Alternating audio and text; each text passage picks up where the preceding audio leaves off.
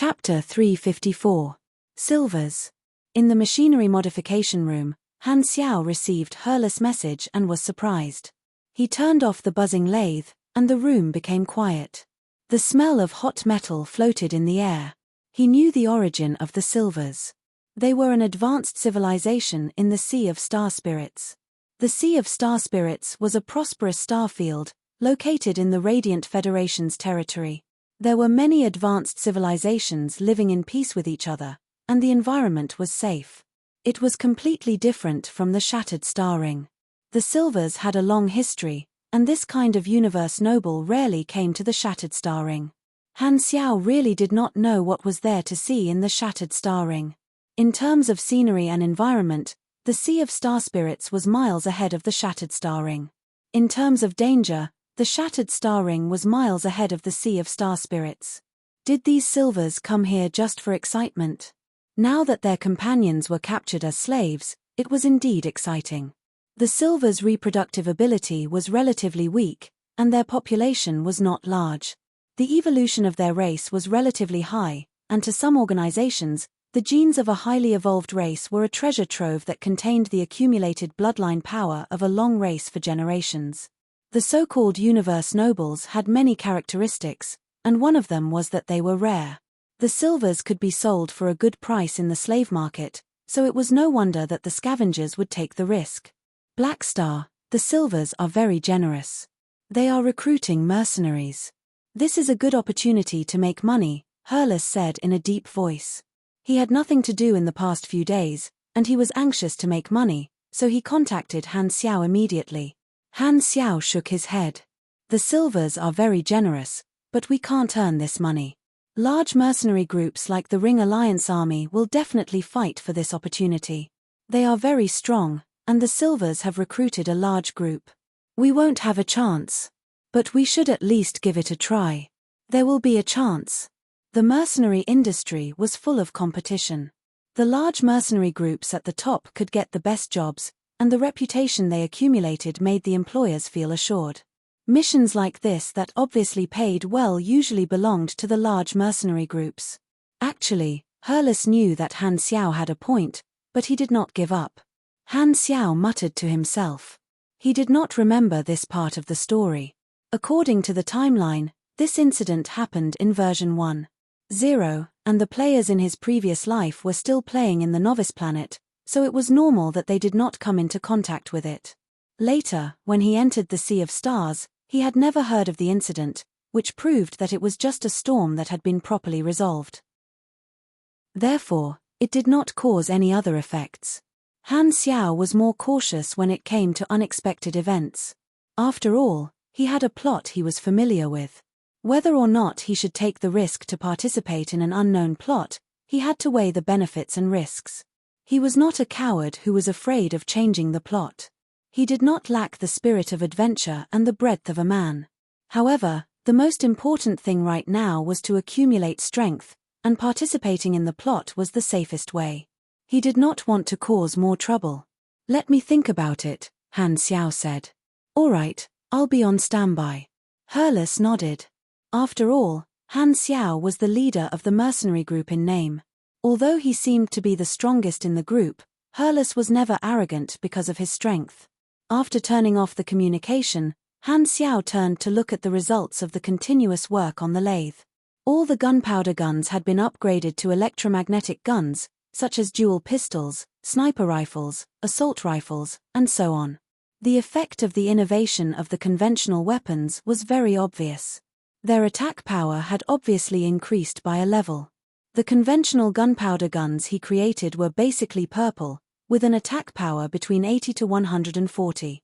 However, the electromagnetic weapons he created now were green and blue, but their attack power was at least 230, and their range had increased by 3 to 5 times. The style of electromagnetic guns was completely different from gunpowder guns. The barrel was covered with layers of electromagnetic coils, and the outside was covered with a special conductive alloy gun mechanism used to restrain the electromagnetic field. It looked like a rectangular box.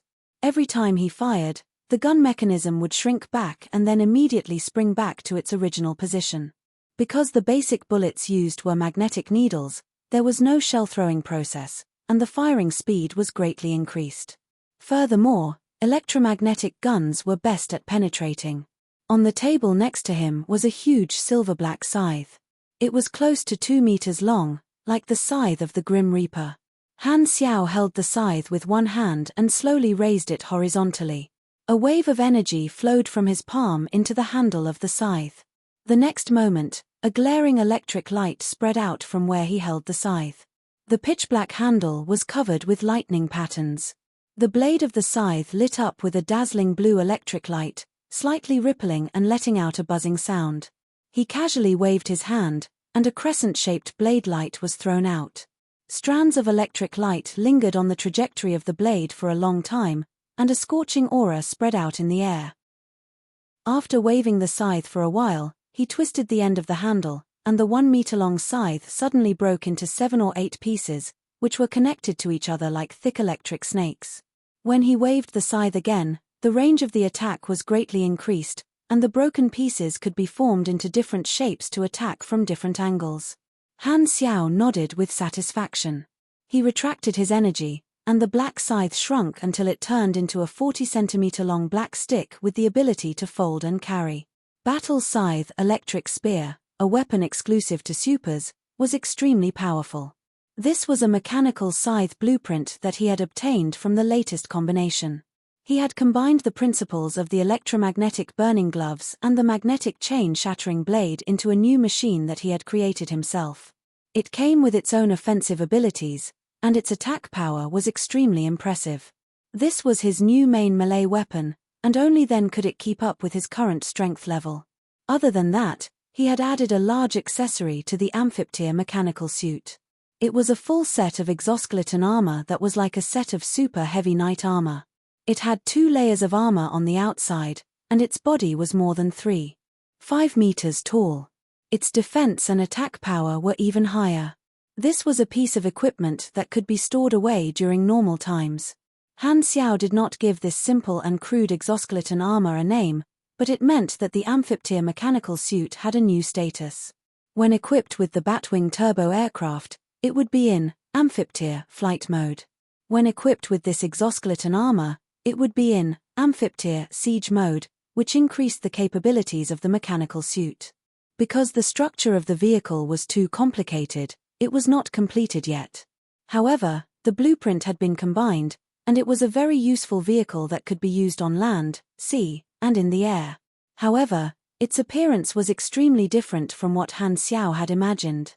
To put it simply, it was a ball. Just by using the 2 advancement knowledges that he had just obtained, Han Xiao had already benefited a lot and created new equipment that was not very useful. However, in his eyes, this change was just icing on the cake. It had not reached the level of a revolutionary innovation, and he was far from satisfied. That was because with his current level, he had the qualifications to obtain an ability that could be said to be a watershed in the early to middle stages of the mechanic class. He was already LV95, and this level was only available in version 3.0. Therefore, the class advancement requirement was so difficult that he wanted to vomit. The ability that Han Xiao wanted was the symbol of the rise of the mechanic class in version 3.0 rapid assembly and super compression technology. Only by obtaining this ability could the mechanic class truly reach the threshold of a one-man army. This was a sign that the mechanic class had passed the early stages. Many mechanic combat styles were based on super compression technology. As the item was a real weight, the ability to be portable was very important. Just like Ghidorah's standard equipment, this ability could allow a mechanic to fold all kinds of large machinery into palm-sized metal pieces. The amount of equipment that a mechanic could carry would increase exponentially, and they would no longer need to carry heavy equipment bags. They could expand into an iron fortress at any time and create a metal storm. For example, Amphiptyr's newest exoskeleton armor could be easily carried around after being compressed and folded. It did not need to take up much space and could be turned into a siege mode at any time. Or the ranger robots that could not be carried around could be folded into dozens of them and be able to attack the enemy at any time. There were 3 core knowledges for this ability: rapid assembly and assembly, high-density material compression technology, and elementary spatial technology, all of which were advancement knowledges. Unfortunately, these 3 knowledges were almost never circulated in the market. In the Shattered Star Ring, they were strictly controlled by the various civilizations. Han Xiao frowned and thought. This ability is a must for a mechanic to grow, and it's not sold in the market of the Shattered Star Ring.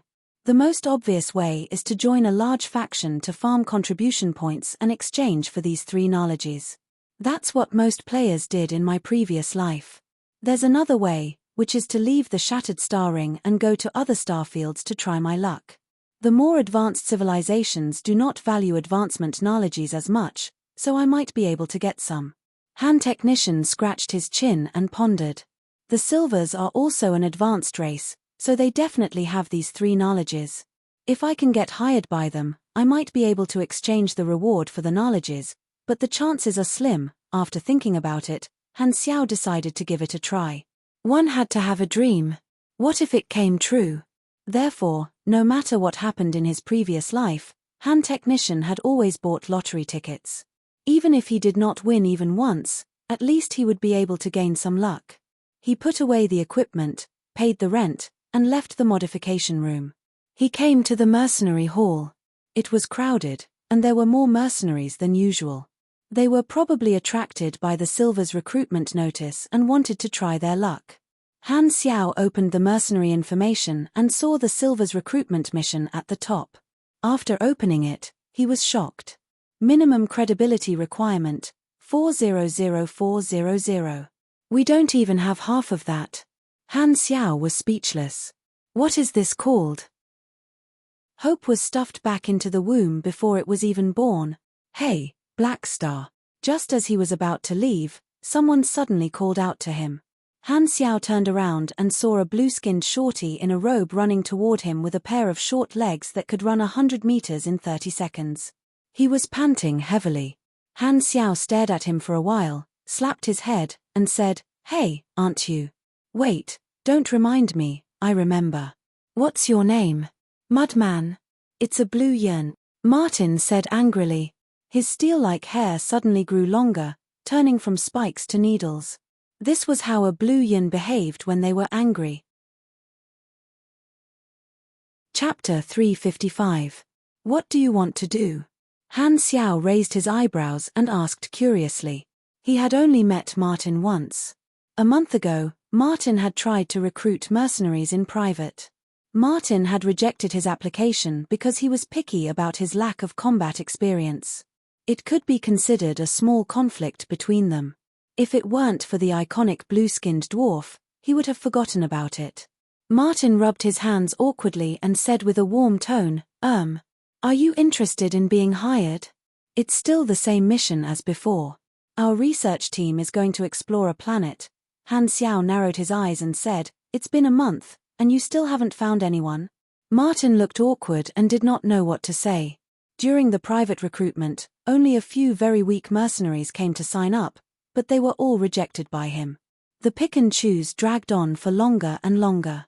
Finally, he couldn't help but issue an official recruitment through the Mercenary Alliance, but because the pay was too low, no qualified mercenaries applied, so the operation had been in a state of stagnation. A few days ago, the mercenaries who had participated in the Sunil mission had returned and mentioned the name of Black Star.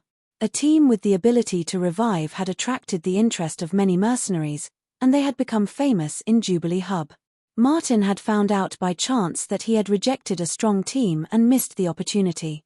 He regretted it so much that he immediately ran over when he met Han Xiao again. Same price, 400 annas per person. Let's move quickly. Martin's face was full of hope. Han Xiao had applied once before, and he felt that Han Xiao would not reject him. Find someone else. Han Xiao shook his head and turned to leave. The last time, he had wanted to earn some extra money because he was going the same way as Planet Sunil. Now that the opportunity had passed, he did not care about the pay at all, so why would he make the trip? Martin grabbed Han Xiao's arm and hurriedly said, "Do you think the price is not right? You can add more money. How about 500? 480? Han Xiao felt helpless as Martin grabbed his arm tightly. His application had been rejected by Martin, And now Martin had come looking for him. This miser even wanted to add more money. The difference in treatment was too obvious. The trip to planet Sunil had given the Black Star mercenary quite a bit of fame, which was why such a scene had occurred. A galactic mercenary with a certain level of strength and the ability to revive would definitely receive a certain level of attention. While the two of them were tugging at each other, a voice rang out beside them. "You're Black Star?" Han Xiao turned around and saw the speaker walking over. He was wearing a pure white metal combat suit. The surface of the suit was smooth like enamel, but it was actually made of some kind of high-strength alloy. "You're from Skyring?" Han Xiao's eyes narrowed. He grabbed Martin's collar and pulled him away. This person was wearing the battle uniform of the Skyring army. He was a mercenary from Skyring. The Skyring army was one of the largest mercenary armies in the Shattered Star Ring. They had more than 10,000 members, and their army commander was a Calamity-grade super. Their business was spread all over Jelen, Colton, and several other star clusters. Tian Huan had not interacted with him yet. Han Xiao was slightly curious and asked, "Why is Tian Huan looking for me? You have a pretty good team. My team leader wants to discuss cooperation with you. Do you have time now?" Han Xiao narrowed his eyes. Cooperation. Sounds good. However, with Tian Huan's strength, there was no reason for them to be interested in his small team, unless there was something special about them that attracted Tian Huan. After thinking about it for a while, he guessed the reason. "It can't be wrong. They're most likely interested in our undying trait," Han Xiao laughed in his mind. It was all thanks to the news spread by his peers. He was very curious about what kind of cooperation Tian Huan was talking about. With such a large organization, their request would definitely not be simple. "I have time. Let's go." Han Xiao left Martin behind and left with the Skyring mercenaries. Martin sat on the ground, dumbfounded. Tian Huan was extremely famous in the mercenary industry. In just 1 month, the Black Star mercenary that he had rejected was valued by Tian Huan and was invited to work with them. It was unbelievable. Martin thought about how he had rejected Black Star because of his pickiness and could not help but feel even more regretful. "I was the one who came first." Han Xiao walked into the stronghold of the Tian Huan mercenaries and saw 20 to 30 Tian Huan mercenaries of different races. They were either sitting or standing. When they saw him enter, they all looked at him. "I'm Gashley, the leader of this team." A golden-eyed, purple-skinned mercenary walked out from the crowd. He was tall and muscular, and he was 2 meters tall. He was from a race from the Jellic star cluster. Gashley's combat uniform was slightly different from the other members. A golden ring surrounded the triangular crystal on the chest of the combat uniform. This ring was the symbol of rank within the Tian Huan army. Although there was a lot of freedom in such a large mercenary organization, there were still differences in status. The more rings one had, the higher one's status, and the status was determined by one's strength. Team leaders had 1 ring, and the highest rank was the commander of the Tian Huan army. He had 1 more ring than a team leader. "Black Star, Han Xiao." After the simple introductions, Han Xiao went straight to the point and asked, "You want to work with me? What's the situation?" "Tian Huan is dedicated to recruiting excellent warriors," Gashley said slowly. "You have a very strong team. We would like to invite you and your Black Star mercenary to join Tian Huan." The way to strengthen a mercenary organization was to recruit other mercenaries. The Tian Huan army was an organization with a relatively free structure. All members had the right to recommend other mercenaries. If they successfully recruited strong people, the person who recommended them would be rewarded by the organization. Therefore, the Tian Huan mercenaries paid close attention to strong newcomers in the industry. Gashley's team happened to be stationed at Jubilee Hub, and they heard the rumors of the battle on planet Sunil. The name Undying Black Star Mercenary entered their sights. After confirming that it was not a rumor, Gashley immediately decided to invite Han Xiao, wanting to recruit the entire Black Star mercenary into Tian Huan. He was mainly interested in the revival feature. Otherwise, Black Star would not have the right to be treated differently by Tian Huan with just his average strength. Gashley would not even look at Han Xiao. Tian Huan had tens of thousands of mercenaries, and their average strength was at grade A. There were dozens of grade B officers, and there were even 2 calamity grade supers that the civilizations were wary of. Tian Huan's sudden invitation surprised Han Xiao. He thought about it carefully and felt that it was reasonable. Mercenaries who could revive were the best vanguard and cannon fodder. Even a large organization like Tian Huan would not ignore them. He calculated the gains and losses in his heart. If he joined Tian Huan, he would be able to enjoy the privileges and relationships that Tian Huan had built up over the years. He would also be able to obtain new promotion paths and rich exchange items. However, if the Black Star mercenary joined Tian Huan, he would become someone else's vassal, and his faction would be destroyed. The long-term losses would be too great. He could not give up his faction for some small benefits. Your suggestion is very attractive, but I don't really want to join other organizations. Han Xiao rejected it tactfully. The surrounding Tian Huan mercenaries were shocked and whispered to each other. He actually rejected it. It's all benefits, why wouldn't I accept it? I didn't even hesitate when I was invited. Gashley was surprised. He thought that Han Xiao did not understand the benefits, so he patiently explained, you might not know the benefits of joining Tian Huan. First, Tian Huan has a lot of freedom in the management of its members. You can choose to be a solo mercenary or join a team, as long as you complete at least 2 missions every year. Second, Tian Huan members enjoy a lot of privileges. Sorry. Han Xiao interrupted him, shook his head, and said, Tian Huan is indeed not bad, but I believe that the benefits are equal to the risks. Acting independently is more suitable for me, but thank you for your invitation. NT. Chapter 356. Everyone looked at each other with a surprised expression on their faces. Gashley shook his head helplessly. Black Star's choice of words was more polite, so he was not angry at being rejected. He only felt regret. Although Sky Ring was a large organization, most of its members did not feel arrogant because of this. Sky Ring was a proper mercenary organization that belonged to the lawful faction. They would not make enemies easily. Gashley felt that it was a pity. At this time, Han Xiao suddenly changed the topic and asked, Black Star Mercenary has only been established for a month. Sky Ring is interested in us because we have the legendary ability to revive, right? Gashley did not hide it. He nodded and said, yes. Han Xiao smiled and said, although I don't want to join other mercenary organizations, I think we can reach another cooperation model.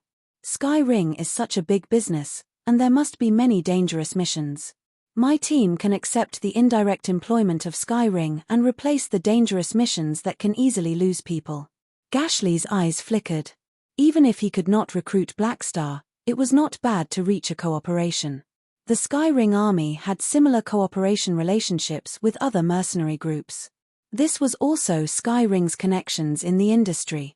There was a long list of these partners, which was equivalent to Sky Ring's support. If they were in danger, they could ask these reliable partners for help at any time. The two discussed for a while and reached an agreement. Then, Gashley reported to the organization. Many mercenary groups wanted to contact a large organization like Sky Ring, and people often applied for cooperation. The people of Sky Ring were already used to it. Most of the applicants did not meet the requirements, but Black Star was approved directly due to the special characteristics of his revival ability. His name was added to the cooperation list, and Han Xiao signed a cooperation contract. The general meaning of the contract was that all members of Sky Ring could contact Black Star privately and ask for support at any time, but they had to pay separately. The contract stipulated that both parties were partners and could not start a war in any form. If Sky Ring was hired by one party, Black Star could not be hired by the other party, and vice versa. Otherwise, it would be considered a breach of the contract, and the first party to breach the contract would have to pay compensation, and the contract would be voided. Other than that, the other terms were very loose. Han Xiao was quite satisfied with the result. It was equivalent to gaining a new client. He could use Sky Ring's reputation to expand his business. Sky Ring definitely did not lack battle opportunities, so his mercenary group would not lack work opportunities either. After all, the mercenary group had just started, and they could earn money no matter who hired them. While they could not enjoy the privileges of Tianhuan, at least they had an additional background that was beneficial to the development of the mercenary group. After signing the contract, Han Xiao suddenly thought of something and said, "If I'm not wrong, you guys will be recruited by the Silvers." Gashley nodded. "It's not just Sky Ring. The other large mercenary groups will not give up on this opportunity. My team has received a call from the officers, and we will depart to Fawn Galaxy to meet up later." Han Xiao's eyes flashed. "Can my team follow you? If you get a mission, you might need our help. I'm happy to be hired by Sky Ring." Gashley paused for a moment and thought about it. There did not seem to be any harm in bringing a group of immortal mercenaries, so he said, "Okay, you can bring your team to the dock later and take our spaceship to move together. However, you have to be mentally prepared. If the mission is very simple, Sky Ring will not need our help, and you will have come for nothing." Han Xiao waved his hand, indicating that it was fine. He felt that this was a pleasant surprise. Using Sky Ring's relationship, he could skip the credit point requirement. Although the mercenary group was still very weak and did not have much chance to gain the favor of the Silvers, he could count on Sky Ring to hire him again. The 3 types of knowledge of compression technology were his goal. Sky Ring had many experts, so they would not lack the advanced knowledge. If he was lucky enough to be hired, he felt that he could try to raise the conditions. After finalizing the time and dock number, Han Xiao returned to the stronghold and gathered all the members. "We have a new job. Get ready, we will depart soon," Han Xiao said with his arms akimbo. Everyone was overjoyed and excited. Knowing that the mercenary group had the potential to grow, the players had been looking forward to the next adventure. After being idle for so long, there was finally work. Maple Moon raised her hand and asked, "What are we doing this time? Why didn't the mercenary group's information show a new hiring mission? Recently, the Silvers have received quite a lot of attention. We will follow the people of Sky Ring to the Fawn Star system. I have formed a partnership with them, so we might get hired." Han Xiao thought about it and added, "Also, don't raise your hand next time you ask questions." No wonder the interface did not trigger a mission. Everyone understood. They followed Han Xiao's lead and had no objections to the arrangement. Hurles was very surprised. He knew how powerful Sky Ring was. It had only been a few hours since they last met, so how did Han Xiao form a partnership with Sky Ring? There was no sign at all. Hurles pulled Han Xiao aside in private and expressed his doubts. Han Xiao did not hide anything and told him the whole process. "I see." Hurles was impressed. If he were the one negotiating, he probably would not have thought of proposing a partnership and would have lost this opportunity. Although in his eyes, Han Xiao was not strong enough, his ability to make use of every opportunity was amazing. Such a person was more suitable to be the captain. "Then, did you foresee anything?" Hurles whispered. Han Xiao shook his head helplessly. He really did not this time. The Silvers were not a storyline he was familiar with, so he did not have any impression of it. It should not be anything big. The Sky Ring army was huge, so Gashley's team had an internal spaceship. It was a civil spaceship that was dozens of meters long, narrow at the front and wide at the back. It was streamlined and looked like a water droplet, but it had sharp edges. The exterior armor was covered with sections of dark gold metal structure, like the gaps in the armor. On the left and right sides of the rear of the spaceship were mechanical bars that were slanted to the body of the spaceship. At the end of the bars were helical propellers. There were a total of 4 propellers that could change angles and were more flexible. This was a spaceship from a civilization in the Jellic star cluster. It was equipped with a light hyperdrive engine, good at galactic travel, but slightly weak in combat. This kind of small spaceship was much cooler than the large spaceships of the Galactic Travel Agency. The players sized it up with admiration. Han Xiao touched his chin. He also wanted to buy an exclusive spaceship for his mercenary group, but it was too expensive. Even the simplest single-person galactic spaceship cost more than 100,000 aners. If he wanted to save money, he could only build it himself. However, building a galactic spaceship was too difficult. Engine, energy, armor adaptability, structure strength, probes, and so on required a lot of knowledge. He was far from being able to do it now. When it was time to meet up, the Sky Ring mercenaries arrived, and the group walked onto the spaceship. Gashley set the automatic route on the control panel. The spaceship left the dock and entered the outer vacuum with a shake. The rear thrusters emitted a golden light, and the spaceship gradually entered the hyperdrive state. The bright galaxy outside the window quickly blurred and finally turned into a pulling glowing line that seemed to have an infinite length. It rushed into a teleportation stargate near Jubilee Hub. We can reach the Fawn star system very quickly through the stargate. The Silver's spaceship is stationed on Planet 12 in Star Zone 4. The journey will take about 12 days, Gashley said to the group. There were more than 80 people on the spaceship, so there was quite a lot of space. After the players allocated their rooms, they showed their initiative. They went to chat with the Sky Ring mercenaries. Han Xiao went to find Gashley. The two of them had just met today, so they mainly talked about the mission. However, Gashley did not know the specific details.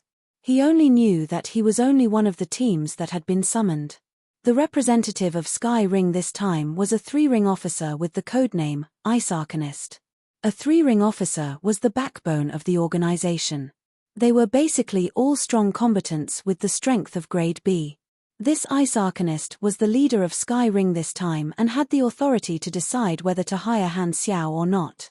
This code name sounded like a mage. Han Xiao had not come into contact with the mage class yet. The mage class was a class that was as difficult as the mechanic class. Furthermore, the enchantment ability could also strengthen mechanical equipment. Unfortunately, the Blue Star players only had Pugilist, Esper, and Mechanic classes.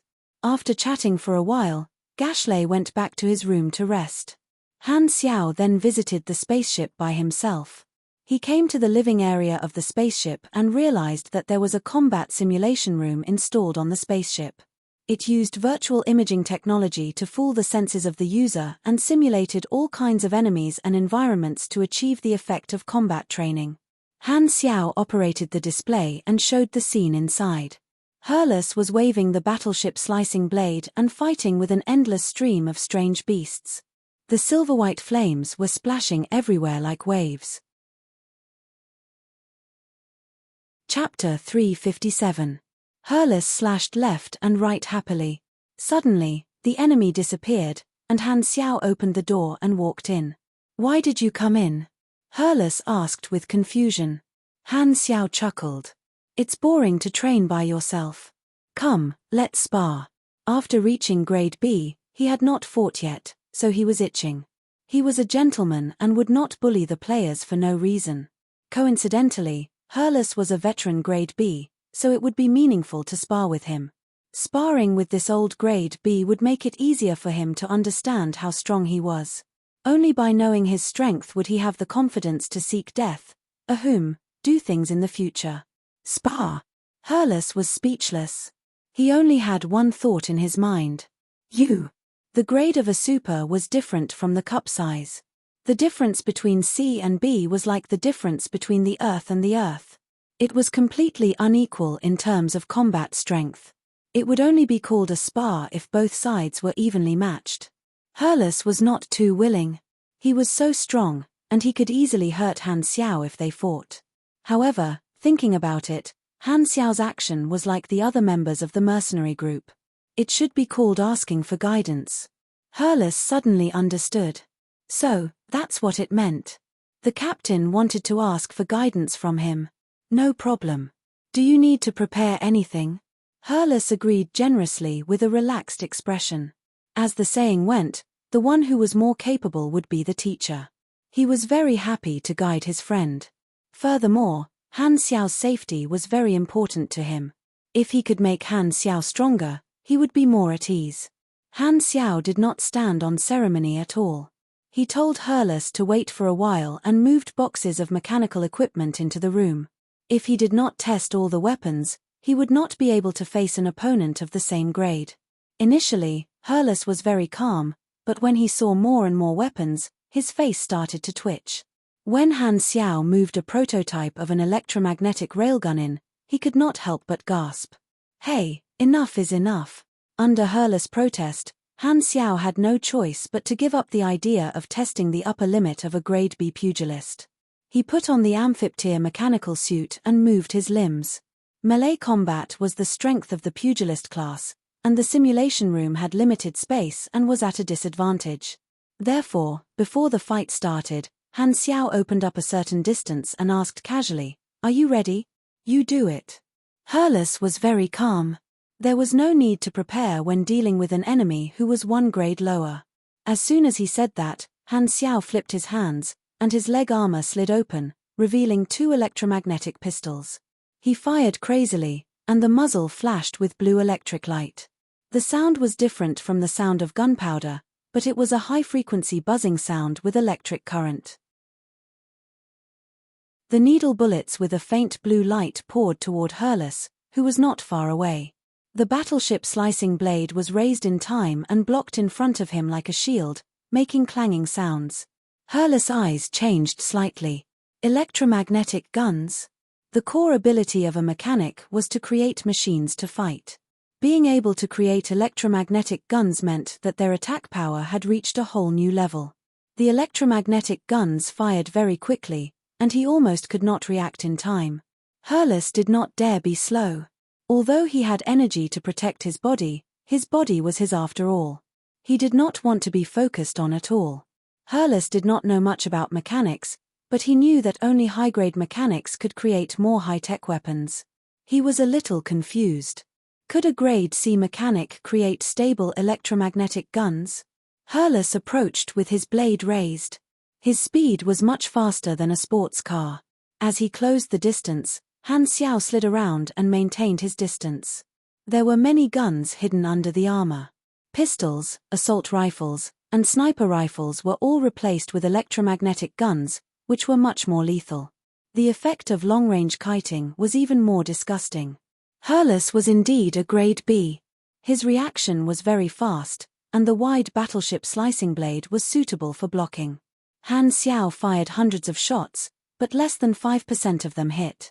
The damage was greatly reduced by the energy shield and strong bones of a pugilist, so only some superficial wounds were caused. Han Xiao then saw Herles' data interface. LV-98, Grade B pugilist, high in both strength and endurance. Half-tank pugilist. He really has a lot of talents, almost as many as me. Plus, their effects are all very strong. Wow, this guy also has a low-level luck glow. Han Xiao was very envious. According to Herles' description, he had been very lazy since he was young, but he had extraordinary talents. He never trained hard, and after more than 10 years of training, he still reached grade B. Maybe this was talent. Han Xiao could not help but think that if Herles did not die like in the original plot, he might have reached grade A. This is a stock with great potential. This thought flashed through his mind. As his strength increased, Han Xiao's brain worked faster. He could think about other problems while fighting without being distracted. This time, Herles suddenly stopped and did not chase anymore. The silver-white flames suddenly expanded, then contracted, and gathered in his palm, turning into a blinding silver-white light ball. Boom! Veins popped out on Herles' face, and he seemed to be having a hard time. He roared and pushed his palm out. The light ball suddenly shot out, and energy continuously flowed out from his palm. A blinding silver-white light wave shot out like a roaring dragon, and the light filled Han Xiao vision. Wow, a member of the Sun family. Han Xiao blocked with his hands. The next moment, the light wave hit his arms and sent him flying into the wall. The burst of light swallowed up his figure. As long as a pugilist learned the shockwave blast technique, they would be able to release waves. This was one of the pugilist's skill tree abilities, just like the mechanic's knowledge tree.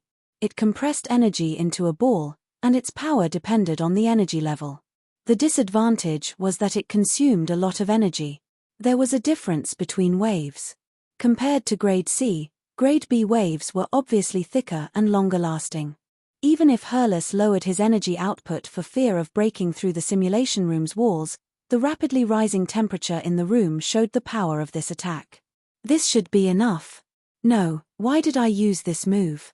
Herles was shocked. He originally had the intention of teaching Han Xiao, but because he felt a slight threat during the battle, he subconsciously treated Han Xiao as a great enemy and used a powerful attack. He immediately regretted it. Energy waves of this intensity could even injure grade C pugilists, let alone mechanics. Just as he was about to stop the energy output, a crescent-shaped lightning shot out from the center of the light wave and slashed the light wave apart. Han Xiao leaped into the air with a ferocious black scythe in his hand. He descended and slashed down with the scythe. Electric snake tear. Hurlus immediately raised his blade to block. The scythe created a storm of sparks on the battleship slicing blade, and the sound of metal rubbing against metal mixed with the sound of electricity. He stepped back and avoided the attack. He saw that Han Xiao, who had landed on the ground, had many parts of his body burned red by the light wave. White steam surrounded his body, and agile mechanical force electric snakes flowed all over his body. His energy reaction had risen to a shocking level. Han Xiao twisted his neck and joked, "That was close. I almost couldn't take it." Although he said so, his tone was calm and full of energy. There were no signs of him being injured at all. Hurlus' eyes widened. To be able to take an energy wave head-on without being injured and still be able to release such an aura, there was no way he was just a grade C. "You're a grade B super?" Hurlus was stunned. "You were not this strong when you were in Sunil." Han Xiao shrugged and said, "I improved." It had only been a few days, and he had already improved beyond his grade. "Could it be that you're more talented than me?" Hurlus was dumbfounded. He had always known that his endowment was very strong. Although he was not proud of it, seeing a super who was more talented than him now made him feel complicated. "Don't stop. We're not done yet." Han Xiao reached out and grabbed the equipment box beside him. There was a magnetic connection between the mechanical suit's palm and the box. The box seemed to be summoned and flew toward him. In midair, the box opened automatically, and the exoskeleton armor inside popped out. Following the position of the magnetic connection, it quickly floated over and covered Amphiptyr. In the blink of an eye, it formed the siege mode of a metal giant. Another benefit of advanced electromagnetism was that by adjusting the magnetic force of different parts, the equipment could be connected automatically. There was no need to manually put on clothes anymore, which increased the speed of putting on the armor. Feeling the energy reaction from Han Xiao that made his heart tighten, Hurlus' expression became serious. He adjusted his attitude and threw the idea of guiding him out of his mind. "You're right. Our battle can be considered a spar." Chapter 358. After experiencing the convenience of the automatic assembly, Han Xiao could not help but sigh.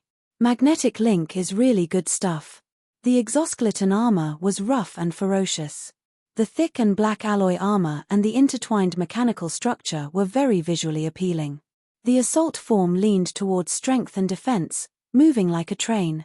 The mechanical limbs were thick and equipped with a large number of power structures, giving an additional 10 points of strength and over 10,000 armor points. Advantages and disadvantages always came together. The disadvantage of the assault form was that it lowered agility. Amphiptyr's body was wrapped in the thick exoskeleton armor, but luckily, with the knowledge of neural link, it was very easy to control the exoskeleton mechanical limbs. Battle Scythe Electric Axe was originally a 2-meter-long weapon, but now it was like a short scythe for harvesting crops. Han Xiao charged forward with large strides, causing the ground to shake. Slash after slash, the scythe and battleship slicing blade clashed continuously. The two of them fought fiercely. Clang clang clang.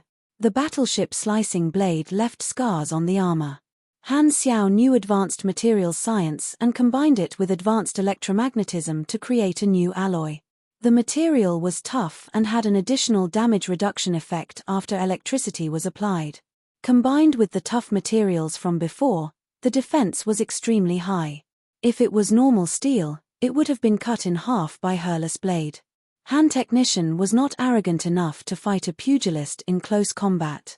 He could now control 7 sonic spheres at the same time, so he could bear a higher load on his nerves. He also had various weapons attacking continuously. After fighting for a while, the exoskeleton armor was full of scars, and Hurlus was also cut a few times by the scythe. They were basically on par. Clang. After the last clash of weapons, the two of them pulled away and stopped attacking at the same time. Not bad. Han Xiao chuckled.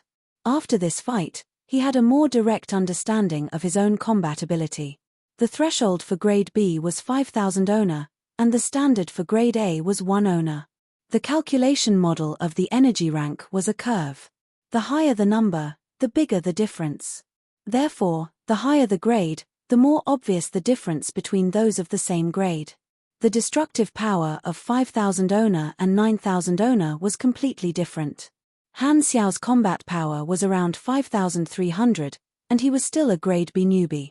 Herles had been Grade B for many years, but he had been neglecting his training, so his energy rank was only around 5,000. However, with Herles' talent, he still had a lot of room for improvement. Level B strength was the backbone of the Starry Sky and could basically protect themselves. However, it was still far from the level where they could do whatever they wanted. Knowing his own level, Han Xiao could better plan his next move. Herles let out a deep breath and put away his weapon. He would not use his trump card until the battle was over. He knew very well that as a mechanic, Han Xiao would definitely have more trump cards. Just from the exchange of blows just now, he had already felt a great deal of pressure. Han Xiao's attacks were endless, just like a hedgehog. If he wasn't careful, he would be injured. Oh, no, he was already injured. After bandaging the wounds on his body, with the physique of a pugilist, it would probably heal in a few hours. Black Star was an opponent of the same level, and Han Xiao's combat power had gained his recognition. Herles was much more relieved about Han Xiao's safety. When he first joined the Black Star mercenary, he realized that he was the strongest in the team and always felt that he was unreliable. Now that he finally had someone of the same level, Herles' view changed. To be more specific, he originally thought that his teammate was a burden, but now he was gradually becoming a reliable partner. Furthermore, with someone of the same level, it meant that they had a common topic to talk about. The two of them smiled at each other and felt a sense of trust. Only people of the same level would have the foundation to trust each other. Herles took the initiative to help move a few equipment boxes. The two of them walked out of the simulation room together and saw Mad Blade and a few other players waiting at the door. They were all shocked. "Black Phantom, you're so strong."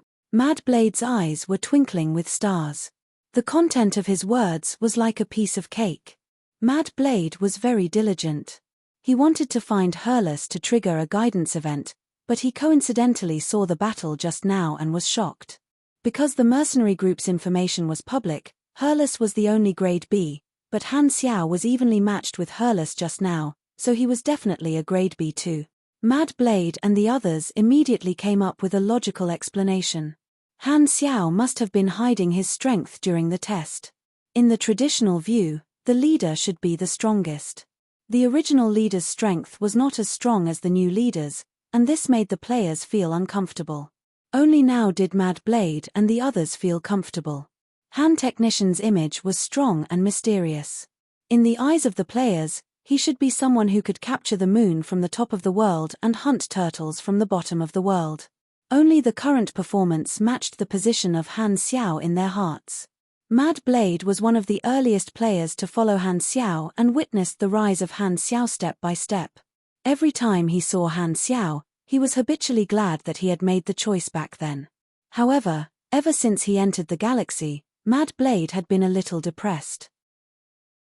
Because the team had expanded and the number of people had increased, he felt that he was left out. Back then, when Han Xiao had issued those quests with high rewards, Mad Blade had never gotten tired of them. However, the quests now were too serious, and Mad Blade missed that feeling very much. However, at the same time, he was secretly happy because of that. One had to know that no other players had seen those quests before. Even Hao, Maple Moon, and Pork Bun, the other 3 core members, did not know what Han Xiao was like in the past. Only he had tried it. It was a very interesting experience, and he often recalled it. Han Xiao raised his eyebrows and quietly moved a step to the side. He felt that the way Mad Blade looked at him was a little weird. "Who's Black Phantom?" Herles did not react in time. Han Xiao waved his hand. "Don't mind it. That's my nickname on my mother planet." Oh, I forgot. You're a famous person on your mother planet. Hurles secretly made up his mind to find out more about Han Xiao's past from his teammates. He was very interested. There was not much activity during the voyage. Other than sparring with Hurles occasionally, Han Xiao would chat with Gashley when he was free to learn about the history of the ring. Sometimes, they would talk about their experiences traveling the universe. Gashley was a veteran mercenary, and he had been to many places. When it came to bragging, he would often start with the phrase back in the day. In terms of talking, the great mechanic Han was never weak. In terms of knowledge, even 10 Gashleys combined could not compare to him. The two of them chatted happily and gradually became familiar with each other. Most of the regular mercenaries were more straightforward and liked to make friends. The players often communicated with the other ring mercenaries. When they talked about the standard armor of both parties, the ring mercenaries showed the effect of the ring armor. It was actually a product of compression technology. Pressing the triangular crystal on the chest, the simple and crude ring combat suit would fold and expand, turning into different complete forms. It was very beautiful. The Sunil soldier armor was instantly overshadowed, and the players were all shocked and envious. Seeing that the players were tempted by their resources, the ring mercenaries tried to lure the players in privately, promising that they would be able to get a set of ring armor for free if they joined the ring. As long as the recommendation was successful, the person who recommended it would also be rewarded. Headhunting was a common activity in the mercenary industry. The atmosphere was very free. Many of the ring mercenaries originally belonged to other mercenary groups but were headhunted by the better treatment. However, the players did not fall for this at all. Being tempted did not mean being swayed. They were still waiting for more good things to appear in the mercenary group store. Perhaps one day, the Black Star store would also have ring armor, so they were not in a hurry at all. These players trusted Han Xiao very much. The private invitations were all rejected, and the ring mercenaries were very surprised. They did not expect the mercenaries under Black Star to be so loyal. Han Xiao learned about this from Pork Bun and was in a good mood. The cohesion of the faction was slowly forming, and this group of players had the style of a backbone. At the same time, in a certain asteroid belt in the Fawn Star system, a few scavenger spaceships moved stealthily, maintaining the information interference force field and stealth state. It was the scavenger organization that attacked the Silvers. This was a group of slave traders who often sold human beings. They were notorious and had been rampant in the Shattered Star Ring for a long time. At the bottom of one of the spaceships was a prison dedicated to holding captives. This group of scavenger had done this several times before attacking the Silvers. The goods that were not too valuable were locked together, and the expensive slaves were locked up separately. The 17 captured Silvers were locked up separately. A thin man with light golden skin and messy white hair walked into the prison area. He looked gloomy. He was the leader of this group of scavenger. His name was Peggy, and he was a mixed-blood God Aura. He only had 1/8 of the God Aura bloodline in his body, but his appearance was still very similar to that of a God Aura. This showed the dominance of God Aura genes. The difference was that there were thin scales on his skin, and his eyes were vertical like the eyes of a snake. He also had some kind of snake genes. As soon as they saw him, the prisoners in the large prison cell became agitated and shouted, "Let me out. I'm an exploration team member of the Holy Stone Civilization. How dare you capture me? Let me go immediately, or I will. Who are you going to sell us to?" Chapter 359. The Shattered Star Ring was filled with thugs, and visitors from other starfields were rarely seen. However, there were still some people who knew that there was a tiger in the mountain and went there. Peggy interrogated 11 people in a row, and the results were more or less the same. These Silvers were travelers who wanted to go to the edge of the visible universe to see it with their own eyes. The Shattered Star Ring was one of the edges of the visible universe, and they were unfortunately robbed by Peggy. He walked into the next cell. The Silver inside was a bit different. The prisoners in the other cells would at least tremble when they heard the door open, but this person was very calm and did not move at all. It was as if he was not a prisoner but a VIP of this ship. "You're the leader?" This Silver spoke first with a calm tone. I'm willing to spend money to buy my freedom. You can name the price. I'm not interested. Peggy was expressionless. His spaceship maintained a message isolation to prevent being remotely located. To avoid risks, he would not let the captives use the communicator before it was safe. He waved his hand, and his subordinates came forward to check the Silver's body. This Silver struggled violently and yelled, I have a lot of money. Aren't you selling slaves for money? Suddenly, one of the scavenger's subordinates found something. He tore open the Silver's clothes and took out a black bead from the inner lining. This Silver was instantly agitated. He wanted to pounce over and take back the black bead, but he was pressed to the ground and roared angrily. What's this? Peggy took the black bead from his subordinate and squeezed it with his fingers. It was very hard. The surface of the bead flashed with a deep light, with traces of magic radiance. Give it back to me. I'm the emissary of Darkstar. This belongs to Darkstar. If you dare to take it away, you'll definitely bring destruction and death. This person roared. Darkstar? Peggy sneered. You did your homework well. An outsider far away in the sea of star spirits actually knows that there's a Darkstar organization in the Shattered Star Ring, but you're just a Silver passing by. Even I, a mixed-blood god Aura, didn't join Darkstar, and you still want to scare me? Do you think I'm easy to fool? Peggy regarded the Darkstar as a great pioneer of liberation. He had always wanted to join, but because the Darkstar was too mysterious, he did not have the chance to come in contact with it, which was a pity. If Darkstar gave the order, he was willing to lay down his life. The Silvers were far away in the sea of star spirits, so how could they have anything to do with Darkstar? How could he have grabbed the so-called emissary? How could there be such a coincidence? It was nothing more than a scare tactic. Peggy had seen too many of them. Seeing how nervous you are, this bead should be a treasure. I'll take it. Peggy put away the bead and planned to find someone to appraise it when he had time. He left the cell with his men and closed the door. Outside the door, the subordinate licked his lips and said with a greedy face, There has never been a Silver in the slave market of the Shattered Star Ring before. We'll definitely be able to sell them for a good price. We've made a fortune this time. Boss, who are we selling them to? I've contacted the client, Peggy said. We're going to Floating Dragon Island. The subordinate's eyes widened. That's that lord's territory. The client this time is that guy's subordinate. He's very willing to pay. Peggy's lips curled up, and he walked away with a gloomy smile. In the cell, the Silver was furious. He cursed, damn scavenger. Luckily, the secret message bead needs a password to open. They can't take out the things inside. Star Zone 4, Planet Fawn 122. This was an ownerless planet without any civilization. The Silvers who issued the mission stayed here. A large number of mercenary spaceships arrived on this deserted planet. All kinds of spaceships formed a formation, and in the middle was the Silvers' travel spaceship. Gashley's spaceship slowly landed.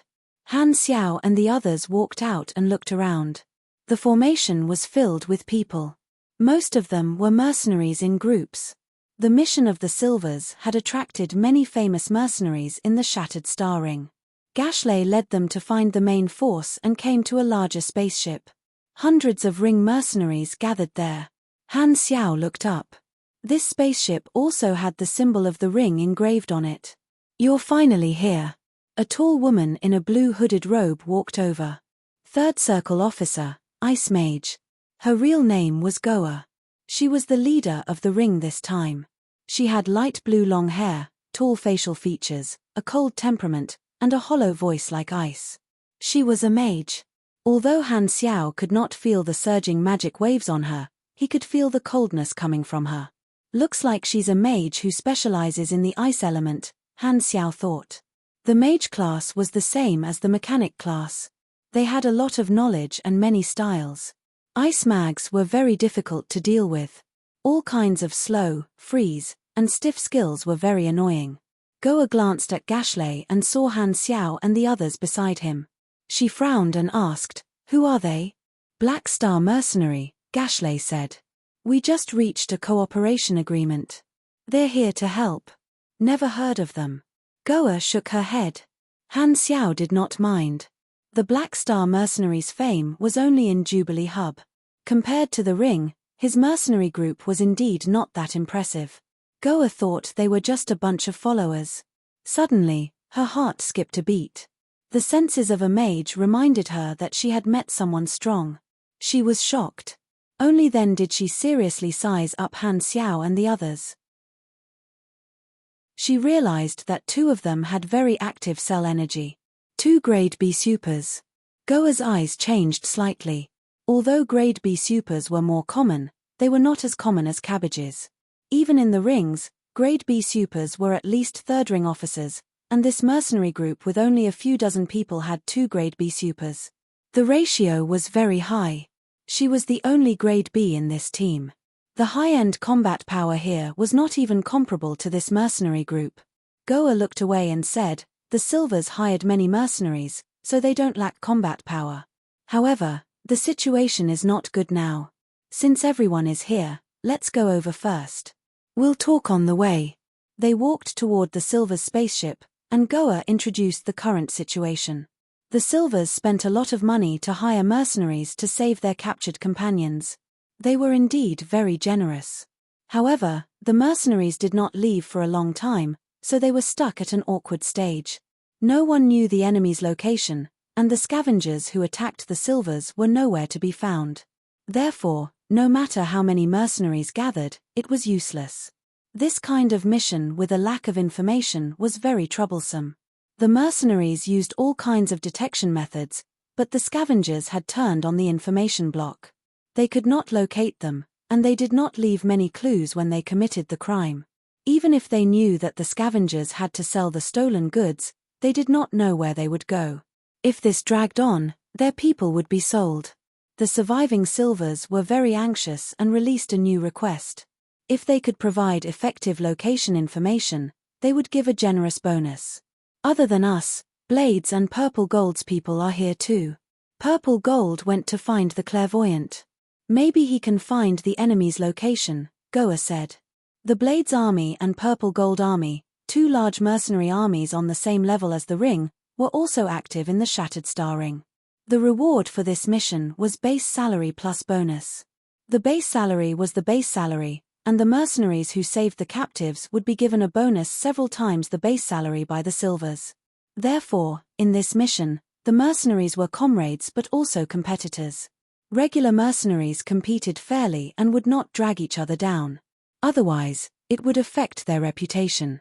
Normally, when they could not locate the enemy, if they did not have more powerful detection equipment, the mystical foresight methods might be effective. The conditions to use abilities such as divination and foresight were very strict, and they needed very special talents. They were very rare. Players could not awaken foresight esper abilities.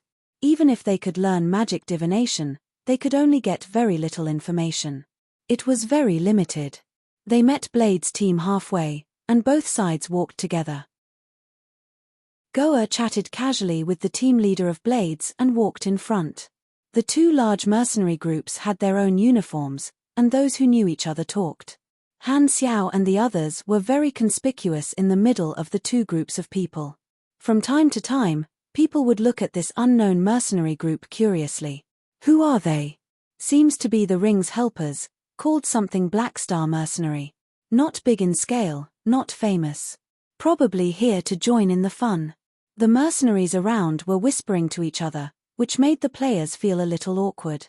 They felt out of place in this group, like they were outsiders being watched. On the way, Han Xiao was thinking about what to do next. He did not know if Goa had plans to hire him, but he did not want to come here for nothing. It was not easy to come here, so how could he go back empty-handed? Many famous mercenaries of the Shattered Star Ring have gathered on this planet. I came too late, and I don't have a good reputation. It seems like there's nothing for me to do. Han Xiao thought to himself. This is something that I have never come into contact with before, so I have to act according to the situation. While he was thinking, they came to the center of the formation. The appearance of the Silvers was displayed in front of them. Their skin was snow white, and they had cute long antennae on their heads. They wore gorgeous clothes made of some unknown material that was soft and smooth. The lower half of their face was wearing an air filter mask.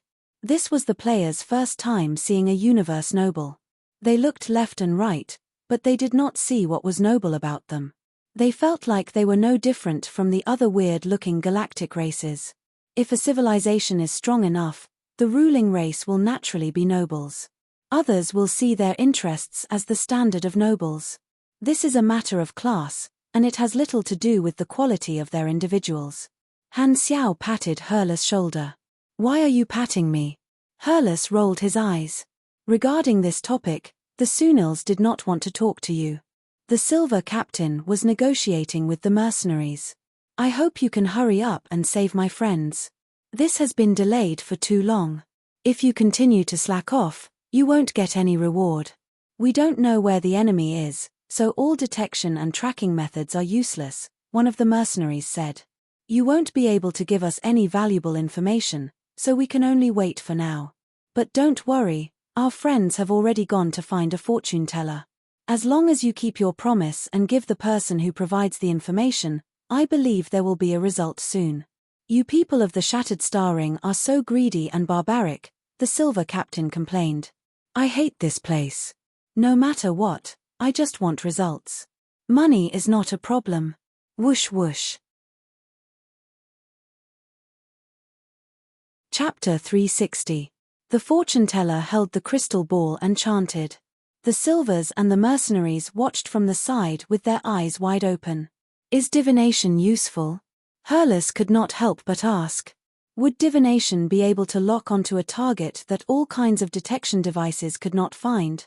Sunil was a technological civilization, after all, and their understanding of magic was limited. They only heard about it and did not understand the theory behind it, so it was normal for them to be suspicious. Han Xiao stroked his chin. That depends on the situation. The universe is vast and full of wonders.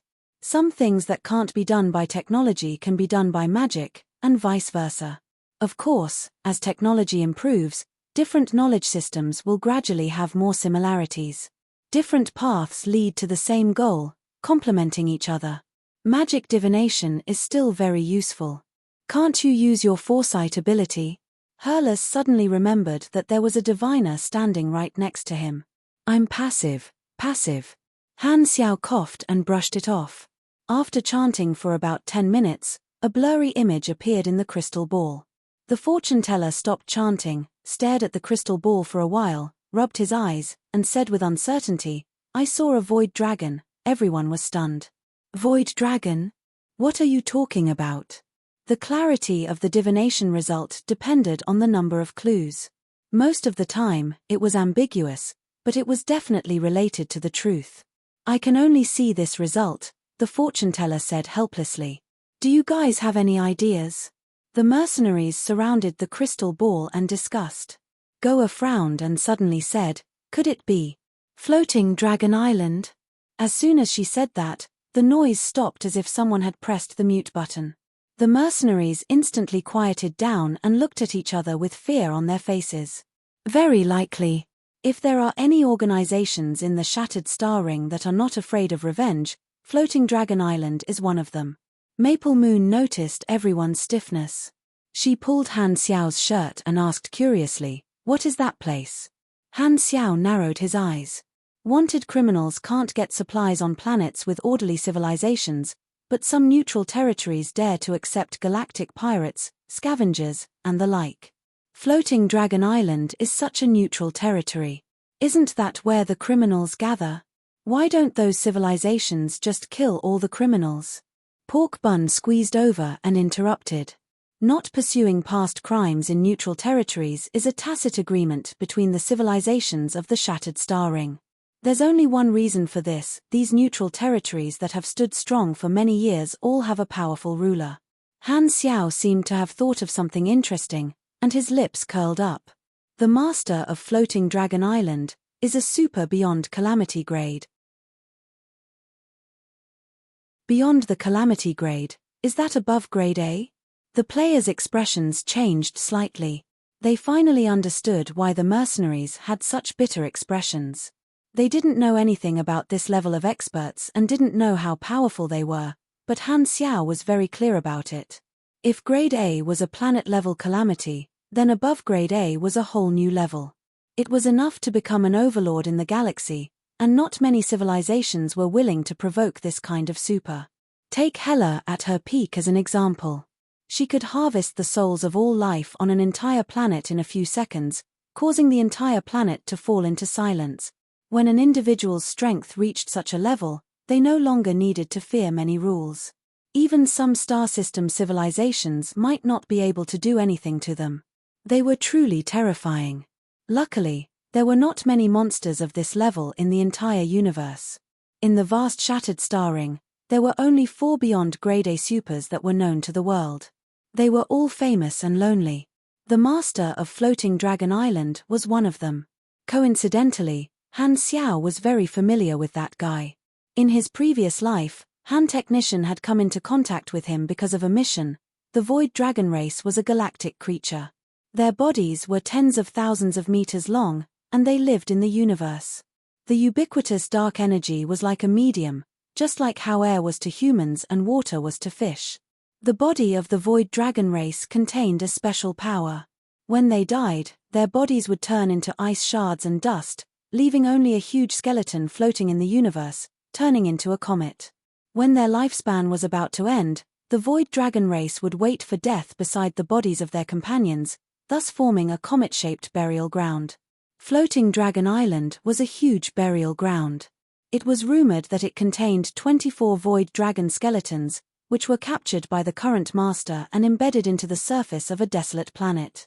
Then, the master used his great power to tear off the continental plate and installed all kinds of anti-gravity stabilizers, ecological maintenance devices, and so on to maintain interstellar travel, turning it into the current Floating Dragon Island. Thinking back, when Han Xiao learned about this, other than being shocked, the biggest feeling he had was rich people were really capricious. Everyone thought about it.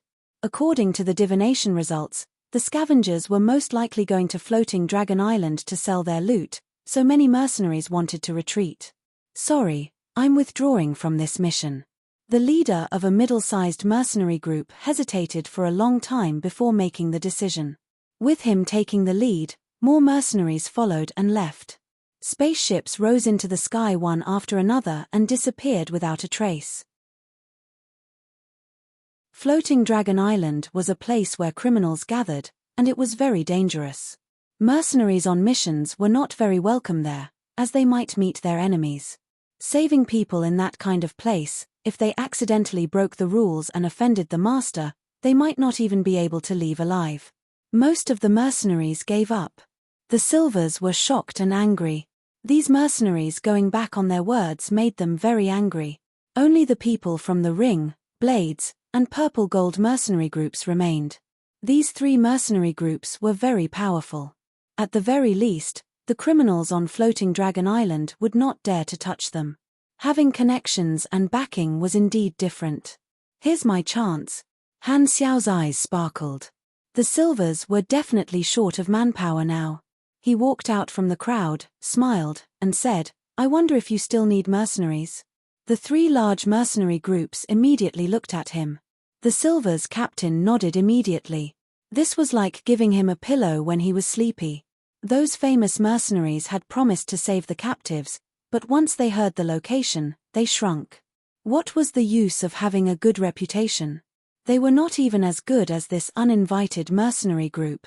Goa frowned and said, "Floating Dragon Island is full of brutes, pirates, and scavengers. It's very dangerous. Even if you're our partner, Ring's name won't protect you. If you get killed, you'll die for nothing. That place is too dangerous for you. You better reconsider." In her opinion, this mercenary group dared to apply for this mission because they were Ring's partner, but she felt that it was necessary to make things clear. If a direct member was killed, Ring would take full revenge, so brutes would not do anything. However, although partners could follow, Ring would not help them if something happened. That was the difference. Chapter 361. This time, Gashley explained, "Don't worry, Black Star's people are all immortals." "What?" Goa was shocked. She did not understand Han Xiao's team before, but after hearing Gashly's explanation, she understood the uniqueness of the Black Star mercenary. She murmured, "A bunch of immortals, no wonder they are qualified to be Ring's partners." This time, she did not try to persuade him anymore. Han Xiao suddenly had an idea and said, "We only know that Floating Dragon Island is the location, but we don't know the identity of the scavenger or who he made a deal with. It will be like looking for a needle in a haystack. Do you have any other ideas?" The Purple Gold Army clairvoyant shook his head, indicating that his divination could not find such a detailed thing. Han Xiao was relieved. He coughed and pretended to say, "I'm also a clairvoyant. I just felt something and found some new clues." Everyone was surprised and looked over. Han Xiao remembered that he had the Destiny's Child character summon card, and he still had 5 chances to use it. He asked, "If I provide reliable information, will there be any rewards?" The silver captain nodded. "Of course. I want to specify a reward." "What do you want?" "Mechanic advancement knowledge," Han Xiao said with a smile. This was a good chance to ask for something. The silvers discussed for a while and agreed to Han Xiao's request. In the sea of star spirits, advancement knowledge was not that precious. It was basically a common item, and they could send it over just by talking to their friends. It did not even cost them money. After getting the confirmation, Han Xiao used the Destiny's Child card. His vision changed, and he entered a blurry scene. He saw some fragments. After a while, his vision returned to normal. The Destiny's Child ability was very powerful. Han Xiao already knew the general appearance of the customer. He should be able to find the target by following the clues. He reported the information, and the silvers sent the designated advancement knowledge to his communicator. Han Xiao learned it directly with his potential points, and the new knowledge entered his mind. "You have learned instant dismantle and reassemble. This is the difference." Han Xiao could not help but sigh. The knowledge that he could not learn in the Shattered Star Ring could be easily learned by the silvers. This was the difference between civilizations. He almost wanted to kidnap these silvers. However, it was just a thought, and he quickly discarded this suicidal thought. Now that he had the foundation of a faction, he did not want to become a fugitive who was hunted down everywhere. After completing the employment procedures, Han Xiao asked for the compression technology and the other 2 advanced knowledges. Seeing that Han Xiao was the leader, the silvers all agreed. It was common for supers to ask for new knowledges. A mission was triggered on the interface. The basic reward was one of the compressed technology knowledge. If he successfully rescued the hostages, he would be able to obtain another piece of knowledge. He would be rewarded with more than 4 million experience points and some additional monetary rewards. As for the players, their only reward was money. After settling everything, there was no time to lose. Han Xiao and the others boarded the spaceship and followed the 3 mercenary groups to Floating Dragon Island. Shattered Star Ring, unknown area, Dark Star Base, video conference room. The upper echelons of the Dark Star organization had an emergency meeting. The carrier this time was robbed. Did Godora discover our plan? No, this is just an accident. The carrier they chose this time was a silver, and the one who robbed him was a slave trader. That's good. According to the intelligence, the location seems to be Floating Dragon Island. What should we do? Send someone to rob the slave that was bought, find the carrier, and retrieve the goods. Outsiders don't have the password, so they won't be able to take out the mutation source and supergene extractor. These 2 things cost the organization a lot of money. We can't afford to lose them. Then who should we send to carry out the mission? This is a serious matter. Let Ashes go. Ever since he officially joined Darkstar, he has never failed. Not long after, a stealth spaceship left Darkstar Base and flew toward Floating Dragon Island. Only 15 silvers. They were already very close to Floating Dragon Island. Peggy contacted the customer again and learned of the other party's new request. There were 17 silvers on the spaceship, and there were still 2 that had not been sold. He thought about it and asked his subordinates to bring the 2 silvers up. One of them was the carrier who called himself the Messenger of Darkstar. In front of the cabin door on the side of the spaceship, The two Silvers knelt in front of Peggy. The scavengers surrounded the two of them and looked like they were waiting for a good show. "Open the door," Peggy said. His subordinate opened the inner cabin door, and the outer cabin door was closed. The two Silvers saw this and guessed what the scavengers were going to do. They were shocked and started to struggle violently, but they were held down tightly. Peggy nodded, and the other Silver was pushed out of the inner cabin door. Then, the inner cabin door closed, and the outer cabin door opened. This Silver's body was exposed to the vacuum, and he slowly floated out. His eyes were wide open, and he struggled for a while. The organs in his body were broken, and he died a horrible death. Ha ha ha. The scavengers saw this through the window and laughed. This was the scavengers' entertainment. The delivery Silver panicked and said, "Aren't you going to sell me? I'm worth a lot of money. I have a lot of money to redeem myself. Why do you want to kill me?" Peggy's eyes were gloomy, and his face was twisted. "You're my goods. I can do whatever I want with you. I hate people bargaining with me, and I hate you superior races even more. Every time I see people like you, it reminds me of pure-blooded God-aura bastards. All arrogant people deserve to die." Then, he waved his hand, and his subordinate repeated the action and threw this Silver out. He died quickly in the vacuum. Then, the spaceship accelerated and left this area. Only the two Silver bodies floated in the cold space. At the same time, in another direction, the mercenary group spaceship was about to land on floating Dragon Island. This was a continental plate sailing in the universe, like an interstellar island. There were many stabilizers and thrusters at the bottom. A translucent cover covered the entire floating island, maintaining the atmosphere and gravity. The architectural style of floating Dragon Island was rough, forming a city. Looking down from above, it looked like a giant dragon spreading its wings. Many mechanical excavators were fixed on the ground, and drills were used to collect the void dragon bones underground. This was a very expensive material. Countless ferocious-looking modified spaceships with different logos were docked at the dock. They were all the spaceships of scavengers and space pirates. Among them, there were many notorious criminals, such as great pirates and scavengers with a bounty of more than 100,000. The mercenary group's spaceship landed successfully. After the procedures were completed, they walked into the city together. There were extremely stubborn criminals everywhere on the streets. The three mercenary groups were all wearing uniforms, which attracted a lot of attention. They attracted the attention of countless criminals. The air was filled with hostility, making one's hair stand on end. Because they knew that danger was everywhere, they were fully armed on the spaceship. The players wore the Sunil soldier armor, and Han Xiao was equipped with amphiptyr.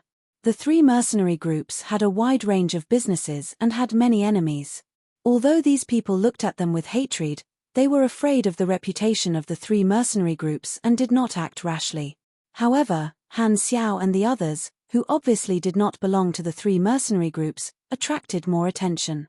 Hurles frowned and said, "Black Star, I can feel the gazes of at least 3 supers of the same level. They are looking at us as if they want to eat us." Han Xiao laughed. "Of course. We are walking together with ring, blades, and purple gold. Those brutes will naturally turn their attention to us. Look, those guys are examples." Looking in the direction of the finger, a group of galactic pirates leaned against the wall and pointed at them. Their eyes were filled with hostility. The pirate leader spat out a mouthful of thick phlegm, which stuck to Maple Moon's armor at the edge of the group. "Then, aren't we in more danger?" Hurles was shocked. "Do you know what it means to make the best use of everything?"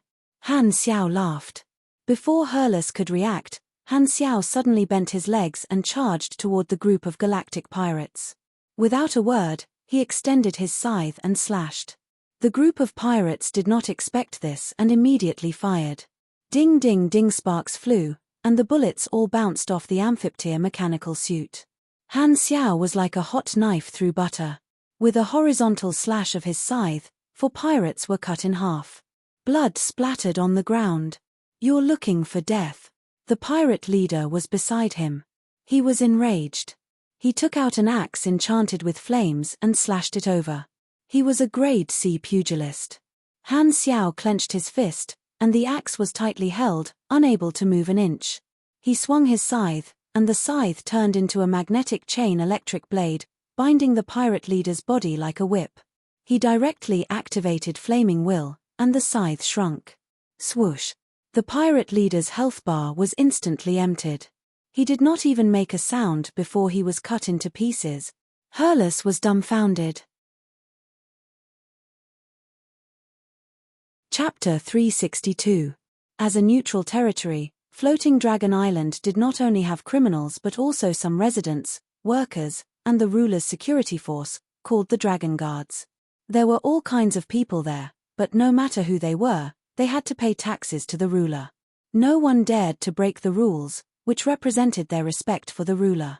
Floating Dragon Island was a typical low-security area, where violence was allowed. As long as the residents, workers, and houses were not destroyed, the Dragon Guards did not care about outsiders killing each other at all. The atmosphere here was ostentatious, wanton, and barbaric. The city was not organized in a proper manner and was scattered all over the place. There was no sun or moon in the sky, and only the lights of the city illuminated the floating island. It was filled with a mixture of darkness and magnificence, as if it was a place for a grand gathering. It was a riot of colors, like a glass of red and black liquor. The villains liked this place not only because it was a neutral supply ground but also because of the rules there. As long as they did not cross the bottom line of the Dragon Guards, they could use violence to their heart's content. In this place, killing and being killed did not seem to be a big deal. Han Xiao's sudden outburst caused a chain reaction. The sound of machinery clacking could be heard, and all the villains on the street raised their guns and aimed at him. Their faces were ferocious, and they were ready to swarm him at any moment. At this time, the people of the three large mercenary groups drew their weapons and surrounded Han Xiao without showing any weakness. They supported him and protected their companions. The villains who raised their guns hesitated. They put away their weapons and backed away unwillingly. Other than not wanting to provoke the three large mercenary groups, the Dragon Guards were about to appear if the fight was too intense. Under the ferocious gazes of the villains from all directions, the mercenary team of several hundred people walked past this street. Only then did they put away their weapons and continue forward with calm expressions. No one expressed their opinions about the disturbance just now, as if they had just done something that couldn't be more normal. Goa glanced at Han Xiao and did not blame him for his sudden action at all. All the mercenaries supported them, and they acted as if nothing had happened, forming a tacit understanding that did not require any explanation. Not to mention Hurlus, even the players were very surprised. In this place, keeping a low profile is useless. You have to show your claws and fangs to intimidate potential enemies. The mercenary industry also has a hidden tacit understanding. Mercenaries participating in the same mission are all reliable teammates. As long as you don't cause too much trouble, everyone will advance and retreat with you. Your business is my business, Han Xiao said. Moreover, it's common to kill criminals here. It's a good opportunity to show our toughness. No one will think twice about it. Han Xiao directly skipped the steps of "what are you looking at?" and "so what if I'm looking at you?" He immediately went up and slashed her peach blossoms with a single slash. Because in this place, he tried his best not to talk. Hurlus finally understood that Han Xiao was making the best use of everything. Now that they were moving together with the three mercenary groups, they had the advantage in numbers and were using this opportunity to show off their might. This silent tacit understanding instantly drew the players closer to the mercenaries. Deep into the city area of Floating Dragon Island, there were much fewer criminals on the streets. Based on the customer's image that Han Xiao had predicted, they locked onto the identity of the other party, Horlade, the owner of a local slave market. He was also a subordinate of one of the direct subordinates of the Floating Dragon Island master, managing part of the business. This is troublesome. The other party is a subordinate of the Floating Dragon Island master. If we rob his slaves, we will offend him. On the streets, the leaders of the mercenary groups gathered together to discuss. Ring, Blades, and Purple Gold gave Han Xiao enough attention, and the four of them discussed the action plan together.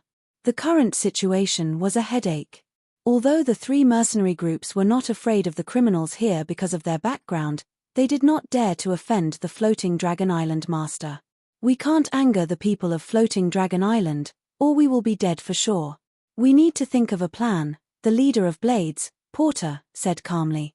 Beside him, Selene, the leader of Purple Gold, pondered and said, "If Horlade has already bought the silvers, we can't take them back by force. The best way is to snatch the captives before Horlade pays. Since we know the customer, we can wait for the scavengers to come, set up an ambush, and snatch the captives on the way. This way, we won't have a direct conflict with Horlade. Then, we need to first confirm if Horlade has received the goods," Goa said. "As long as he hasn't bought the captives yet, this plan will work. We have to contact him, but if we talk as mercenaries, he will definitely be wary. A buyer doesn't want to see someone coveting what he wants, so he might find trouble with the dragon guards." There was a prerequisite for waiting, which was that Han Xiao's prediction was reliable. Since there were not many clues, they could only choose to trust him. Anyway, if the information was wrong, Han Xiao would not be able to escape responsibility. With someone taking the blame, the three leaders did not panic. Han Xiao volunteered. "I have a lot of experience, so I can pretend to be a buyer and test him." The three leaders felt that it was a good idea and came up with a simple plan.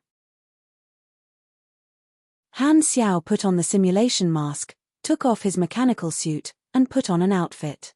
He looked like a galactic captain, belonging to the middle class. This kind of customer was very common. The slave market had a different kind of scenery. At least it was connected to the galaxy, and it was not dirty or messy. Instead, it was luxurious and exquisite. There were many written information about slaves for people to choose from. Floating Dragon Island itself had a slave middleman who bought slaves from scavengers and sold them to big customers. "I want to buy some slaves." As soon as he entered the market, Han Xiao expressed his intentions and pretended to be a normal customer. A fierce-looking worker greeted him with a smile and introduced him to the slaves of different races. There were many different kinds of slaves. After listening for a while, Han Xiao pretended to be dissatisfied and said, "I don't want those bulky deformed ones, nor do I want those cheap low-level slaves. I want to see the rare breeds you have here. Don't you have any good products here?" This time, a short and skinny guy walked over from the side. He was wearing luxurious clothes and had many luxurious accessories on his fingers and neck. He smiled and said, "Hey, of course I have good things here." "Who are you?" Han Xiao asked. "Horlade, the manager of this slave market. Trust me, the things here will definitely meet your requirements." Horlade did not doubt him and was very enthusiastic toward the customer. Han Xiao sized him up and nodded. Seeing Horlade's hand gesture to follow him, he followed. The two of them took the elevator down to the ground floor. After the door opened, there was a winding white corridor. There was a pure white alloy door at every distance in the corridor, and there was a window on the door. Walking forward, Han Xiao realized that behind the door was a single cell. It was white inside, very clean, and different creatures were locked inside. "Please allow me to introduce you to these high-quality slaves," Horlade said with a confident smile. Han Xiao nodded occasionally and observed the slaves in each cell. Most of them were numb, and some were scratching the wall angrily. Many of them were supers. The slaves here were more expensive and rare. Soon, they reached the end of the corridor. There were almost 100 cells without any silvers. Horlade stopped the introduction and asked, "Who do you like?" Han Xiao coughed and pretended to ask, "Are there any other goods?" "Haha, looks like you're a picky customer. I like challenges." Horlade laughed exaggeratedly and snapped his fingers. "There's one last good thing. She can definitely meet your requirements." The wall at the end opened, revealing a new space with a new cell inside. Seeing this, Han Xiao was relieved. There was only one cell, so it did not seem to be a silver. The captives had not arrived at Floating Dragon Island yet. He walked forward and looked at the window curiously. Suddenly, he stopped breathing. It was a completely subconscious reaction. There was a woman locked inside, and her beauty was unbelievable. From a human's point of view, this was an almost perfect face.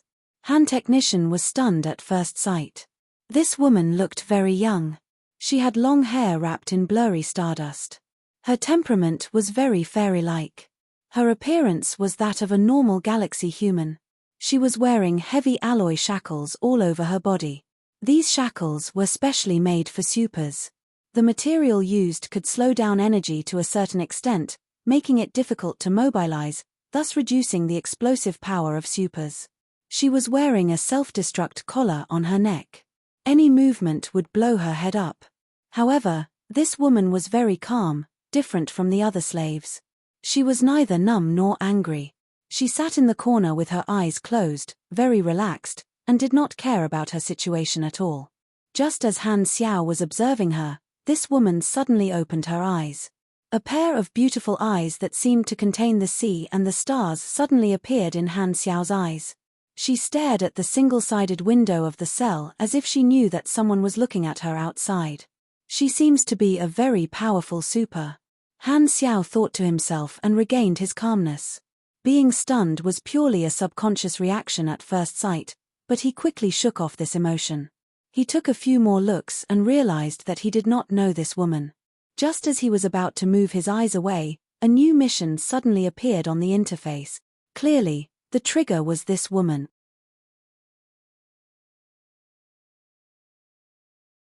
Chapter 363. You have triggered the mission, Visitor from Afar. Mission Introduction. When you saw her for the first time, her eyes were imprinted in your heart. They were like a hazy fog, a dark well, a deep abyss. A voice sounded in your heart, telling you that you wanted to take this woman away. Mission requirements: rescue her from the slave market, keep her by your side, and keep her by your side for 6 days. Mission completed. Reward: 1,800,000 experience and an unknown reward. Is this mission introduction going to be a text adventure game? Han Xiao felt goosebumps all over his body and was speechless. This woman was definitely not simple. He had never seen this character in his previous life, so he had no impression of her at all. Maybe no players had discovered her before, so she was a hidden character that had not been exposed. What's so special about her? Han Xiao asked curiously. The projector shows that her body structure is not that of an ordinary universe race, Horlade said. Her body contains the bloodline of some ancient creature. We can't find a matching file, so we don't know what race she is. After the energy detector test, the energy reaction in her body is far beyond that of normal creatures. Her level is constantly fluctuating. The lowest is at least grade C super, and the highest is even grade B. Why is such a strong super under your control? Han Xiao was surprised. He pointed at the shackles and self-destruct collar on the woman. Those things can't kill a grade B super. Horlade rubbed the jewelry ring with his finger and said with a smile, of course, we don't have the ability to control someone above grade C. However, she doesn't know how to use the energy in her body, so she has no combat ability. Plus, she willingly stayed here. Han Xiao was stunned. There's something wrong with her memory. She can't remember most of her experiences. She only remembers language, but her intelligence level is not that of a baby. She has very high intelligence and can communicate. So, she's someone with amnesia? Haha, it's not as simple as amnesia. Horlade pointed at his head. Normal people with amnesia will feel panic and curiosity about their identity and environment. However, her thinking is very strange. She doesn't have the curiosity or impulse to find out who she is, why she's here, or what she wants to do. She doesn't panic because she has no memory. She's like a person who's half awake, peacefully staying here without any thoughts of searching for her memory. Her life form is very special. She doesn't seem to have any instincts or desires. She doesn't need to eat or excrete. What a special individual. Han Xiao's eyes flashed. The stranger this woman was, the greater the secret she was hiding. He couldn't help but be curious. What's her name? I gave her a name, Arosha Sisalama Donius. There were 50 to 60 words in this list of names. Horlade mumbled for a while before he finished. I usually call her Arosha for short. The corners of Han Xiao's eyes twitched. You're so poisonous. Why did you come up with such a long name? Did you have nothing better to do? Or is it that you, a black-hearted merchant who sells slaves, possess the legendary golden Chunibya soul? This sudden quest gave a considerable amount of experience, and there was also an unknown reward. To a certain extent, the reward was proportional to the difficulty. Han Xiao decided to give it a try. Since he couldn't rob her, he would buy her with money. Han Xiao asked, "How much is she selling for?" Horlaid put on the smile of a businessman. "Not expensive, only 300,000 aners. Goodbye." Han Xiao turned around and left expressionlessly. "You want to learn from me? Why do you have to make things difficult for me?" Horlaid hurriedly chased after him and yelled, "We can negotiate if you think it's too expensive. How about 200,000? 100,000? 50,000? Okay, I'll take a loss. I'll sell her to you at least 10,000. Han Xiao had a suspicious look on his face. 30 times discount? How could there be such a thing? As the saying went, if something abnormal happened, there must be something wrong. Thinking about the 6-hour time limit in the quest, he suddenly became alert. After thinking about it, Han Xiao temporarily put this quest aside and continued to test him. "This price is about right, but I still want to buy other rare slaves. Don't you have any other goods?" Horlaid heard that, grinned, and said, "Haha, you're in luck. I'm going to add a new batch of rare goods. You can come and take a look then." Han Xiao's heart skipped a beat. This batch of new goods should be the silvers. Luckily, they weren't delivered yet, so the mercenaries' plan could be implemented. "That's great. I'll come and take a look at the goods then, and I'll buy that Arosha too." Han Xiao pretended to be happy and expressed his sincerity to buy, but he still did not pay. After a few perfunctory words, he was ready to leave. Horlaid had no choice but to let his brother send Han Xiao away. Horlaid was the only one left in the underground prison corridor. He pouted and mumbled, "What do you mean by paying when the time comes?" He definitely doesn't want to buy Arosha. When he took over this slave market, Arosha was already locked up here. The previous owner told him that he did not need to give her any special treatment and could just sell her normally. However, there was once a customer who bought Arosha. A few days later, Arosha, who was taken away, appeared out of thin air in this prison cell, giving him a huge shock. The customer came back angrily, and only then did he know that Arosha would suddenly disappear on her own after being taken away and mysteriously return to the prison cell. Horlaid asked the previous owner and found out that Arosha had already existed not long after Floating Dragon Island was built. The owner at that time reported the situation, and it reached the ears of the Floating Dragon Island's ruler. That willful beyond grade A boss came over to take a look, and with the principle of just kill what you don't understand, he killed Arosha and turned her into ashes. However, after a few days, Arosha appeared again as if nothing had happened. The big boss came over to kill her again. After repeating this more than 30 times, he finally came to the conclusion that this was a space wonder, some kind of strange phenomenon that was hard to explain. According to his observations, only one Arosha would exist at the same time. If she died, she would suddenly be reborn after a period of time. However, the short-term memories of her previous life would disappear, and she would return to her initial amnesia state. If she left this prison cell, she would also suddenly disappear from somewhere else. No matter what building this was, she would return to the location of the prison cell. According to the conclusion, regardless of whether she died or was bought, Arosha would not leave this place for more than 6 days. The Floating Dragon Island's ruler was very casual and threw the space wonder to the slave market to deal with. Therefore, the owner sold it as a commodity to cheat the buyer of money.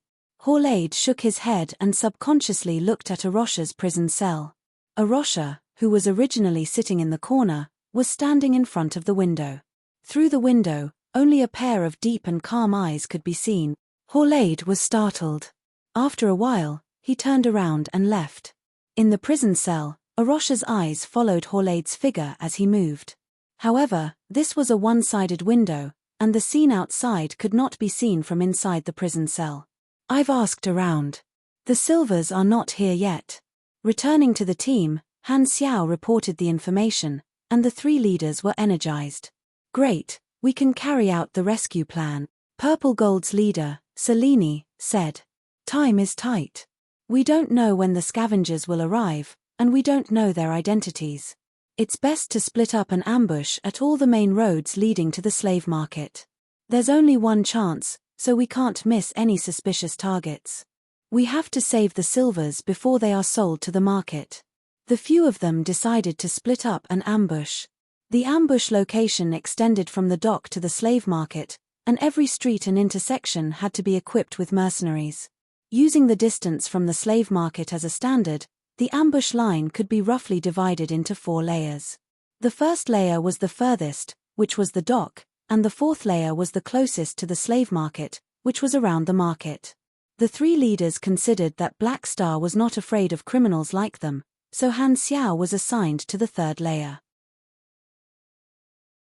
This position was slightly safer than the dock where criminals gathered, and Goa's team was responsible for the last layer.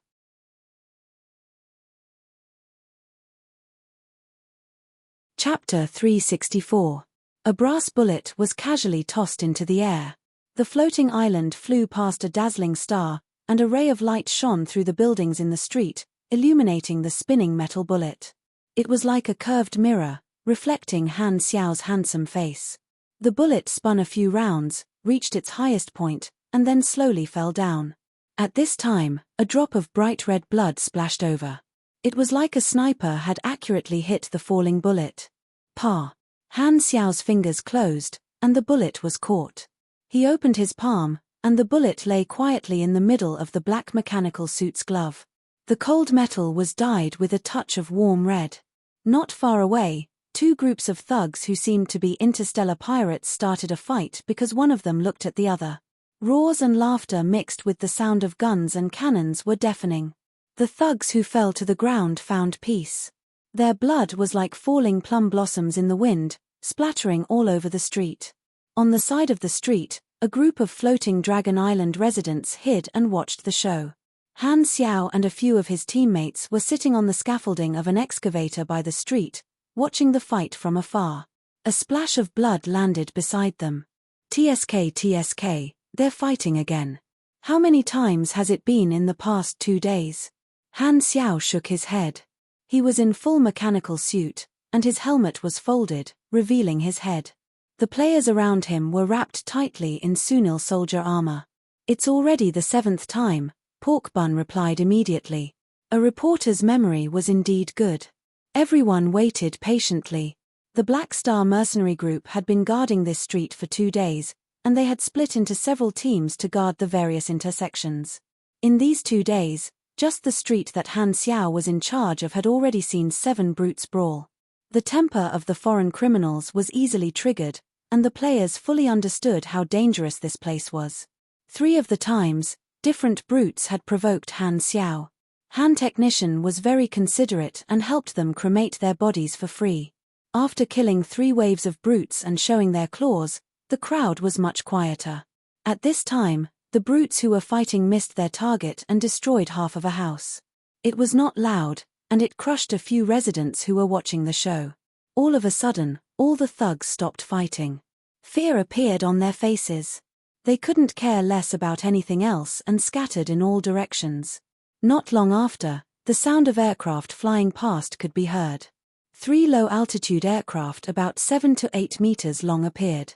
They were dark gold in color and shaped like dragons spreading their wings. There was a pocket-sized dragon-shaped symbol on the body of the aircraft.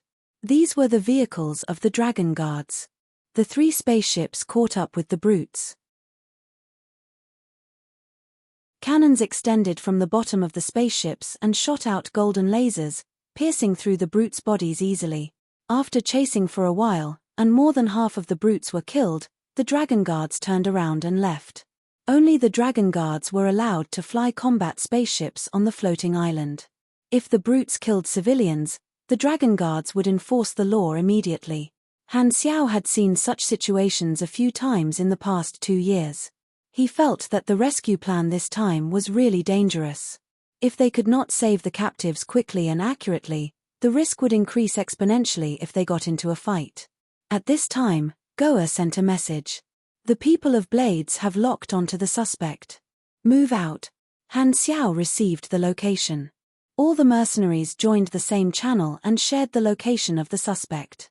At this time, the suspect had just landed at the dock and was escorting large metal boxes. It was a team of slave traders. One of the mercenaries in Blades had the transformation ability and turned into a beast that was half wolf and half dog. His sense of smell was extremely sensitive. He smelled the scent of the silvers on these slave traders and locked onto the target. Porter, Blackstar, you guys bring people over quietly and ambush them on their route. We have more people, so we have to destroy the enemy with one strike. Don't get into a fight. Goa, you take the people of the circle and guard the perimeter. If we fail, you'll be our insurance. Since the target had been locked onto, there was no need to continue following them. The plan sounded quite reliable. Since everyone was on the same side, Han Xiao naturally had no objections. He gathered all the members of Blackstar and split up to go to the ambush location that Selene had set up. It was right at the border between the dock and the city, so it was very chaotic. Peggy walked down from the spaceship. All the slaves were placed in large boxes that were electrified, controlled by shackles and self-destruct collars, waiting to be brought to the buyer. Thinking that they were about to be sold for a large sum of money, this group of scavengers was excited. Peggy was not that excited. He led the team and went to Horlade's slave market. Entering the dock street, this team of slave traders was very conspicuous and attracted the attention of a large group of brutes on the street. Many people were tempted. Some recognized Peggy and greeted him from afar. Peggy was a famous slave trader in the Shattered Star Ring. He had business dealings with many pirates and scavengers. He had some reputation, so he would not be attacked on Floating Dragon Island. After walking for a while, Peggy suddenly stopped. His pupils constricted, and his vertical pupils almost became a line. His head gradually flattened like it was going to become a snake's head. The snake scales on his body became clear and tough. Peggy was a shape-shifting Esper. Some kind of snake bloodline in his body had undergone atavism. He had extremely sharp senses and early warning.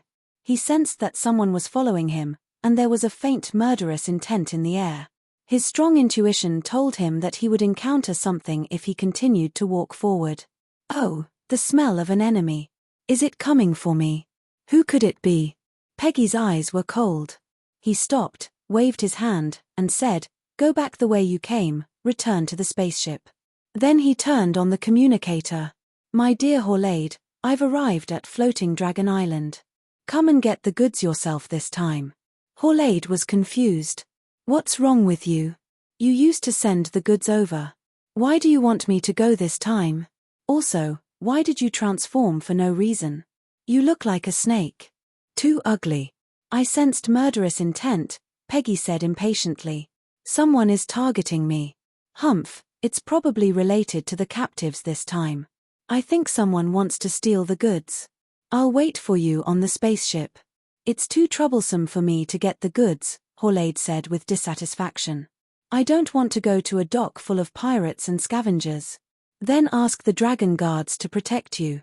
You're the leader's subordinate anyway, so you definitely have the ability to ask the dragon guards for help." "I think you're just giving me a hard time." Horlade's face fell. He did not have the authority to order the dragon guards around. Although they belonged to the same organization, if he wanted to ask them for help, he would have to give them money. He did not like any behavior that increased the cost. However, Peggy insisted on his opinion and believed in his vigilance. He would not take any chances. Horlade had no choice but to compromise. The two of them hung up. Why did they turn back? The Blade Legion's tracker had a puzzled look on his face as he sent the news to Porter. Furthermore, in the streets far away, Han Xiao, Selene, and Porter had already set up an ambush with their respective troops. When they received the message, they all frowned. Attention, the target did not continue forward. According to the route, he seems to be returning to the spaceship. Did the negotiation with the buyer fall through? Porter was confused. Because Peggy had finally shown his face, Selene searched the army's archives and found Peggy's information. He was shocked. This is not good. That scavenger is called Peggy. His Esper ability is to transform into a snake. He has extremely strong senses, close to short-term foresight. He might have sensed danger. Originally, they did not want to alert the snake, but this snake was too sensitive. It had already been alerted, and the other party had become vigilant.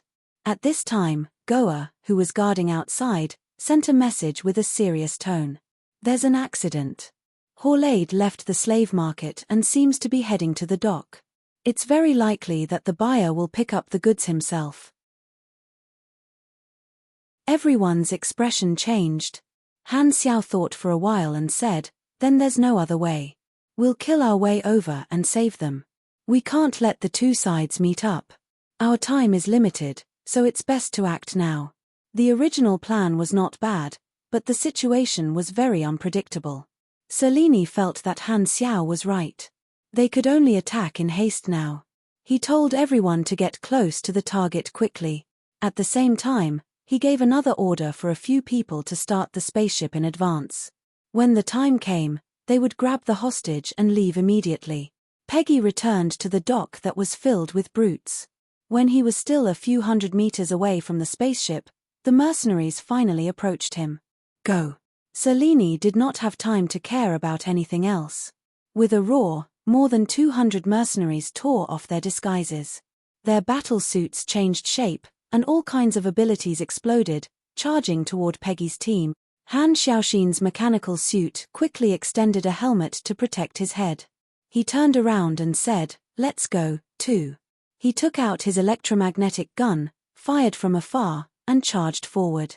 Behind him, more than 50 players in the same armor raised their large-caliber machine guns and charged forward like a flood of steel. There are indeed enemies. Peggy narrowed his eyes. He had been on guard for a long time. He had his men quickly pull out their guns and shoot. He was very cunning.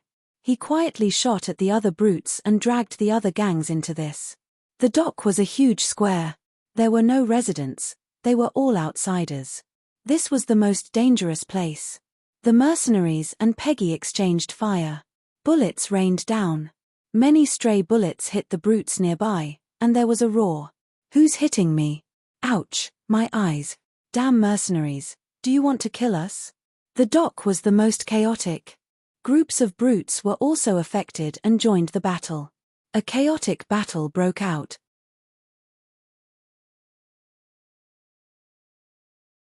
Chapter 365. Bang! Bang! Bullets rained down. There were more than 200 mercenaries, more than 100 peddlers, and hundreds of thugs who had joined in the melee. In total, there were 7 grade BS involved in the battle. The dock was in chaos, and explosions rang out one after another. Colorful flames flashed and dazzled the eyes. The mercenaries' goal was very clear, to rescue the captives. However, Blades and Purple Gold were stopped by brutes midway. They met 2 grade B pirates and were caught in a fierce battle. The two of them could not get away.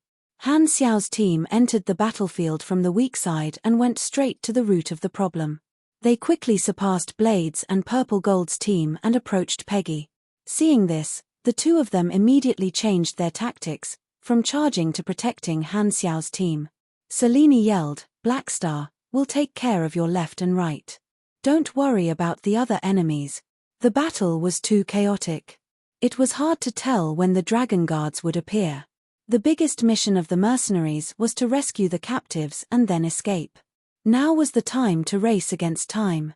The players all displayed their abilities, and like a sharp knife, they opened up a gap. Hurless battleship slicing blade swept horizontally, and all the obstacles below grade B were swept aside. It was extremely fierce, and the silvery white flames splashed out as if they were free. Suddenly, a burning pugilist wave came from the side. Han Xiaoxin's mind moved slightly, and the hovering shield shuttle turned into a single-sided shield to protect his body. He was bounced back more than 10 meters and knocked away a few brutes. Not far away, a grade B pugilist pirate was attacking the Black Star mercenary. "I'll deal with him. Don't stop." Hurless immediately turned around and ran toward this person. He reached out and touched the battleship slicing blade. A strong radiance burst out. He slashed out and fought with that pirate. All the strong enemies were stopped by his teammates. Han Xiao could move forward without any distractions. Peggy's people were retreating toward the spaceship. They were only a few dozen meters away, and they would be able to board the ship in less than 10 seconds. However, there was still a human wall in front of Han Xiao. There's no time to waste. I can only use explosive means. Han Xiao's eyes focused, and a dazzling electric current burst out from the inside of the mechanical suit. He activated the explosive ability of the mechanical suit, Snake Devil, and his attributes were doubled. He violently blasted the enemies around him away. Then, he activated the magnetic link between the assault armor and the Batwing aircraft through neural control. The mounted equipment flew out of the equipment box suspended in midair and quickly assembled on his body. At the same time, he loaded both forms, and his speed increased sharply. Like a running train, his arms swept away the enemies in front of him like shovels and crashed into Peggy's team. Dong! A loud boom resounded. In an instant, everyone was thrown off their feet. Peggy's subordinates fell like wheat being cut down. The bullets they fired produced countless sparks on Han Xiao's armor and were all bounced away. They could not penetrate Han Xiao's defense for a while. Stop fighting and board the ship immediately. Peggy's body expanded. His clothes were torn apart, and he turned into a pale golden python more than 10 meters long. The snake's body coiled around Han Xiao. He wanted to stall Han Xiao with his own strength. He only needed to hold on for a few seconds. Han Xiao used the explosive energy to push the mobile module to the highest power. The ground cracked, and he rose into the air like a phantom. The mechanical palm the size of a basin grabbed Peggy's snake head in a flash, grabbed Peggy, and slapped him to the ground. At the same time, the kinetic structure of the kinetic skeleton increased in pressure, and the gear speed soared. Amphiptyr's biochemical muscles suddenly expanded, and a huge force poured into the arm. Bang! The snake head was slammed into the ground by the palm. Cracks spread, and the snake head was badly mutilated. Its body twitched wildly. He was only a C-grade shapeshifter. Facing Han Xiao, he could only be crushed. He could not even hold on for a second. Peggy was dizzy. His snake eyes suddenly reflected the iron fist that smashed down again. A touch of fear appeared in his eyes. The snake body collapsed and turned into thousands of snakes. This was the special use of Peggy's shapeshifting Esper ability. It was also his life-saving method. He had escaped many fatal crises with this move. Han Xiao's punch missed. He watched the snakes disperse in the blink of an eye and mix into the messy battlefield. He shook his head. His goal was to rescue the captives. There was no time to waste. He could only put away the idea of chasing and turn to defeat Peggy's subordinates. At the critical moment, Peggy's scavengers lost their will to fight and fled in all directions. Seeing this, the mercenaries of Blades and Purple Gold were overjoyed. Selene said, "Send them back to our spaceship immediately. Don't fight, leave the battlefield quickly." Snatching the silvers meant that half of the mission was completed. They changed their direction and now had to return to the mercenary spaceship and leave Floating Dragon Island immediately. The mercenaries changed from attacking to protecting the box of the captives and walking through the messy battlefield. At this time, 5 dragon guards appeared, and Horlade was in the leading aircraft. When Peggy was attacked, he immediately notified Horlade. Knowing that the goods he wanted had been intercepted, Horlade was very anxious. He immediately spent money to hire a dragon guard captain that he knew, and he quickly rushed to the dock in the aircraft. "Captain Theon, those mercenaries took what I wanted. Don't let them escape." Horlade looked down at the battlefield and immediately saw the very conspicuous mercenaries. He was so angry that he gritted his teeth.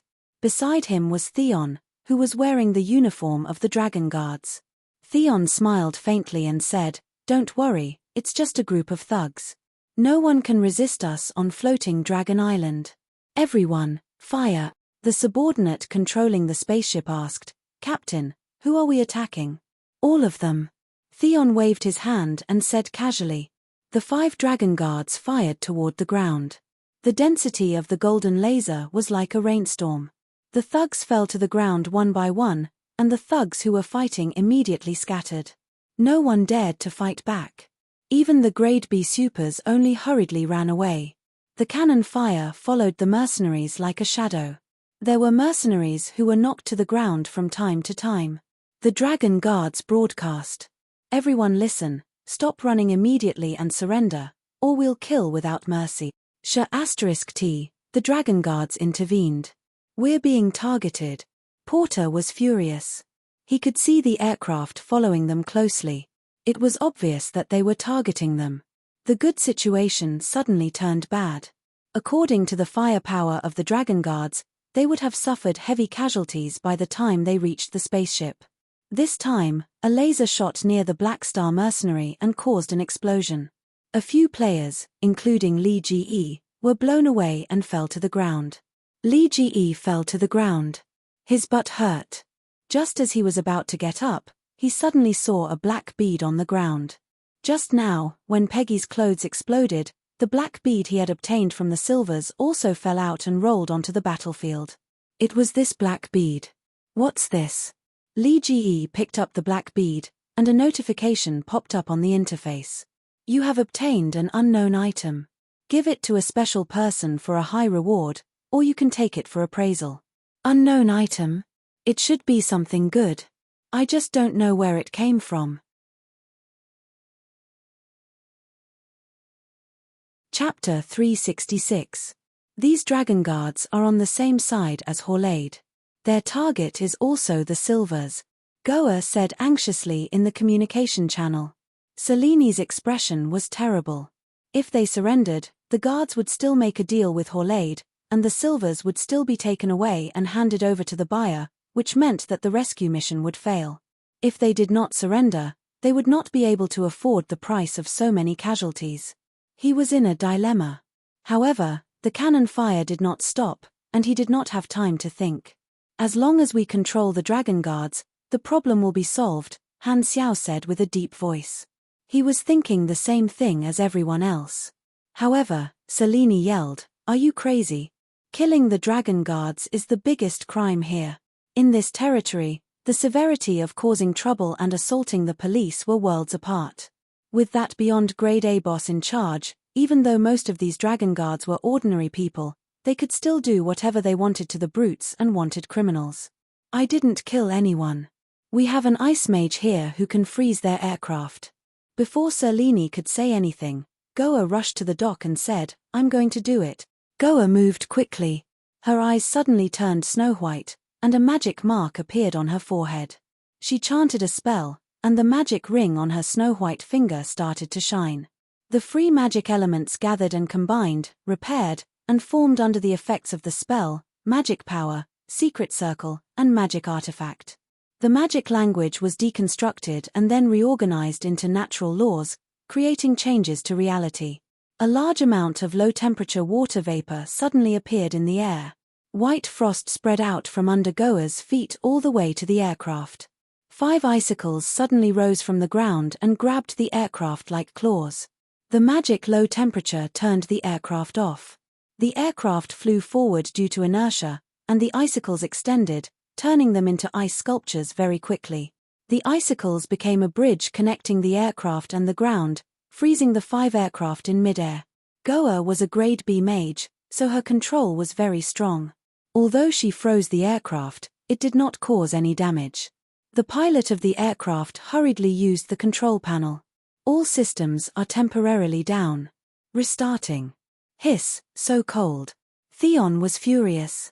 How dare they fight back? Report to the top and ask for backup. Don't let them escape.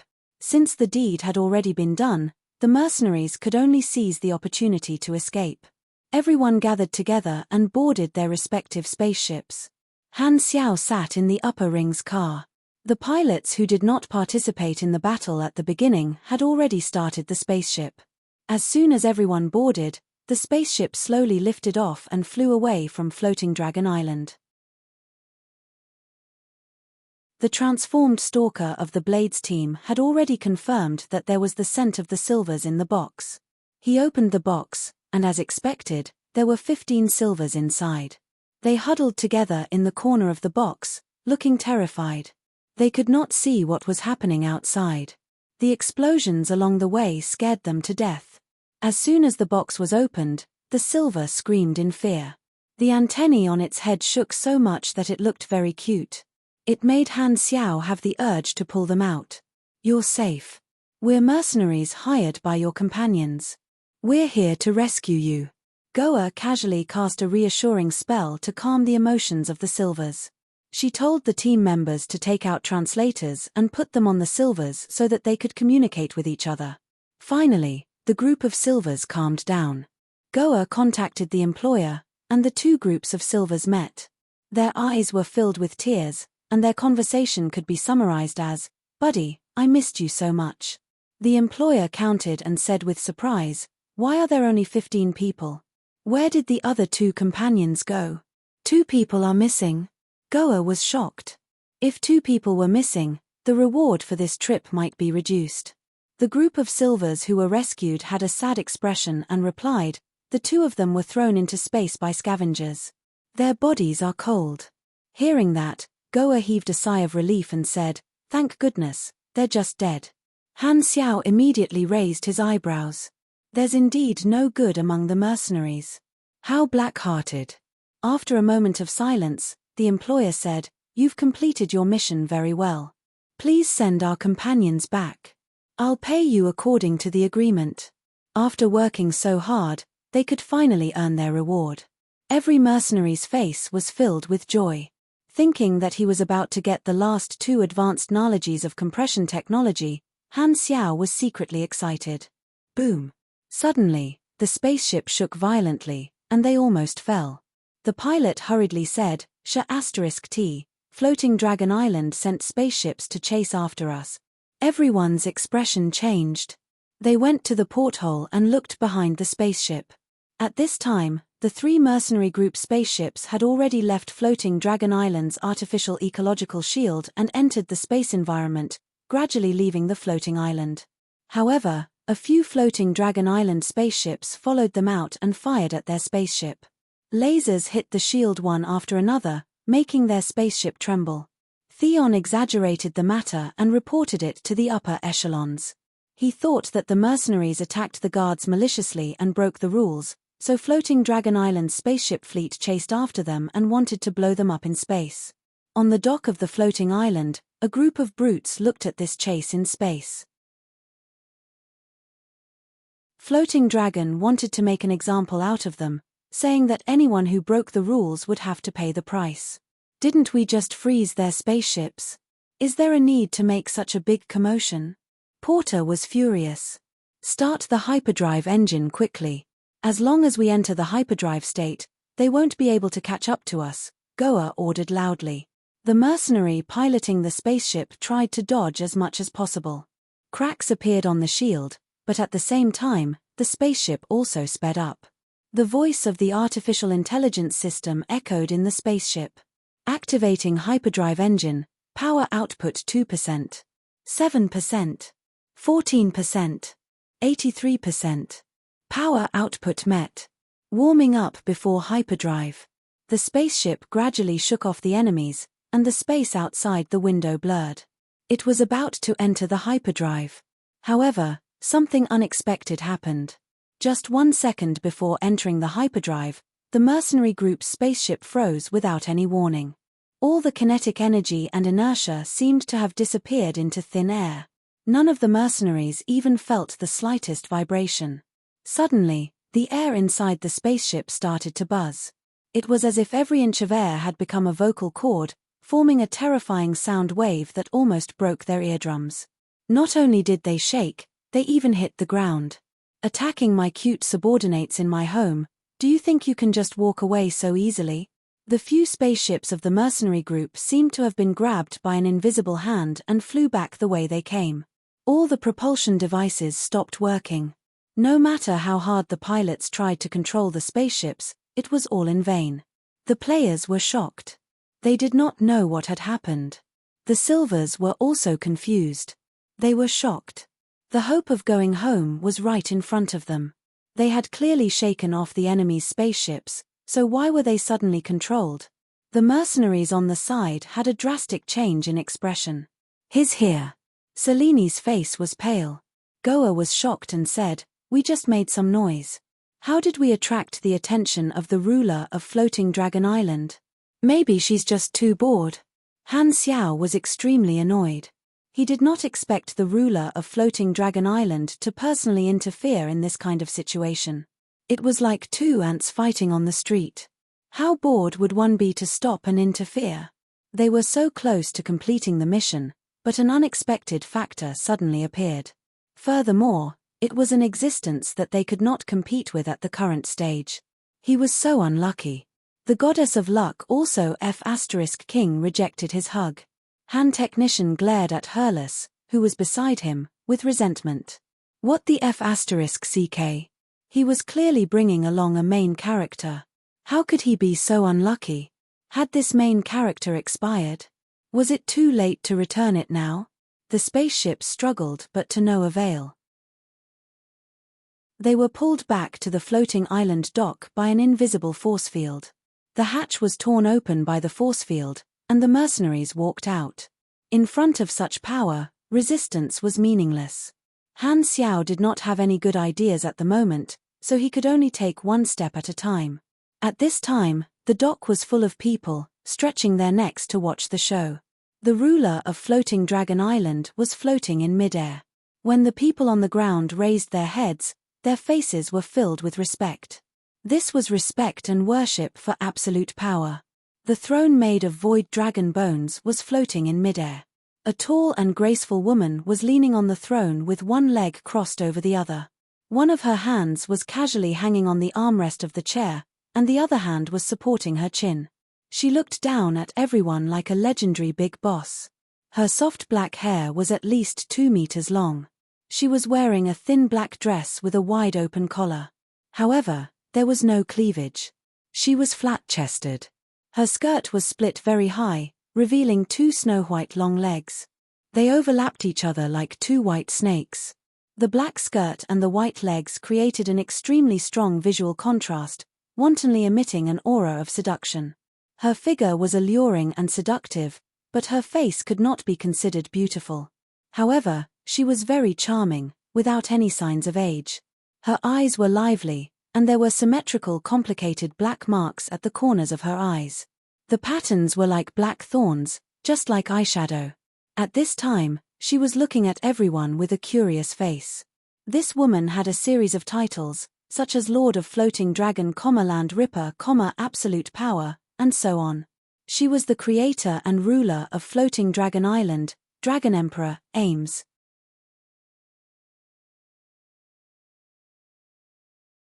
Chapter 367.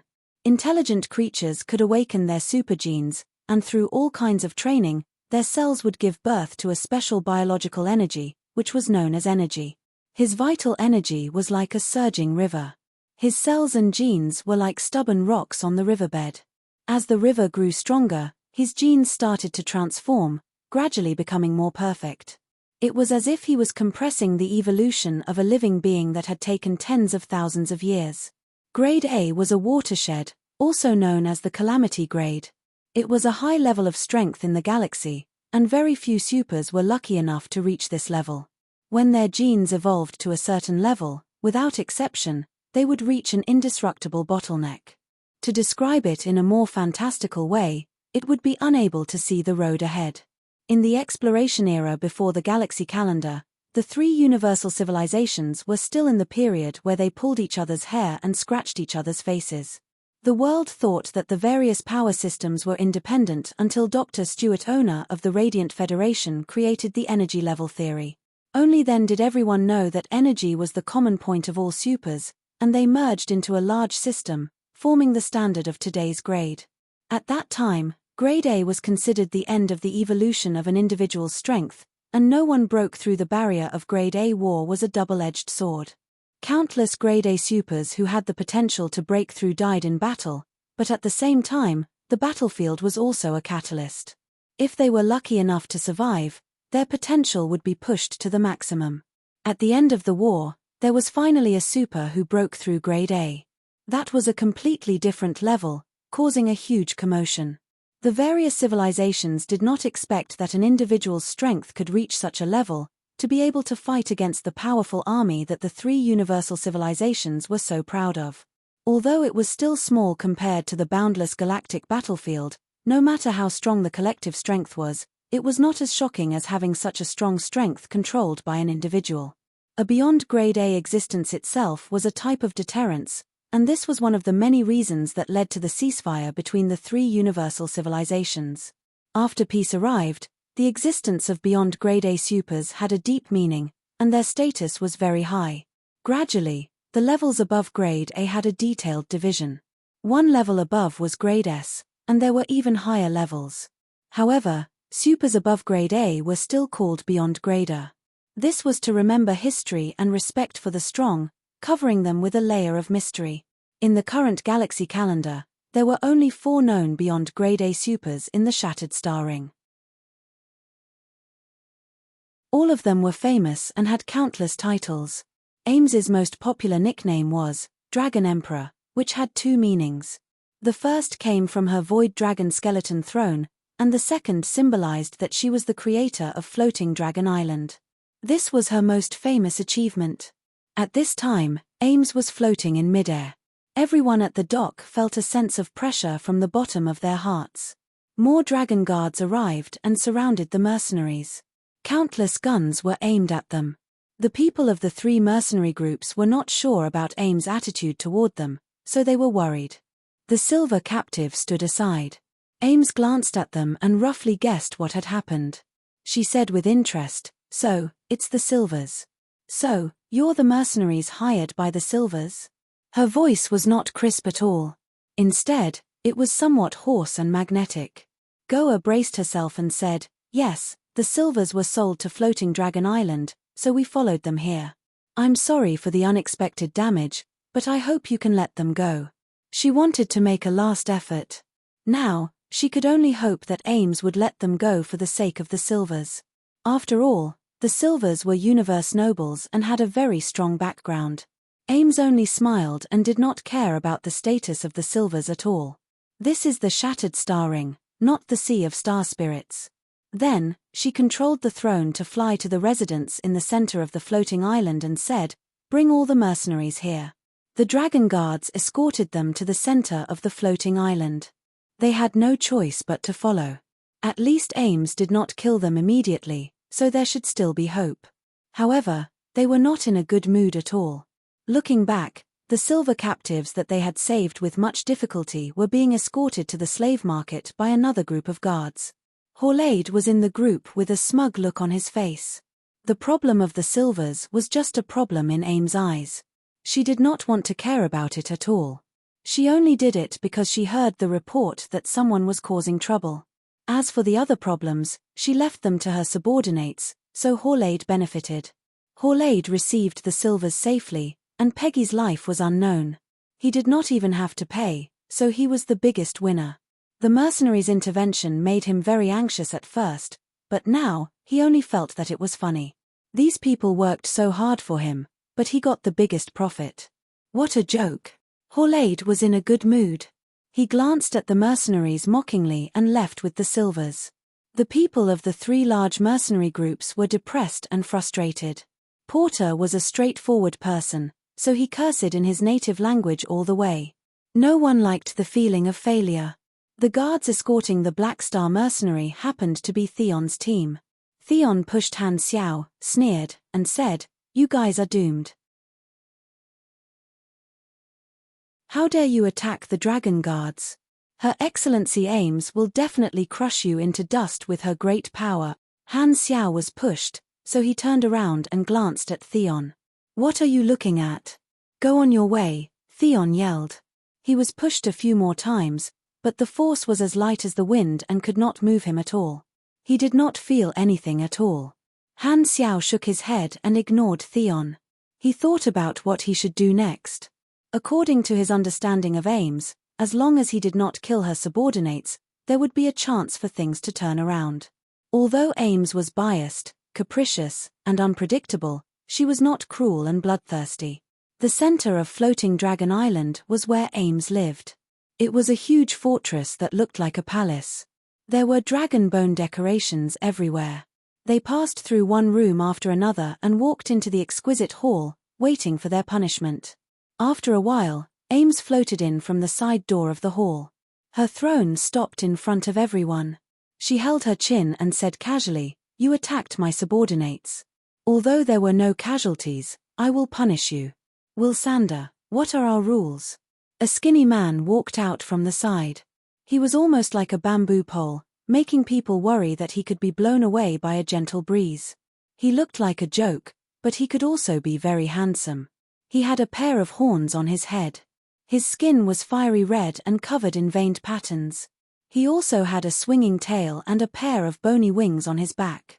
He was also a mixed race and possessed some kind of demon race genes.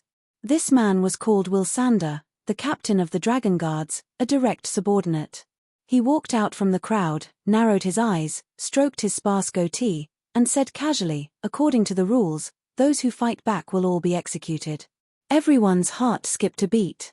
Ames nodded and said, "Then lock up the people of Ring, Blades, and Purple Gold. Let their army commanders pay the ransom." The rules are execution. Wilsander choked and thought to himself. My words are the rules. Ames' tone was calm and domineering. Wilsander's eyes twitched, and he felt wronged. "Then why did you ask me?" Ames blinked and said, "I was just asking." She basically did not care about anything and had forgotten what rules she had set in the past. She only asked casually because she felt like it. Now that the rules were changed, she could be very capricious. "Contact your army commanders and ask them to pay, and I'll let you go." Ames had some relationship with the 3 large mercenary groups. Occasionally, she would hire them to do some things, and the 3 large mercenary groups would not charge her for it. Furthermore, every time, the army commanders would help her personally. They just wanted to be on good terms with her. As the saying goes, do not hit a smiling person, and Ames did not want to make things difficult for the people of the 3 large mercenary groups. Hearing that, Goa, Selene, and Porter all heaved a sigh of relief. They did not know that Ames knew their army commanders and only felt that they had escaped death. However, Ames turned to Han Xiao and said with a playful expression, "Then, it's your turn. If you have nothing else to say, I'll do it." The 3 large mercenary groups were fine, but this mercenary group was not famous, so there was no need to give them special treatment.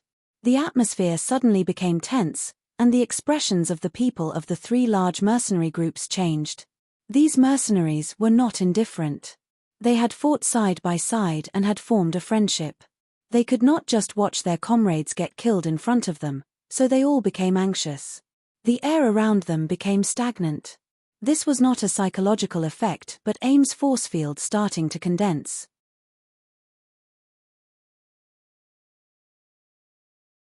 Chapter 368.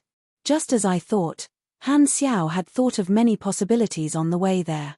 He had a certain understanding of Ames, and the casual nature of a strong person was very obvious on her. At her level, most problems that were difficult for ordinary people to choose were easy for her. She was too lazy to think and just did whatever she wanted. The way of thinking that focused on weighing gains and losses mostly came from the fact that the individual could not change the external environment. Compared to the overall environment, the individual was too weak and could only put the weight on the side of the scale that was beneficial to them.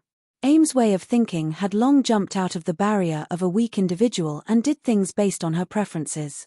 If possible, who would not want to live according to their wishes? Ames' power was her passport. From another perspective, this also meant that she was not ambitious. The 4 beyond grade A supers in the Shattered Star Ring had all built their own organizations, and only Ames' organization was the most lax. Floating Dragon Island was not her territory but more like her daily residence. She stayed at home all year round, and her subordinates and guards were like housekeepers or cleaners. She had almost completely given up her power. She did not have any ambitions, so in the broken galaxy, all the civilizations of order gave her face and were not willing to provoke this neutral person. The best way to deal with such a chaotic neutral person was to cater to her interests. As long as one showed goodwill and threw out something that could attract her interest, one would not be in danger. Han Xiao happened to know a lot of things that could attract Ames' interest. The force field slowly pressed down, and the solidified air approached. Han Xiao cleared his throat and said with a deep voice, "Please wait a moment, Your Excellency Ames. I hope to use a piece of information to save my life and the lives of my team members. I think you will be interested." Ames raised her finger, and the force field stopped. An invisible barrier surrounded everyone. Second Prince poked at it, and the air barrier was just 20 centimeters away. The air became indestructible. Ames did not say a word and looked at Han Xiao with interest, telling him to hurry up. Killing people was not her hobby. She wanted to know how this mercenary would save her. The struggle of life in the face of death was always a wonderful drama. Watching it could change the boredom of life. Therefore, even if these people were just dust in Ames's eyes, she was willing to spend time to communicate with them, just like how the high and mighty humans like to study other animals. Han Xiao prepared for a moment and began his performance. "I didn't spend much time in the shattered star ring. I usually stayed in Jubilee Hub. One day, I met a person on the street. He was a very common galaxy human. I couldn't tell how old he was, and he was dressed like an ordinary galactic traveler. He was originally walking past me, but he called me from behind. When I turned around, he suddenly said something to me that didn't make sense." "What did he do?" Hurles urged. He saw that Ames yawned and did not seem interested, so he quickly signaled for Han Xiao to get to the point. Han Xiao coughed and said, "I was also confused at that time because I didn't know him at all. Plus, I didn't understand what he said at all. But now, I finally understand. Aya, hurry up." Hurles clenched his teeth. "I'm so anxious. The death omen is already shining. Can you stop keeping me in suspense at this time? I still have a large race to feed. I can't die. When you see Ames, tell her not to wait. I don't want to see her yet." Bang! An earth-shattering aura spread out, and everyone present was blown away. They landed heavily on the ground and grimaced in pain. They turned around and saw Ames, who had been lazily standing up from the throne. Her expression was no longer calm but filled with a mix of joy and anger. It was as if she had finally received the news she had been waiting for, but it was the opposite of bad news. Everyone was shocked. They did not know why this super-strong person could not control her emotions and power all of a sudden. Ames landed on the ground. Her black hair fell to her legs like a waterfall, and her bare feet stepped on the warm bone ground. She slowly walked toward Han Xiao, fully unleashed her aura, and asked, "What did that person look like?" The ordinary people of the Dragon Guards all fainted, and those who were still conscious struggled to get up. Han Xiao took a deep breath to relieve Ames' Haoshoku pressure. He struggled to open his mouth and said, "I don't remember the details clearly." He looked quite old, and his hair was very messy. He looked no different from a normal person. "Oh, I remember now." His biggest feature was his eyes. His pupils were shining, just like, he deliberately hesitated, as if he could not think of a word. His eyes were like a dark universe, and his pupils were like a star that lit up in the depths of the universe. Although it was only a weak fluorescent light, it could light up the entire universe. "Is that right?" Ames said. Yes, that's right." Han Xiao replied and heaved a sigh of relief. Ames must have thought of the person he wanted her to think of. "That's good." Ames seemed to be immersed in her memories. She mumbled to herself, "Why don't you want to see me? Didn't the promise count? Didn't you say that you would come and find me when I became a famous person in the universe?" Guard Captain Wilsander's heart sank. He had never seen his boss show such a weak expression like that before. It was like a girl who had been abandoned by her sweetheart. This made him very uncomfortable. Ames was a goddess in his heart. She was strong, beautiful, and mysterious.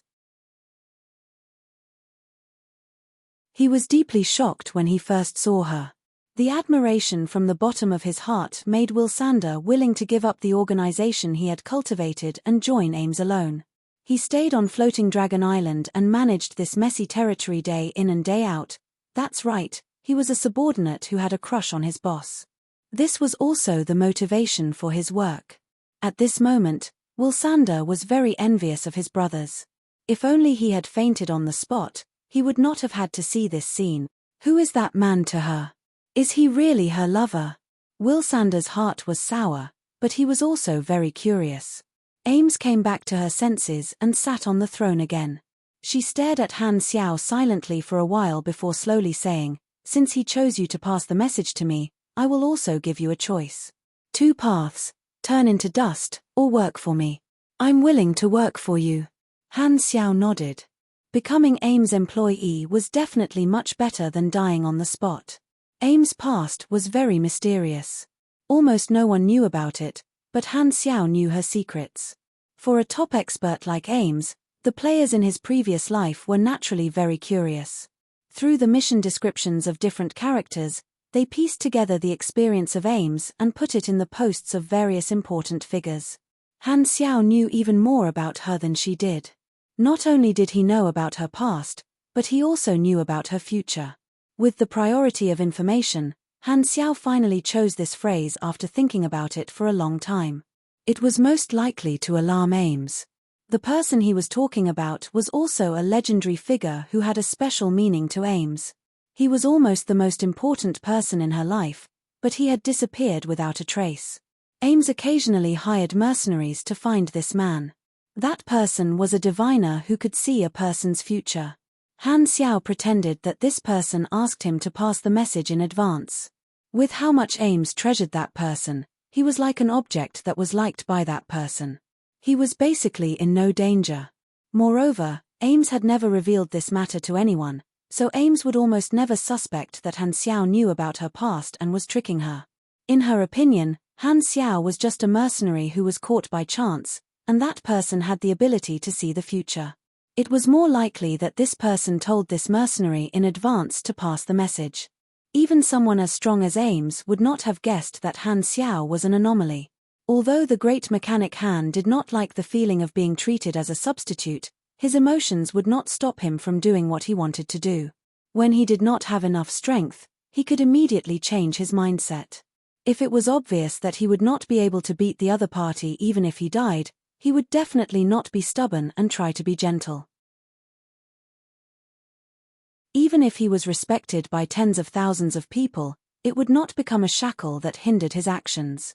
He would not hate to eat plain tea after getting used to eating delicacies.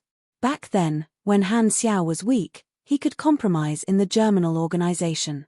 Now, he could do the same. Of course, Ames was much better than the germinal organization. At least she was a neutral character and would not be too harsh on him. However, at the same time, Ames was a million times stronger than the germinal organization. If he wanted to escape from Ames' control, the difficulty would be incomparable to that of the germinal organization. Even if Han Xiao had various methods to make himself grow quickly, it would still be a very long process. This was naturally not the result he wanted, but the strong could always control the fate of the weak. He could only follow this iron law. Han Xiao sighed in his mind. You have unlocked a new faction relationship. Floating Dragon, Cold, 0300.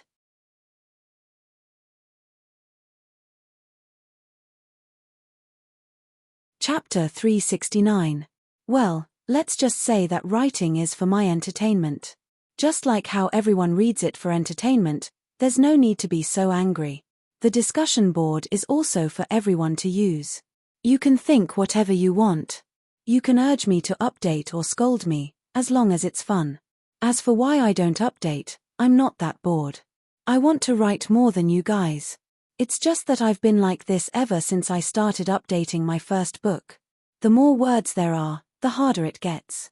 How can I be so arrogant? I posted another single chapter. To be honest, I don't really like posting single chapters unless it's absolutely necessary. Can't I just write it down? When I stopped updating during the National Day holiday, there were also people who were trying to stir things up in the discussion section. Actually, there was no need for that. This is just a normal novel, and I'm just an author who doesn't have much ambition. I'll say something taboo here. If you think this novel is interesting, you can read it. If you don't think it's good, you can always find something you like in the vast sea of books.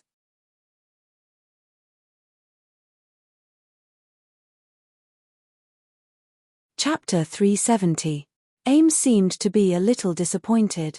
She waved her hand and told Wilsander to deal with it before floating away. The mercenaries were shocked. What's going on? 1 second, they were yelling about killing, and the next second, Blackstar is on the enemy's side. What are we going to do? Are we still on the same side? How come I don't know about you? Hurlus said. Are you lying to her? There are a lot of things you don't know, Han Xiao said calmly. She's a pinnacle expert. How can she be tricked so easily? Same here. Hurlus agreed. Even he would not be tricked, not to mention the famous Dragon Emperor in the Shattered Star Ring. The guards walked up and took the people of the 3 mercenary groups away. Before Goa was taken away, she moved closer to Han Xiao and said, "We're locked up. Only you can move freely. Now that you've become Ames' subordinate, try to convince them to let the Silvers go. Only you can complete this mission." Then, the people of the 3 mercenary groups were taken away. Porter and Selene winked at Han Xiao, telling him to act according to the situation. The 3 mercenary groups were all wiped out. Although they did not know why Han Xiao suddenly became Ames' subordinate, Han Xiao was the only one who could move. He was electricity, he was light, he was the hope of Goat Village. The Silvers will depend on you, brother.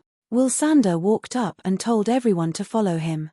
They left the hall and went to another tall building. Don't worry, since Ames recruited you, you're our colleague. Ames treats her subordinates quite well, so you don't have to worry. I'll take you to see the head butler. She'll arrange your positions, Wilsander said with enthusiasm. Han Xiao nodded. He obviously knew the pros and cons of being Ames' subordinate. Most of her subordinates were random, and she only had 3 important subordinates. One was the head butler who was in charge of daily affairs, who was Ames' cousin. The second was the logistics manager who protected Floating Dragon Island, a skilled mechanic.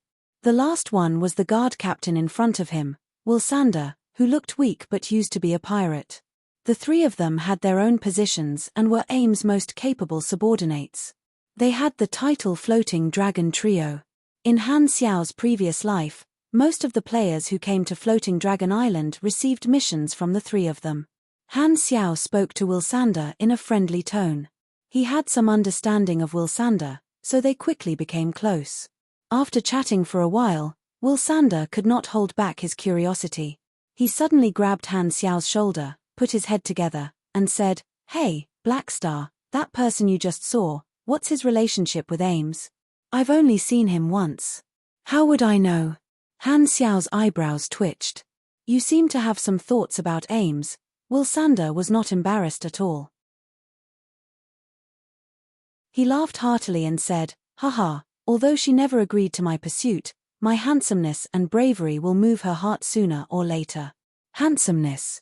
Han Xiao looked at him carefully and said, "According to the aesthetics of the demon race, you're not a typical handsome guy. In fact, that person was not Ames' lover but her teacher. In the eyes of the players, that person was a mysterious businessman. If they met by chance, other than buying things, there was a chance to trigger a message mission, just like what Han Xiao did. That person did not want to see her, and he did not lie to Ames. In fact, he even let Ames know about this earlier, so she did not have to wait. Ames' past was very mysterious. In fact, it was not because of her background, but because her birth was too ordinary. She was originally an ordinary girl who was abandoned by her family at a young age. She was adopted by her teacher and awakened her Esper ability. She learned from her teacher and built her foundation. Later, her teacher left for some reason, leaving behind a promise to continue encouraging Ames. When she became famous in the universe, he would come back to find her. However, after Ames became where she was today, there was no news of her teacher, so Han Xiao took advantage of the loophole. They came to a tall building. This was the official business center of Floating Dragon Island, dealing with all kinds of daily affairs and business activities. The group arrived at the top floor. This was a large office, and there were more than 10 assistants frantically dealing with matters. The head butler sat behind the table and read through documents. This was an ordinary-looking woman. She was Ames' cousin and her true confidant. "Jenny, these are our new companions. Give them positions," Wilsander said as soon as he walked in. The head butler, Jenny, did not even raise her head. She continued reading the documents and said concisely, "Name, ability." She spoke very quickly, as if she did not want to waste a second. "Blackstar, mechanic, grade B," Han Xiao said, and the players learned it. As soon as they finished, Jenny replied immediately, "Blackstar, report to the logistics manager. They are lacking powerful mechanics.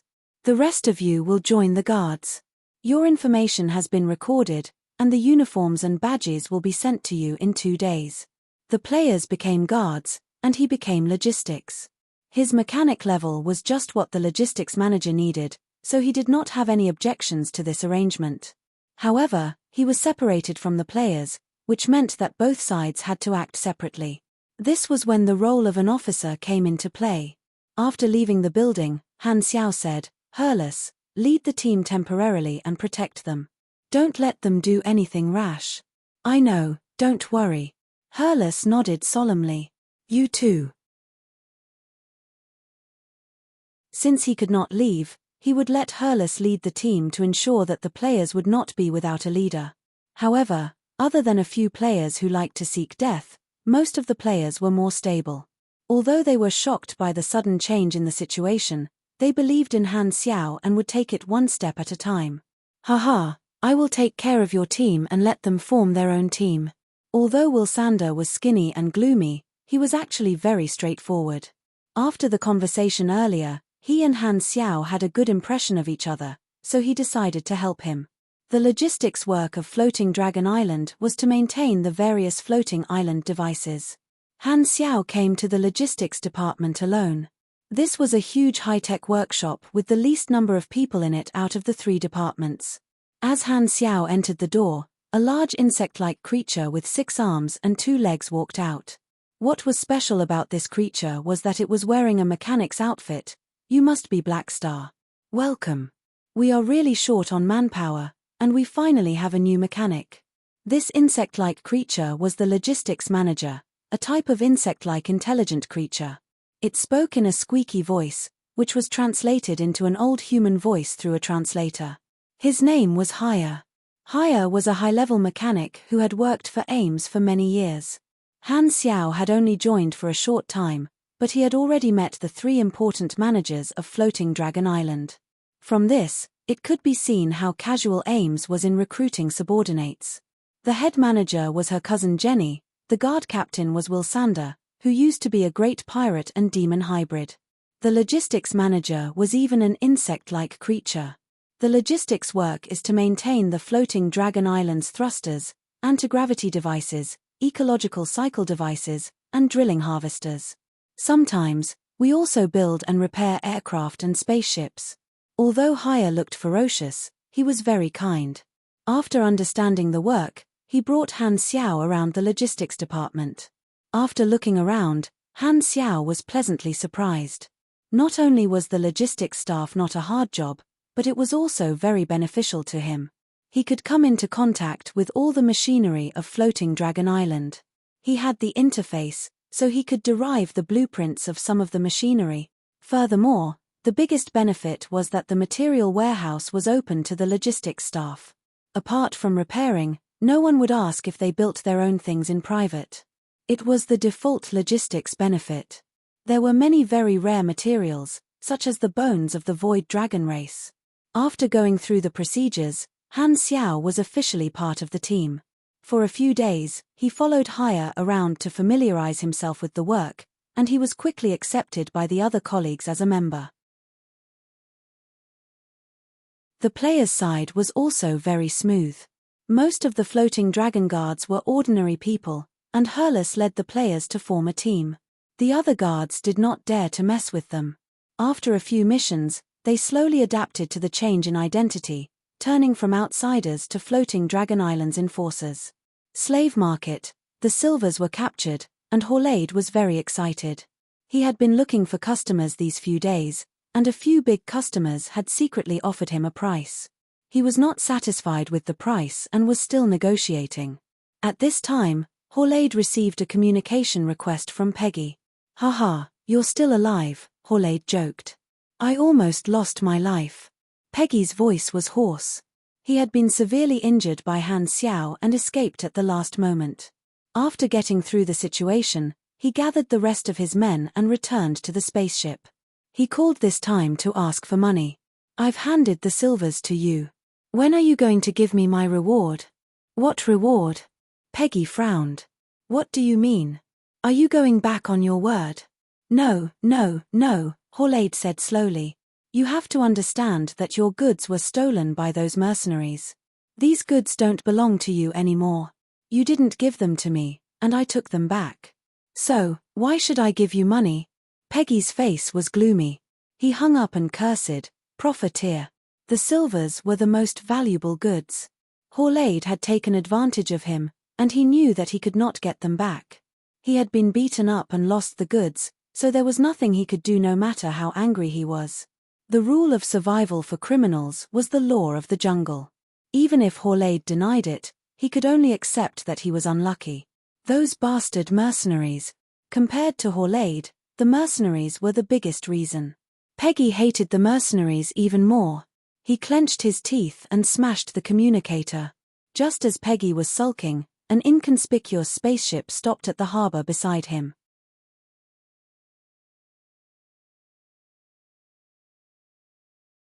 Chapter 371. This spaceship belonged to the Darkstar Special Task Force, disguised as ordinary travelers. The group walked down the gangway and stepped onto the dock of floating Dragon Island. The eyes of the surrounding brutes immediately stared at this group of seemingly ordinary travelers.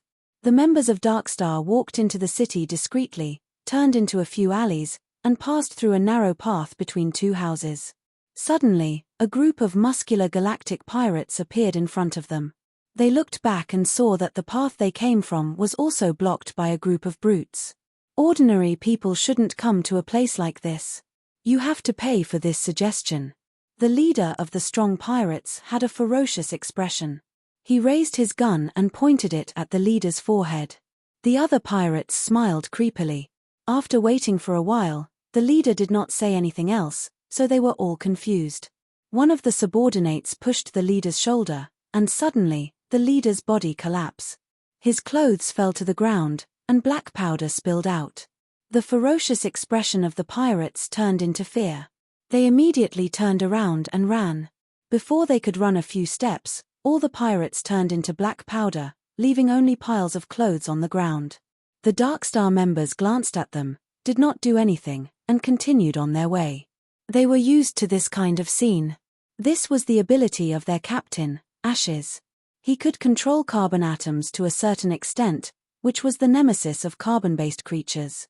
As long as a creature had carbon in its body, he could cause extremely terrifying true damage. Even supers with energy protection would be heavily injured. This was the origin of Ash's code name. His Esper ability potential rating had reached A+. Ashes was the new generation of ace that Darkstar was preparing to cultivate. The things in the secret message bead were products that the organization had bought from a research organization in another starfield at a high price. Darkstar had worked with the other party in secret for many years. In order to keep it a secret, the other party would always send different races to the Shattered Star Ring coincidentally to deliver the goods secretly. This time, the Silvers were transporting the goods, but there was an accident, and the carrier was captured. The goal of this special task force was to retrieve the secret message bead. Ashes brought his people to find a place to stay and set up anti-detection equipment in the room. Then, his subordinates went out to gather information. Not long after, everyone returned to the room to discuss business. Yes, the Silvers are locked in a local slave market, right here on the map. We need to find a way to contact the transporter. What's the plan? Rob the slave market and rescue the carrier? If we only rescue one silver, it will raise suspicion. What we need to do is to rescue everyone. Only when all his subordinates had finished their discussion did Ashes open his mouth slowly. Don't use force yet. This is the Dragon Emperor's territory, after all. I'll go to the slave market and buy Yin Lin back. On floating Dragon Island, beside a certain large drilling equipment, Han Xiao was carrying out maintenance while a bunch of workers craned their necks to watch. After screwing in the last screw, the drill returned to normal, and the workers continued to work. Han Xiao picked up the toolbox, turned around, and walked away. He opened the panel and glanced at it. Most of the machinery on Floating Dragon Island is large equipment, and the technology is relatively advanced. My knowledge is not enough to reverse engineer the blueprints, but I did derive the Dragon Guard's aircraft. Han Xiao thought to himself.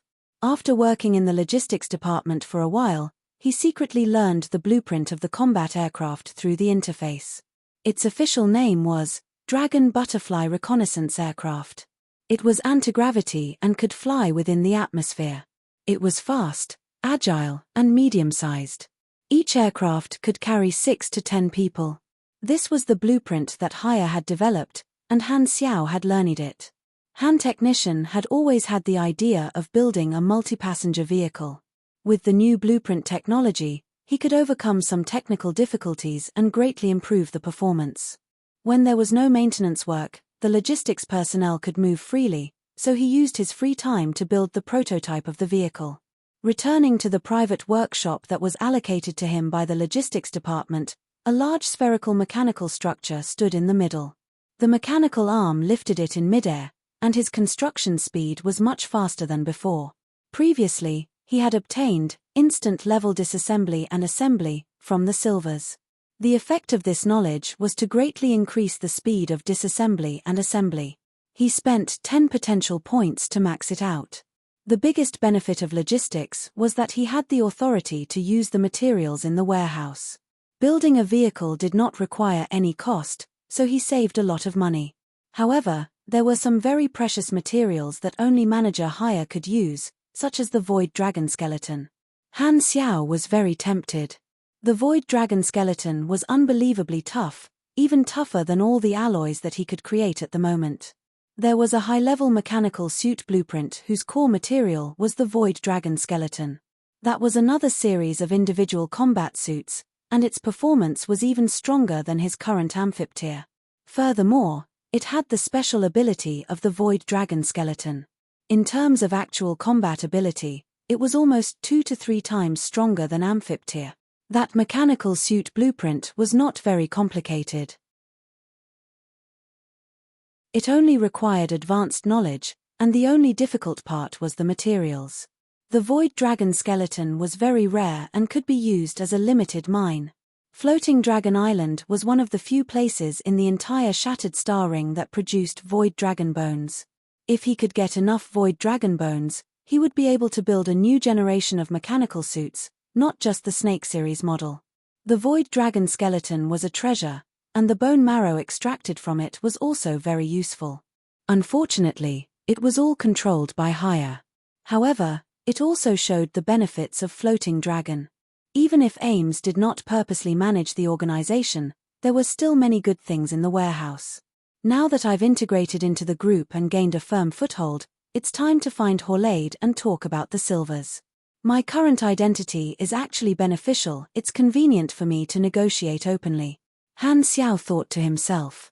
Since he could not count on the 3 mercenary groups, he could only rely on himself. Han Xiao came to the slave market again.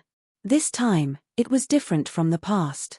Just as he was about to walk through the door openly, someone suddenly called him from behind. Blackstar, wait. Theon caught up with him, panting. Oh, it's you. Han Xiao glanced at him. At this time, Theon's face was swollen and covered with bandages, as if someone had done a few eye surgeries. There was also a group of subordinates following behind him. Theon said with fear and trepidation, "Can you ask your subordinates to stop bullying us? What are you talking about? We're colleagues. In order to improve the quality of the guards and better protect the safety of Floating Dragon, my team members kindly carried out combat training for you. How can you call that bullying?" Han Xiao said sincerely. "I was wrong, I was really wrong. I'll apologize however you want me to," Theon said with a crying face. He no longer had the arrogance from before. Theon's arrogance came from his identity as a guard, and he could look down on all outsiders. However, Han Xiao and the others had suddenly become his colleagues, and he was stunned. His bitter days had come. Han Xiao could not be bothered to waste time teaching him a lesson personally. He casually threw a mission to the players, and they happened to be in the guards as well. He beat them up at 3 o'clock and then at 5 o'clock. Theon was beaten to the point where he wanted to die.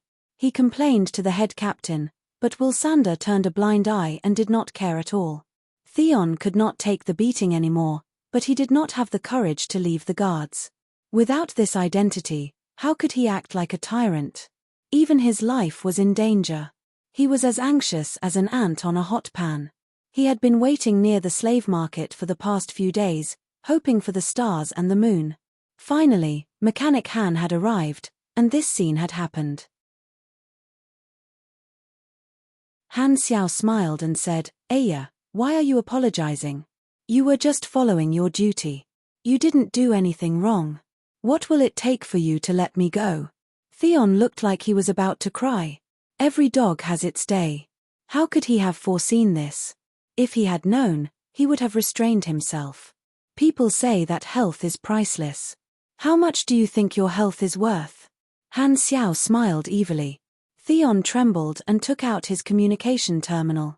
He gritted his teeth and said, 1,000. Han technician was shocked. You think you are so cheap? Then 1,500.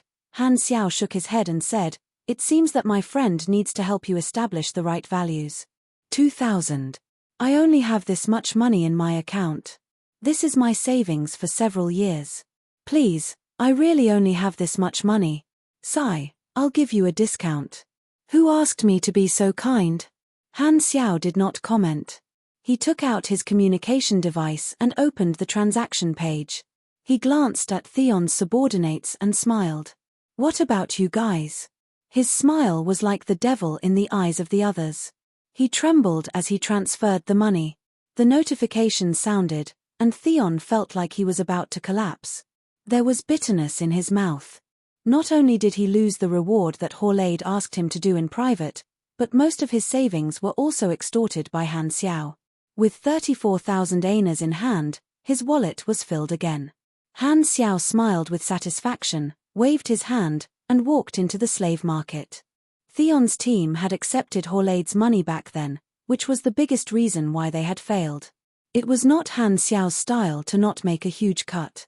However much Theon had taken, he would make him pay back with interest.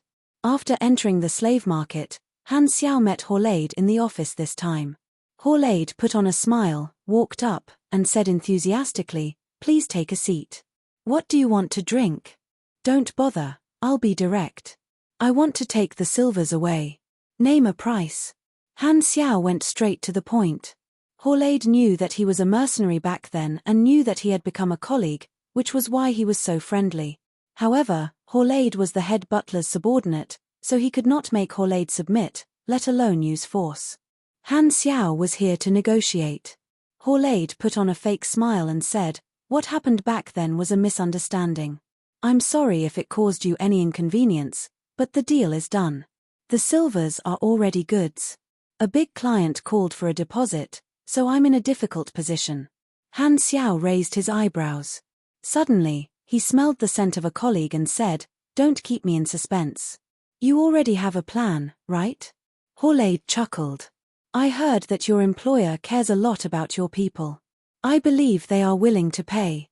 How about this, you help me convince them, and I'll give you 10% of the transaction. How much do you want? Han Xiao asked.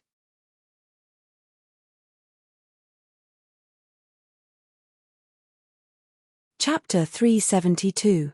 Han Xiao narrowed his eyes and stared at Horlaid without saying anything. After a while, he shook his head and said, I won't help you convince them. Keep the money.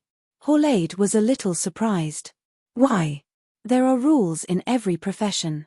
Han Xiao became a mercenary to earn money, but since he was in this line of work, he would abide by the rules of this line of work. He valued credibility, and betraying his employer was the worst violation. He would not help Horlaid cheat his employer. Didn't you become a mercenary for money? 15 people can be sold for 3 million aners. Even if you only get 10%, it will take you a long time to earn. Seeing that you're my colleague, I'm willing to share some of the profit with you to make up for the failure of your mercenary rescue. You don't appreciate it. Horlaid did not think much of it. I'm sorry, but my creed is credibility, and integrity is the foundation. Han Xiao was not moved. The money was indeed a lot, but he did not want to follow Horlaid's wishes. Plus, he accepted the Silver's employment not for money but for the advanced knowledge of compression technology. Regardless of whether the Silver would compromise or not, if he paid the ransom, what was the use of mercenaries? He wouldn't be able to get his reward. Horlaid curled his lips. Up to you. I'll negotiate with your employer myself. Han Xiao took out his communicator and contacted his employer. The face of the Silver appeared on the screen. The employer saw Han Xiao and was a little surprised. After thinking for a while, he remembered that Han Xiao was also one of their mercenaries. He asked in confusion, "Why are you the one contacting me? Where are the people from Ring? By the way, where are you now? When are you coming back?" Han Xiao shook his head. There was an accident. We were intercepted, and the rescue target was sent to the slave market. All our efforts were in vain. The people from Ring, Blades, and Purple Gold were all captured. I am now in charge of this mission. I found the manager of the slave market, and he wants to negotiate with you. Hihi, your people are in my hands. Horlaid adjusted his clothes and slowly repeated his conditions. The Silver employer was shocked and angry. Too expensive. We can't accept this price.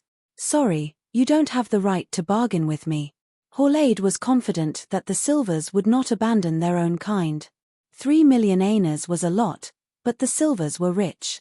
If they were willing to fork out a lot of money, they would be able to barely take it out. We need to discuss. The Silver employer clenched his teeth, but he did not dare to reject. Contact me when you've made up your mind, but time is limited. There are many big clients who miss your people. You're not the only buyers, Horlaid threatened with a smug look. Han Xiao put away the communicator, pushed the door open, and left with no expression on his face. Horlaid seemed to be waving and saying goodbye, but he did not move from his seat. When he stepped out of the door, a man wearing a mask was about to walk in. The two of them brushed past each other. At this moment, time seemed to have slowed down. Han Xiao's hair suddenly stood up, and he felt a prickling sensation between his eyebrows as if there was a knife in front of his eyes. The flow of time seemed to have slowed down. The moment they brushed past each other, the two of them looked at each other subconsciously. Their eyes collided, and it was like two sharp blades clashing. A cold light flashed and turned the surrounding environment gray, leaving only the other person in their eyes. The scene seemed to be frozen, and it was silent. The next second, color and sound broke this moment. Like an ice mirror breaking, the two of them walked past each other peacefully. After taking a few steps, Han Xiao looked back, and his eyes flickered. The higher one's grade, the more sensitive their senses would be. When they came into close contact with someone strong, they would have a vigilant instinct. Just now, the masked man gave him a very strong sense of danger. It was not just his strength. The masked man's temperament carried a murderous aura that had killed countless people. Only those with strong senses could notice this detail. He had a feeling that this masked man was also here for the Silvers. I wonder where he is from. Han Xiao shook his head, threw away all the distracting thoughts, and contacted the employer alone. The Silver employer said with an annoyed tone, "You saved them.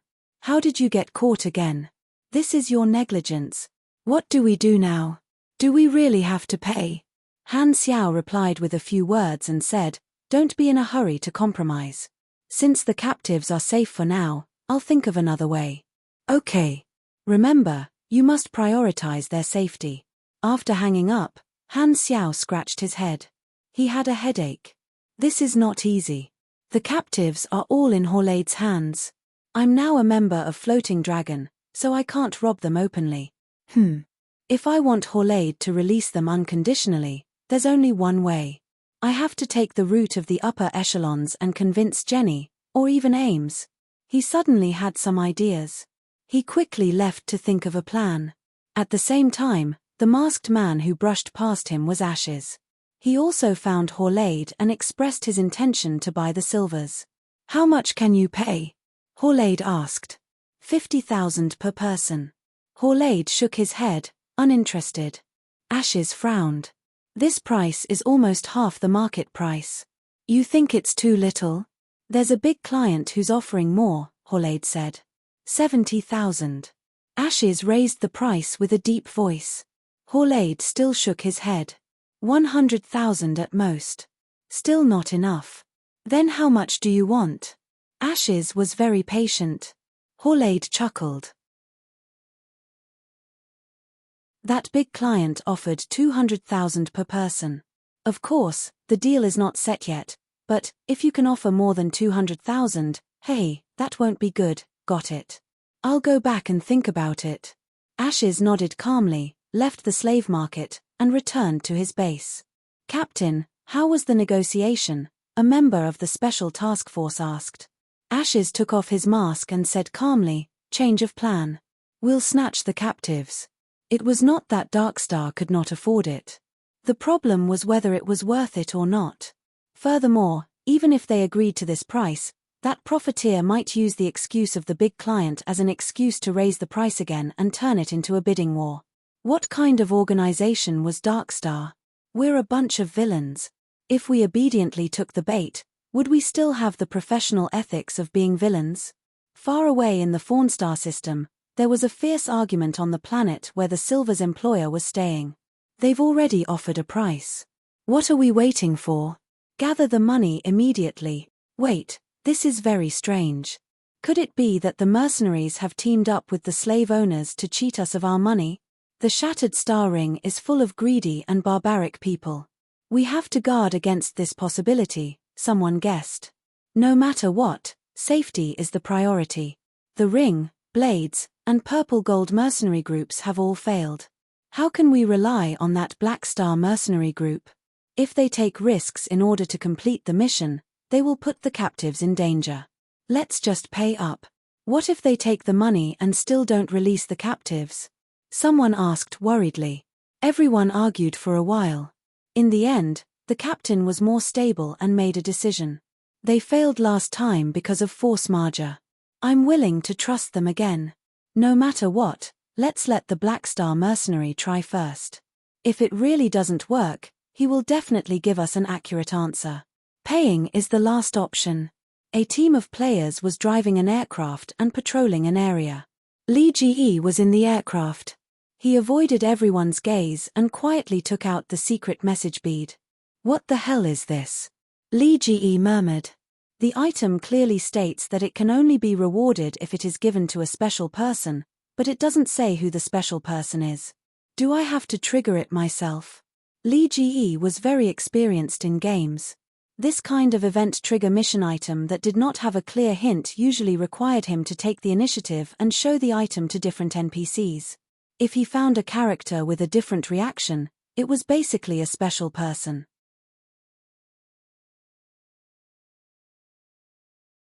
Chapter 373.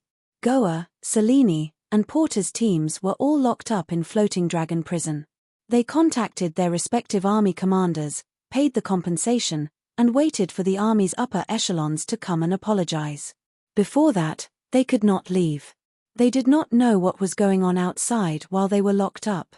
They stayed for a few days and were bored. Other than chatting, they had nothing else to do. The topic they discussed the most was naturally Han Xiao. "I wonder if Black Star managed to save the silvers," Porter mumbled to himself. "I don't think so. Although Black Star has become AIM's subordinate, what right does he have? It's impossible for him to save them." Selene was not optimistic. He shook his head and said, "You can't blame him. Even if it were me, I wouldn't be able to do anything in this situation. Plus, he joined Floating Dragon. Who knows if he will still be a mercenary? Since we asked Black Star for help, we'll trust him." Goa frowned. Selene was helpless. "I want to trust him too. After all, he's our last hope. But what can he do? I don't know." Goa sighed. The mercenaries' morale was low. Even if they wanted to trust Han Xiao, their rationality told them that this mission was basically a failure. You're looking for Ames? She's not here. She just left. Jenny flipped through the documents without even looking up. Where did she go? Han Xiao was surprised. Ames stayed in Floating Dragon all year round and almost never went out. She's not in a good mood, so she went out to find someone to fight. Jenny was calm. She pushed up the data storage glasses on the bridge of her nose and said, "The message you sent made her unhappy." Han Xiao's eyelids twitched. With Ames level, who else could she be fighting against? It had to be the other three beyond grade, as in the Shattered Star Ring. Hopefully, there would not be news of an uninhabited planet exploding for no reason in the near future. He originally wanted to go and convince Ames to let go of the Silvers, but unfortunately, she was not around, so he could only wait for her to come back. Han Xiao did not want to betray her when she was not home. The risk was too big, and there was no need to do so. The Floating Dragon faction had many benefits for him. The chief housekeeper, Jenny, was very capable. She was not as gullible as Ames. Han Xiao did not have the idea of being convinced by her. Ames is not around, Jenny said. Floating Dragon has entered administration, and I am the highest officer. Wilsander has strengthened the guard, and Haya has maintained the gravity core. Everything is going according to the rules. You better not have any other thoughts. Don't do anything that you will regret. Han Xiao's eyes moved. He understood the meaning behind Jenny's words. He had only joined for a short while. Although the other colleagues did not reject him, Jenny had always sent people to secretly monitor Blackstar's people. This was her duty as the chief manager, to clean up after all of Ames's decisions. Jenny's words were to warn Han Xiao not to have any ideas. Smiling, Han Xiao ignored Jenny's warning. He said goodbye and left the office. He returned to the logistics department and learned about his new job. Manager Haya brought half of the people to stay near the floating island's power core. The rest of the logistics staff were on standby at the headquarters to deal with the daily maintenance work. Han Xiao was the remaining part. Because half of the manpower was gone, the workload suddenly increased. Everyone was sent out, and they were very busy. Han Technician used all of his time to deal with all kinds of conventional equipment and aircraft maintenance. He did not have time to do anything else. A few days later, at the slave market, Horlade contacted Han Xiao and asked, "Has your employer decided to pay?" "Not yet." Han Xiao was repairing an earth-drilling harvester nearby, so he answered as he worked. "Humph, don't waste my time. Tell them that I'll wait for them for the last 3 days, or I'll sell it to other buyers." Horlade's tone was impatient.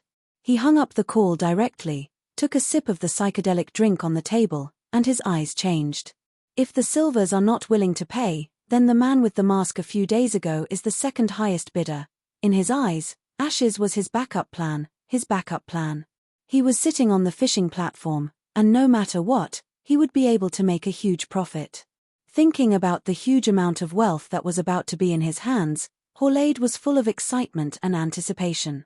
He finished the drink in one gulp and started to hum an off-key hometown song.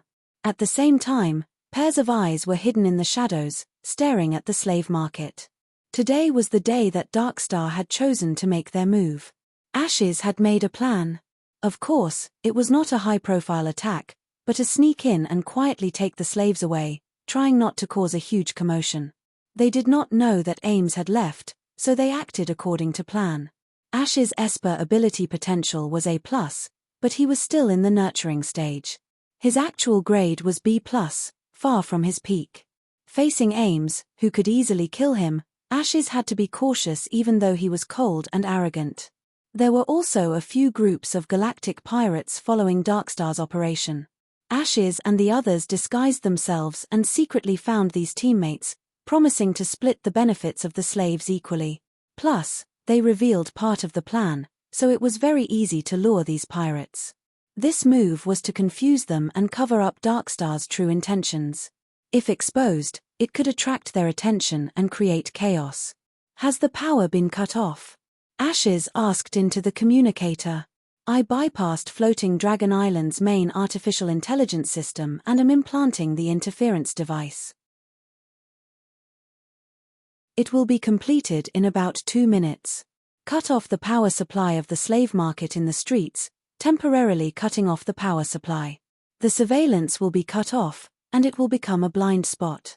The system will not detect the intrusion and will only trigger a fault self-check. The virus I implanted can block the system's self-check for 17 minutes. Very good. Ashes nodded. For this operation, Darkstar had provided high-tech support. The team split into 2 groups. The other group cut off the power supply in the area and pretended to be a fault. Although it would cause some commotion, it would not trigger the alarm. The group led by Ashes would take the opportunity to act. As soon as the 2 minutes were up, the lights in the street flickered twice before everything went dark. Darkness replaced the brightness, and waves of commotion sounded in the streets. Ashes closed his eyes and entered the vision of his Esper ability. He sensed the sleeping carbon atoms around him as well as the things he had planted in the slave market a few days ago. With a flick of his finger, his Esper ability was activated. Inside the slave market, the rocks in the corners suddenly cracked open, and metal balls fell out one after another. They spewed out a colorless, strong hypnotic gas that quickly filled the entire building. The principle was to paralyze the nerves, and the hypnosis would not cause any damage as much as possible. Plop plop. The workers fell down one by one and fainted. Horlade was shocked by the power outage. Before he could get up, he was knocked out by the hypnotic gas and fell to the ground unconscious. Ash's Esper ability could control carbon atoms to a certain extent. He could gather, separate, and change the molecular chain to change the form of matter, and so on. Many natural substances contained carbon. With his current strength, controlling a few rocks was a piece of cake. Under the cover of the darkness, the group broke into the slave market. It was silent inside. The distribution of carbon atoms was like a glowing handwriting, outlining the terrain. Ashes found the underground prison instantly and confirmed that the target was there. Because the power supply was cut off, all the entrances of the slave market were disabled. Ashes led the group to the underground without any hindrance. He opened the prison doors one by one, and all the slaves walked out in shock. They thought that they had regained their freedom and were very grateful. "Are you here to save us?" When the Silvers were released, they were overjoyed. They thought that Han Xiao was a mercenary who came to save them. However, they soon realized that they had just escaped the tiger's den and entered the wolf's den. The Darkstar members all wore masks to cover their faces. Ashes said to the other excited pirates, "According to the agreement, I only want the Silvers. You can split the other slaves among yourselves." At this time, a group of brutes stepped out and said, "This is not fair. The Silvers are the most valuable. Why should we give them to you?" Ashes did not wait for them to finish and directly attacked. The brutes' faces suddenly twisted in pain. Their mouths were wide open, but they did not even have the ability to scream. Starting from their skin, their flesh and blood turned into black carbonized powder, and their bodies quickly collapsed. "Who else has a problem?" Ash's tone was cold. Everyone's face changed, and they kept quiet out of fear. Their greed was dispelled by this scene. They obediently shared the other slaves and did not dare to have any ideas about the Silvers. "We got them. Let's leave this place first and interrogate them in a safe place." The Darkstar members did not care about their partners anymore and left in a hurry. A few minutes ago, when the power was just cut off, the logistics department received a malfunction report. The smart program assigned the manual maintenance task to Han Xiao according to the location of the logisticians. Emergency mission.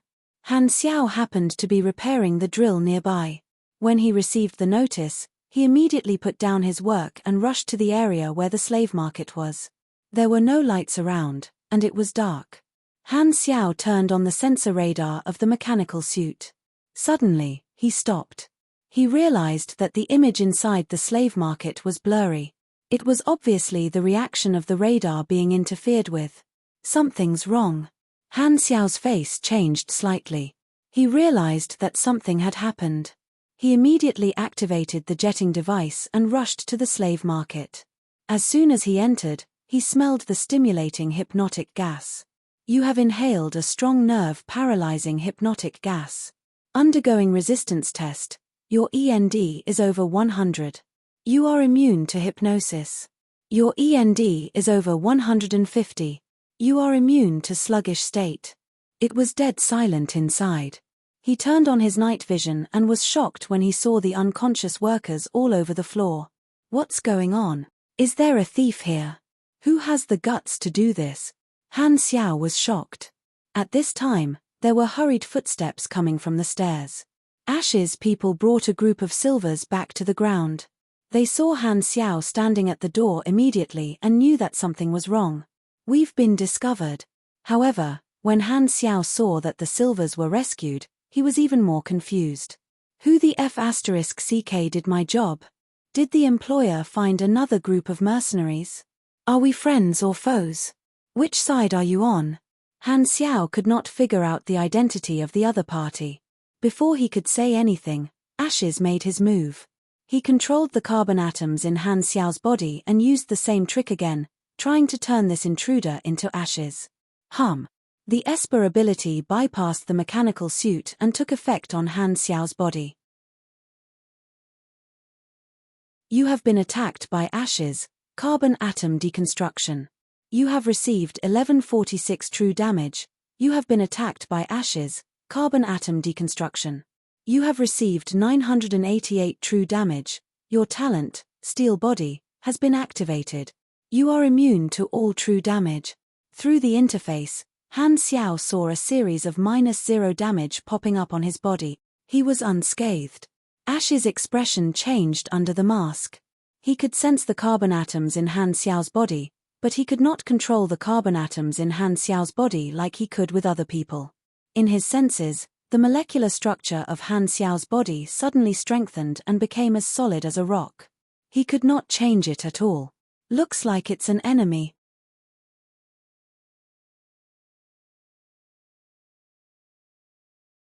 Chapter 374. A blazing beam of light burst out like a golden spear piercing through the darkness and exploded on Ash's face. Boom! Flames burst out. Before the scattered light had even dissipated, a human figure dashed out. Han Xiao's reaction was extremely fast. The handle of the scythe popped out from his vambrace and slid into his palm. He swung it in a half-moon shape and expanded it into a huge black scythe. The scythe and the figure clashed. Clang! Sparks flew in all directions, and the sound of metal clashing rang out. A translucent hand grabbed the scythe, and the two sides clashed. The sound of friction could be heard. Han Xiao took a closer look. Ash's skin had turned into a diamond-like state. Sharp blades could not cut through it, it was extremely hard. The ground under his feet moved, and the carbon elements were separated and turned into dust particles. They wrapped around his legs like a tornado and quickly hardened. Han Xiao was shocked. He jumped back hurriedly and dodged before the soil hardened. He tore apart the diamond that had yet to form. Control of carbon elements. What a troublesome ability. The mechanical suit's analyzer detected the composition of the controlled substances. They were all made of carbon. Han Xiao was very experienced and immediately guessed the opponent's ability. He felt that it was troublesome. This kind of ability to control atoms was very rare. Its effect was usually very comprehensive. It could attack, defend, control, and even create materials. Many natural substances contained carbon elements, and the opponent's ability was the nemesis of carbon-based monkeys. Han Xiao was shocked. Luckily, he had a talent that was immune to true damage. Otherwise, he would have died. Steel Body came from the leader of the Germinal organization. Of course, with his current knowledge, the leader's strength was not enough. However, that old guy was still a main character and a boss. This talent was a molding talent, and its effect was very strong. You can hit me, but don't even think about dealing true damage. One had to know that true damage ignored resistance and was extremely dangerous. Even the toughest pugilists would feel terrible if they were hit by a true damage. With this talent, it was like having a safety net. Until now, Han Xiao had earned a total of 2 molding talents. The other one was Elementary Strengthened Life, which increased his health. As a mechanic, His health was comparable to that of a pugilist of the same level. He was so tanky that his enemies were disgusted. Anyway, Ashes was disgusted. Carbon atom deconstruction was a new way to use his Esper ability that Ashes had learned after breaking through to grade B. It was a killer move against low-grade supers. The principle was to directly destroy the molecular structure of the opponent's body. The difference in energy and level had to be determined, and only when the target failed would they receive true damage. Normally, those with a lower grade than Ashes would not be able to pass the test. However, Han Xiao was such an anomaly. Although his grade was lower, he was immune to true damage. Go. Ashes suppressed the shock in his heart. His trump card had failed, and his other abilities were all conventional means of combat. They did not have enough killing power. Now was clearly not the time to fight, so there was no time to think. His Esper field spread out, and the ground and walls rippled like water. Countless carbon elements were stripped and reshaped. The powdery particles surrounded Han Xiao like fluttering black ribbons and quickly hardened into diamonds. They were of various shapes, such as spikes, barriers, cages, and so on, entangling Han Xiao. Crackle. The entire field was filled with floating and spinning carbon dust. It was like waves moving up and down, turning solid from time to time. It was a spectacular sight. Han Xiao gritted his teeth. The ribbons of dust were dense and unpredictable. They did not stop moving at all. He suddenly felt like he was in a bullet screen game. It was a test of his reflexes. The artificial intelligence of the amphiptyr mechanical suit quickly planned a dodging route. Han Technician moved and dodged, missing by a hair's breadth every time. His movements were extremely difficult. He was like a patient with epilepsy doing a street dance with a wire hanging from his neck. Convulsion. However, the effect was also very obvious. It looked dangerous, but it was actually as steady as an old dog. While Han Xiao was busy, Ashes took the silver and escaped out of the door. Han Xiao would not let the silver be taken away just like that. Just as he was about to chase after them, the mechanical suit suddenly alerted him that there was a high-energy reaction behind here. He dodged with a sliding step. Boom! All kinds of attacks landed on the spot where he was originally standing, blowing up a huge hole. Han Xiao looked back. The group of pirates had also retreated with the slaves. They raised their guns and opened fire. Dozens of supers surrounded him murderously. Quick, kill the witness. He's only one person. Let's go together. Han Xiao was immediately surrounded and could not escape. Ashes and the others disappeared from his sight. He frowned and had to deal with this group of brutes for the time being. He was alone, and they were using their numbers to attack him. There was no way he could end the battle quickly, so Han Xiao decided to use the built-in communication device of the mechanical suit to call for help. After fighting for a while, the group of pirates realized that they could not do anything to Han Xiao at all. A few of them were even killed by Han Xiao, so they started to get anxious. This guy is quite strong. Don't waste time. Let's go. No, he saw our identities. If we inform the guards, we'll be exposed immediately. This group of brutes had different opinions. Half of them wanted to retreat. Just as they were about to retreat, the roof of the slave market suddenly exploded. Everyone was shocked and looked up in shock. A few Dragonfly butterfly aircraft were hovering in the sky, shining down searchlights. The background was a colorful galaxy, and there were more aircraft coming from afar. This group of guards were all players. Han Xiao called them over with a simple call. Using the convenience of his position, he quickly arrived to help. Hurlus waved and greeted them through the high-density glass. All the brutes were shocked. It was like being caught red-handed by the police. Han Xiao stepped back and left the range of the firepower. He curled his lips. Have you ever heard of a cloud-piercing arrow leading to the arrival of thousands of soldiers? You want to gang up on me? Burn your dreams. I have helpers too. All the aircraft opened fire and poured lasers at the brutes.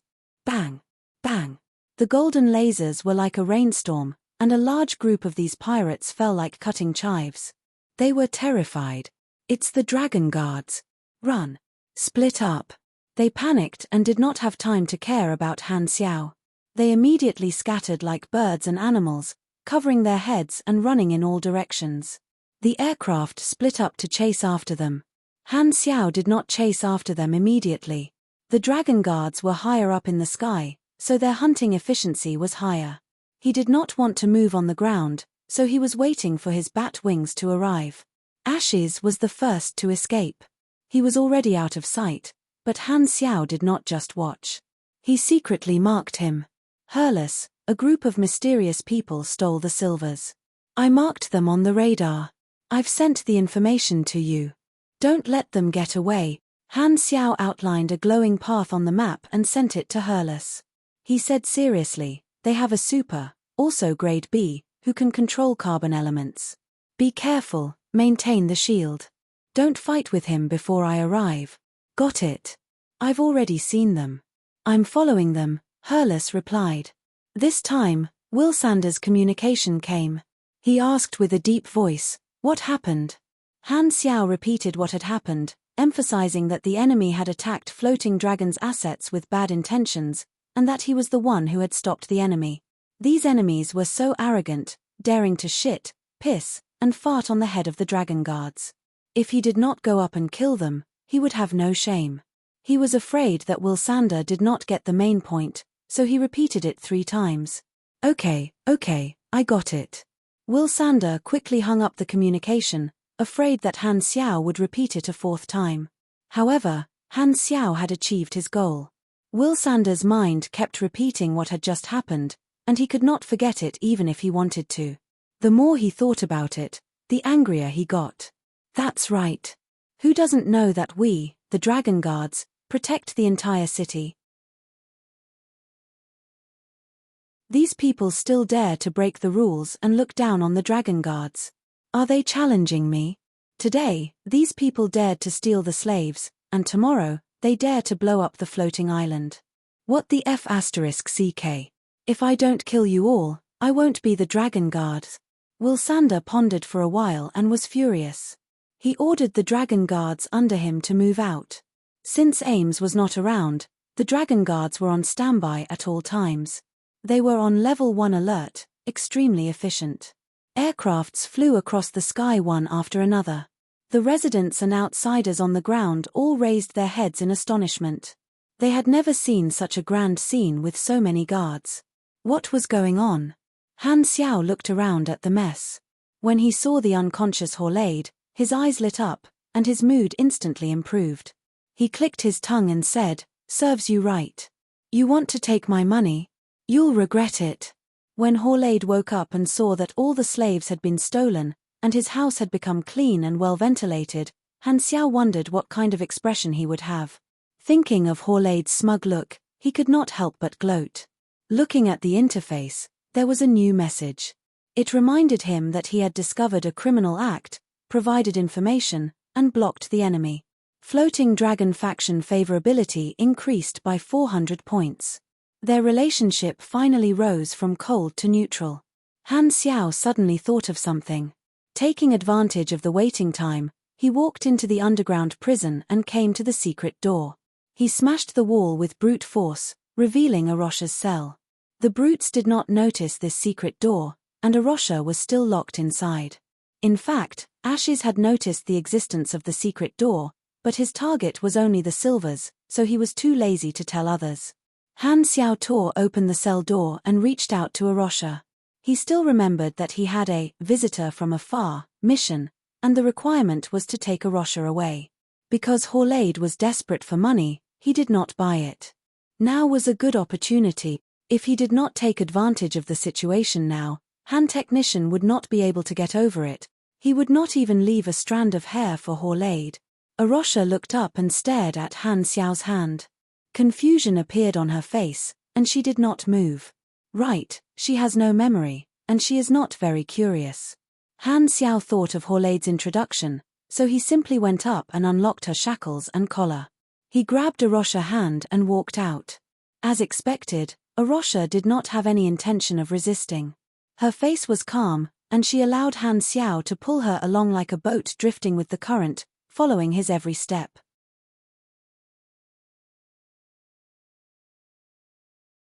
Chapter 375. Who? Blue flames shot out from the bottom of the equipment box and flew over. The accessories assembled automatically, and the amphiptère switched to flight mode. Location reported. Han Xiao quickly equipped himself and grabbed a Rosha to fly into the sky. He was not worried that a Rosha would be injured in the high-speed flight. She had superpower in her body, and even if she did not use it, her resistance would still protect her. Han Xiao sent the coordinates over, and the tactical screen displayed a three-dimensional map with Herless aircraft marked. The speed of the turbine in Han Xiao's wings soared, and the exhaust flames shot out. He directly went from stationary to high-speed flight without any buffer period. The mechanical suit could eliminate most of the load, and Han Xiao could handle the rest of the load. A Rosha was held in front of Han Xiao's chest. Her hair danced in the wind, and her eyes were closed. She was not injured. After Han Xiao reverse-engineered the Dragonfly, he modified the bat wings and added anti-gravity propulsion technology, and its speed soared. While flying, Han Xiao thought about the other party's identity. Ash's carbon control reminded him of a super-esper ability that existed in theory, particle manipulation. It far exceeded the limit of a single element's ability and was almost omnipotent. It could form and deconstruct any matter. If the energy was strong enough, it could theoretically manipulate planets to split, recombine, or even form life. If it was more powerful, it could directly change the structure of particles and form antimatter out of thin air. It could also complete particle collisions without any machinery, simulate all kinds of physical phenomena, or even perform ultra-dense compression to form black holes with bare hand. This type of esper ability that touched the origin of matter was too terrifying. It was like the omnipotent creator. It was listed in the Super High Risk Esper Ability Restriction Treaty by the three universes. There were hundreds of super high risk esper abilities that theoretically could exist in it. However, the pursuit of individuals always conflicted with the collective. The super high risk esper abilities in the treaty were ranked by busybodies and became a list of most wanted esper abilities. Fortunately, most of the super high risk esper abilities never appeared. The ability to control particles had always been ranked in the top 5. There were no eyewitness reports. It was rumored that it could not be awakened by itself and had to be fused into a shape. Another rumor was that this ability was a living thing with consciousness. It was some kind of energy field type lifeform that manifested as a self-flowing grand energy that wandered in the vast universe. It was said that there had once been a host of this ability, but it could not withstand the enormous energy and the host's genes collapsed and died. However, there were no eyewitness reports, so no one knew whether it was true or not. After all, there were all kinds of rumors in the universe. There were even rumors in the shattered star ring that Dragon Emperor Ames was actually a man. Although carbon manipulation was a far cry from particle manipulation, there were similarities between the two. It was iconic and unique, and the name, Ashes, revealed in the battle information was a little familiar to him. Han Xiao racked his brains. Suddenly, he had a flash of inspiration and a memory emerged from the water. His codename is Ashes, and his ability is to manipulate carbon. Dark Star's strongest combatant. Han Xiao was shocked and surprised. Ashes did not know that the information he had revealed in the battle earlier was enough for Han Xiao to guess his identity. Ashes originally wanted to keep it a secret, but he had already failed in front of Han Xiao. The reason he was able to confirm his target was because the codename Ashes and his ability were too iconic for the same person. In his previous life, with the mutation disaster as the boundary, the battle between Darkstar and Ghidorah gradually turned from a hidden one to an open one. Ashes stood out, and his ability was very difficult to deal with. He fought all over the world, and the war stimulated his potential. After reaching Grade A, the strength of his Esper ability increased by leaps and bounds, and he became Darkstar's strongest combatant. Tens of millions of Ghidorah players had died in his hands, and his famous speech was the most popular speech of the Darkstar players in that version. I am destined to become Ghidorah's nightmare. I will use slaughter to make them reflect on their backward traditions that have lasted for countless years. The bloodline theory that they insist on goes against the laws of reproduction and nature. It is this twisted ideology that created us, and after they repent, they will swallow the bitter fruit of the pureblood theory that has been brewing for thousands of years. Darkstar will rebuild Godora from their ashes.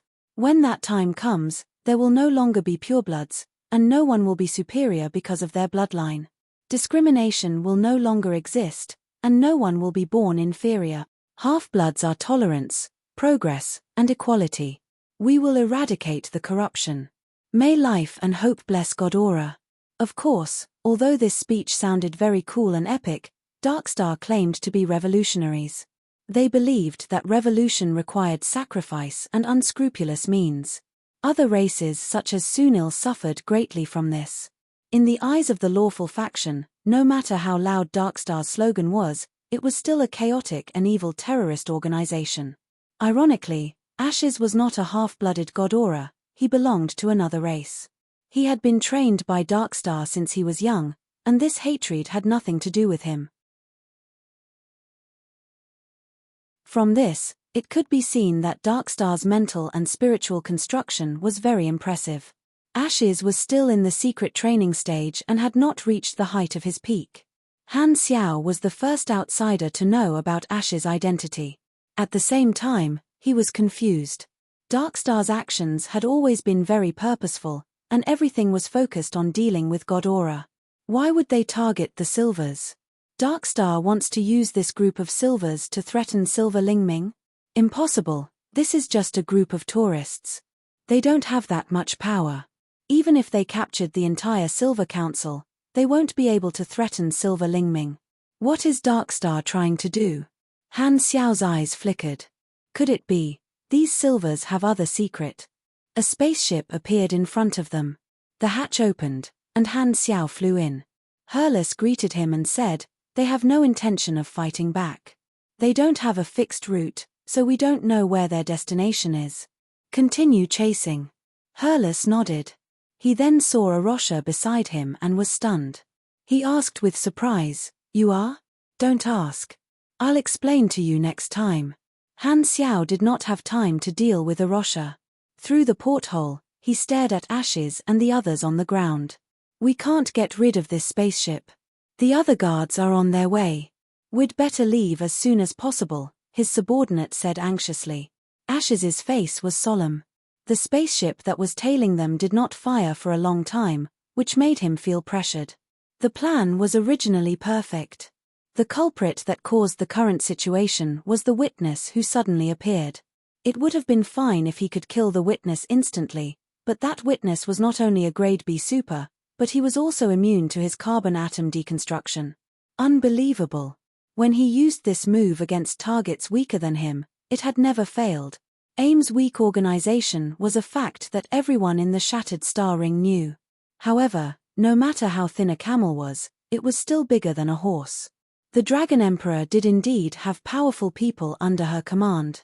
The survival of the witness messed up all the plans. The other party was definitely a member of Floating Dragon's organization, which was why he was able to call the guards. Ashes was helpless. He could only say that luck was not on his side. Luckily, he found other criminals to work with. With those brutes attracting the firepower, Floating Dragon would not know that they were Darkstar.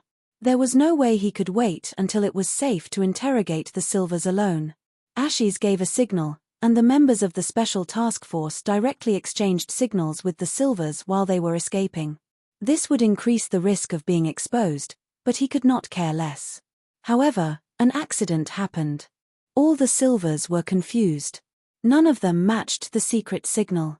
There was no carrier in this group.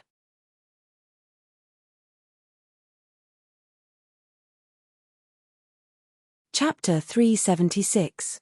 Ashes's expression changed. He scanned the expressions of all the Silvers, and the fear in their eyes did not seem to be fake. They really did not know the secret signal. He almost had a mental breakdown. Luckily, he guessed another possibility in time. "Do you have other companions?" The Silvers did not dare not answer. They said in fear, We originally had 17 people, but 2 of us were thrown into space during the escort and are dead. The carrier had kicked the bucket and was thrown into the universe. The people from Darkstar were dumbfounded. What should they do now? At this time, the mummy of the delivery man had already floated to God knows where. They could not even find him.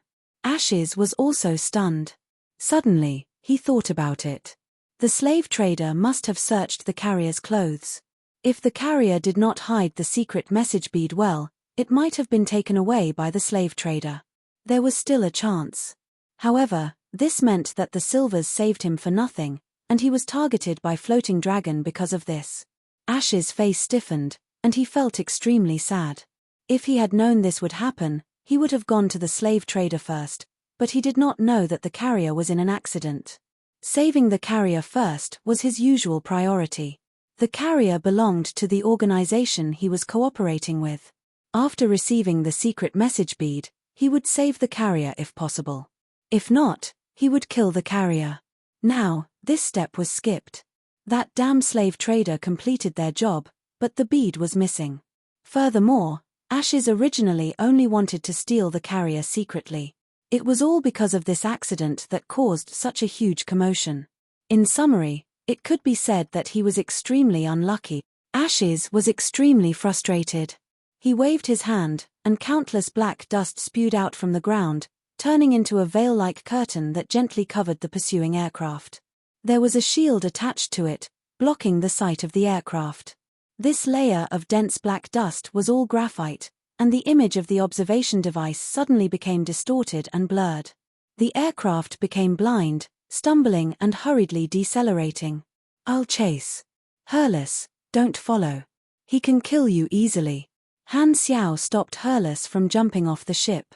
He did not want this officer that he had spent so much effort to kidnap to fly away. After breaking through the graphite barrier, Han Xiao took a closer look and was momentarily stunned. Ashes and the others had used their abilities to escape and disappeared without a trace. Only the silvers were huddled together, shivering. They were no longer of any use to Ashes, so they were left aside. This would make it easier for him to escape and lower the Dragon Guard's soaring blood pressure. Only then did the graphite barrier dissipate and fall to the ground. This meant that Ashes had gone far away, and the aircraft was out of the range of his ability. He ran so fast. He was gone in an instant. Hurless was surprised. Just as he was about to give the order to continue the chase, Han Xiao suddenly raised his hand and stopped him. "Don't chase. There's no need." "Why? Is it okay to let them escape? I told you we wouldn't be able to catch up to them." Han Xiao's eyes flashed. "Didn't you notice? These thugs helped us a lot." Everyone was stunned. They followed Han Xiao's finger and looked at the silvers on the ground. They were all surprised. "That's right. Our hiring mission is to save the silvers." After so many twists and turns, the silvers were saved in an unexpected way, and they even fell into his hands. Han Xiao would not let go of this opportunity. The most difficult part of rescuing the silvers was Horlade, and this problem that had troubled Han Xiao for a long time was solved in such a way. He even felt like thanking Darkstar. When the sandpiper and the clam fought, the fisherman benefited. Han Xiao's words were more effective than Wilsander's. Everyone listened to his order and stopped chasing. Very soon, the other player's aircraft arrived and protected the silvers again. Wilsander requested for communication and said, "The other thugs have been captured. Only the ones you were chasing are left." "What's the situation?" Han Xiao shook his head. "They escaped. One of them is very strong. Why are you the only ones with problems? If this spreads out, those outsiders will question the authority of our guards, and more people will challenge us. It will threaten the security of the floating island and destroy the stability of the residents. The long-lasting balance will be broken, and the world will be in chaos. Sigh, the consequences are unimaginable. When Her Excellency Ames comes back, my position in her heart will collapse," Wilsander complained. Han Xiao's mouth twitched. "Don't you have any idea? Your image in Ames' heart is already collapsing." He did not have the heart to break Wilsander's fantasy. Then, they would not be able to play with each other anymore. In fact, life forms at their level were like Paramecia in Ames' eyes, and subordinates were Paramecia raised by her. It seemed like he was also looking down on himself. Han Xiao interrupted Wilsander's complaints and said, "It's okay. I know who they are." At this moment, a new idea popped up in his mind. The reason why Ember was so fearless was because he had done a very good job of keeping his identity a secret. However, he did not know that his identity had already been known by Han Xiao. When his identity was exposed, he would definitely be confused and would not be able to figure out which part of the plan had gone wrong. Since he was the only one who knew this information, he could do something in secret and reveal Darkstar's identity to Floating Dragon Island. Coincidentally, Ames was not in a good mood recently. If a super strong person targeted them, Han Xiao felt bad for Darkstar just thinking about it. Darkstar did not want to get into trouble. That's okay. Let me help them get into trouble. After all, we are men who have worn the red scarf before, and the purpose of service is to help others. Because of the mutation disaster, Darkstar was definitely his enemy, so he was very happy. Furthermore, Han Xiao made a new discovery. Even Ashes was sent out. These silvers must have a big secret. Darkstar is preparing to make a big news. He asked the silvers, who were still in shock, listened to the whole story, and grasped a few key points. First, Darkstar did not want to save all the silvers but a specific person. Second, this person must have contacted Darkstar in advance, or else he would not have given the secret signal. He must be a secret worker, and his companions did not know his identity. Third, one of the two silvers who died early was Darkstar's target. Ashes retreating at the last minute did not mean that he had given up. There must be a next step. Fourth, this should not be the first time something like this had happened. Connecting these points, Han Xiao sharply smelled the scent of a conspiracy. Since Darkstar was so serious and secretive, this matter must be very important to Darkstar. He suddenly had an idea. If he could secretly destroy Darkstar's plan, not only would he be able to annoy Darkstar, he might even be able to get something out of it. Furthermore, the enemy was in the light, and he was in the dark. This was his biggest advantage. It should be fine to help him in his heart. The only problem was that he did not know what Darkstar wanted to do. He lacked too much information. He started to plan in his heart. The guards cleaned up the ruins of the slave market, and the unconscious people were carried to the side. Horlade's eyelids trembled, and he slowly opened his eyes. He finally woke up. Horlade raised his head and looked around blankly. Then, he stared straight at the ruins in front of him and slowly recognized the familiar silhouette. His mouth gradually widened, and his expression gradually became horrified. Then, a scream that almost pierced the eardrums of the people around him soared into the sky. The guards next to him hurriedly covered their ears and clicked their tongues in wonder. Oh, this high-pitched voice is comparable to Soul Blast. After screaming, Horlade collapsed on the ground. His heart ached and he twitched, and he almost suffocated. He still remembered the last scene before he fainted. He was sitting on his luxurious chair, drinking a drink, and feeling excited about the huge sum of money that he was bound to get. However, when he closed his eyes and opened them again, his home was gone. He suddenly became a pauper and fell from heaven to hell in an instant. His mentality collapsed into pieces. What exactly happened? How did my home become like this? Horlade's gorgeous clothes were covered in dust. He hurriedly grabbed the guard next to him and questioned with a trembling voice. The guard explained everything. Knowing that the enemy was captured, Horlade's eyes lit up. He hurriedly asked, "What about my slaves? Where are they? Give them back to me." At this time, a righteous voice sounded from the side. Horlade, don't worry, I will definitely capture all the slaves for you and minimize your losses. Horlade immediately looked over and was pleasantly surprised. The one who spoke just now was Han Xiao. He strode over, and all the players followed beside him. Behind them, all the slaves, including the silvers, followed closely. These slaves were all rescued by the guards. Han Xiao had just discussed with Wilsander and obtained the authority to gather all the slaves. These are all my slaves. Horlade was overjoyed. Han Xiao's face was full of righteousness. He patted his chest and said, "Don't worry, if I find a slave, I'll return him to you immediately. After all, We're colleagues that won't be exchanged for money. Do you still need to find them? You brought the slaves here. Give them back to me. Horlaid was shocked. Han Xiao widened his eyes, looked around, and ignored him. Where are the slaves? Just tell me, I will definitely capture them for you. Don't play dumb, they are right behind you. Horlaid was anxious. Behind me? Han Xiao looked back with a confused face, shook his head, and said, the ones wearing shackles and collars are the slaves.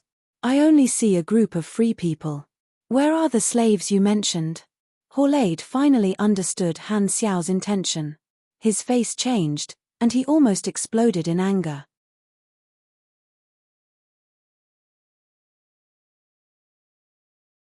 Chapter 377. The brutes took away the slaves, and they no longer belonged to Horlaid. The slaves were rescued by floating Dragon Island, so there were 2 debts. Han Xiao unlocked the shackles of all the slaves. No one could prove that they were once slaves, and no one could deny that they were free people. Horlaid could not argue. The slaves were lost, so he could only bring them back, but he did not have the power. The only way was to bribe the guards.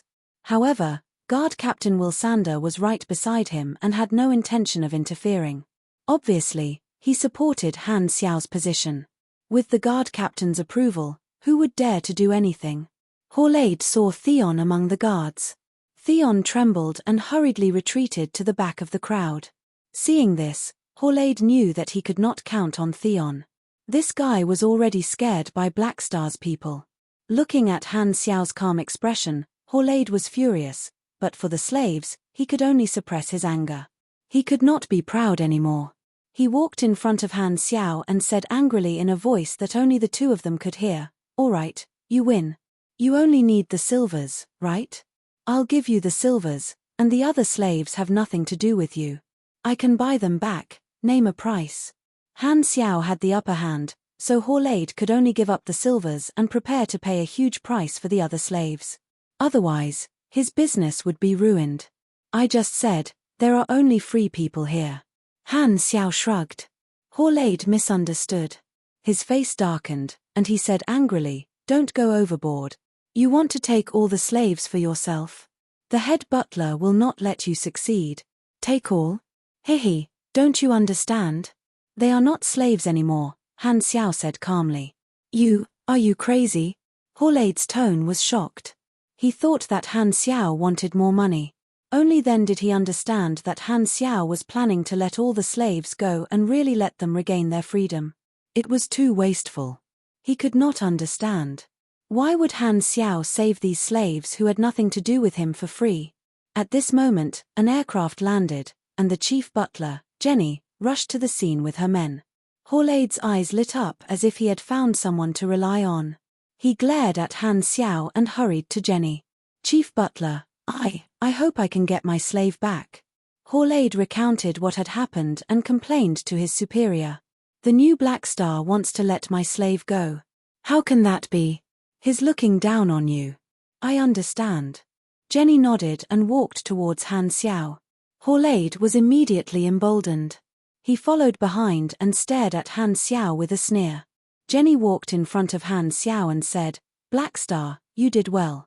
If you hadn't interrupted the enemy's plan, they might have succeeded. This would be a huge blow to the prestige of the Dragon Guards. Furthermore, it happened when Her Excellency Dragon Emperor was not at home. You did very well.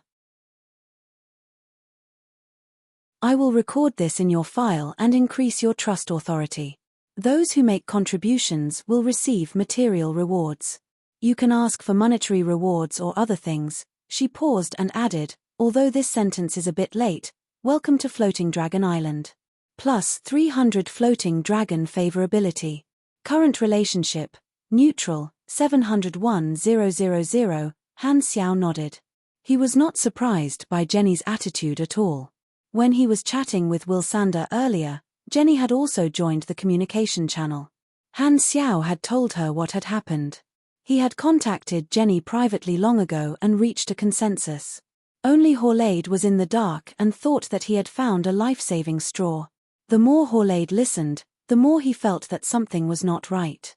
Why did Jenny not seem to be standing up for him but specifically praising Han Xiao? He could not sit still and carefully interrupted. Chief Butler, about the slaves. Jenny glanced at him and said calmly, we only buy and sell slaves. We never capture slaves ourselves. Since they are free, let them go. Jenny did things according to the rules. Floating Dragon Island was a neutral organization after all, and they would at most do the slave trade business. They would not lower themselves to capture slaves themselves. Furthermore, Han Xiao was the hero of this incident, so she would take this into consideration and give him the appropriate privileges, tacitly allowing Han Xiao to do what he wanted. Furthermore, the profit of the slave trade was not very high. Every year, Horlade would embezzle a portion of the trade. She had seen it all but did not do anything about it. Today was a coincidence, so of course, she would not speak up for Horlade. Horlade was dumbfounded. Frustration echoed in his chest, almost exploding his chest. Looking at Han Xiao's mocking eyes, he was so angry that his mouth twisted. He could not help but say, I suspect that this attack was orchestrated by Blackstar just to save the silvers. Yes, that must be it. Those brutes were all his helpers.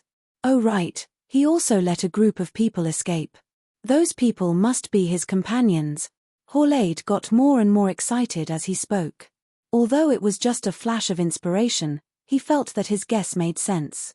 Han Xiao raised his eyebrows and said casually, we are colleagues. How can you put the blame on me? Although Horlade's intention to put the blame on him was very bad, this guess was not valid at all. They had enough alibis, and it happened to come from Jenny. Jenny was worried about him, a newcomer, and arranged for people to secretly monitor them. This time, it happened to be the most powerful evidence. Therefore, Jenny was not moved at all. She frowned and said, okay, this matter ends here. Horlade, you slandered your colleagues for no reason. You are temporarily suspended. When you calm down, I will assign you a new job. Horlade's heart was cold. He knew that the situation was set. He was so angry that his teeth were itching. Suddenly, he remembered that he had dealt with Han Xiao like this before, and Han Xiao had taken revenge in the same way. This time, he was the one who was at his wits' end. A sense of powerlessness ran through his body. He simply ignored it, rolled his eyes, and fainted again. Since nothing could be changed, he might as well sleep for a while more. Otherwise, he would die of anger from the looks of ridicule around him. Ignoring Horlade, who was lying on the ground, Han Xiao coughed and said, Jenny, you should call me boss. Forget it, call me by my name. Jenny's expression changed. Usually, only the boss Ames, as well as Will Sander and Haya, who were of the same rank, called her by her name. This was because her capable and tough style made her subordinates respect her. This was the first time that her subordinates called her by her name. It felt weird. Han Xiao continued, I know the identity of the people who escaped. They are not ordinary thugs. As he said this, Han Xiao lowered his voice and whispered in her ear, they are from Darkstar. Jenny's eyes suddenly focused, and she said in a deep voice, when you finish the work here, come to me immediately for a detailed report. After that, Jenny hurriedly left with her people, leaving only the logistics team here to clean up the ruins. Han Xiao and the others came to the side. All the rescued slaves stared at him with different expressions. They were all nervous. They finally got their freedom, and they didn't want to lose it again. They didn't know what to do next. Han Xiao walked out of the crowd, looked around, and said lightly, my name is Blackstar, the leader of the Blackstar mercenary. Remember my name, I gave you freedom. You owe me a favor. Maybe one day when we meet again, I will need your help. You can go.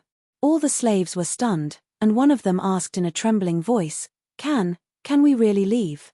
Han Xiao waved his hand, indicating that they could leave at any time. One of them carefully walked out, and after a few steps, he turned his head back. After walking for dozens of meters, he found that no one was stopping him. He was ecstatic. We are really free. The people couldn't believe that freedom came so easily. However, the first slave who walked out didn't run away immediately. Instead, he turned around and bowed to Han Xiao with gratitude. He said loudly, Blackstar, I will remember this name. The slaves left one after another with gratitude, showing Han Xiao all kinds of etiquette. Han Xiao didn't feel much, but the players behind him suddenly felt a sense of accomplishment and comfort. They held their heads high and felt that they had done a good thing. Hurles felt the most empathetic. He patted Han Xiao's shoulder and praised, "Well done." The members looked at Han Xiao's back with kindness in their eyes. At this moment, they felt a sense of approval for Han Xiao. For the players to like a character, other than strength, there was another condition: charisma and approval. Han Xiao had always created a positive image for the players, and his act of freeing the slaves raised his image again. Pork Bun recorded this scene faithfully. Han Xiao turned around and saw that there were still a few slaves of the same race who did not leave. "Why aren't you leaving?" These people were obviously familiar with each other, and they looked similar. They looked at each other, and one of them said, "We were originally mercenaries. We followed a small mercenary group and encountered danger during a mission. Most of the members died, and only we were lucky enough to escape. However, we were captured by slave traders and locked up for more than a year. Our group was destroyed long ago, and we have nowhere to go. We hope that you can take us in and give us a job. You are our savior, and we are willing to serve you."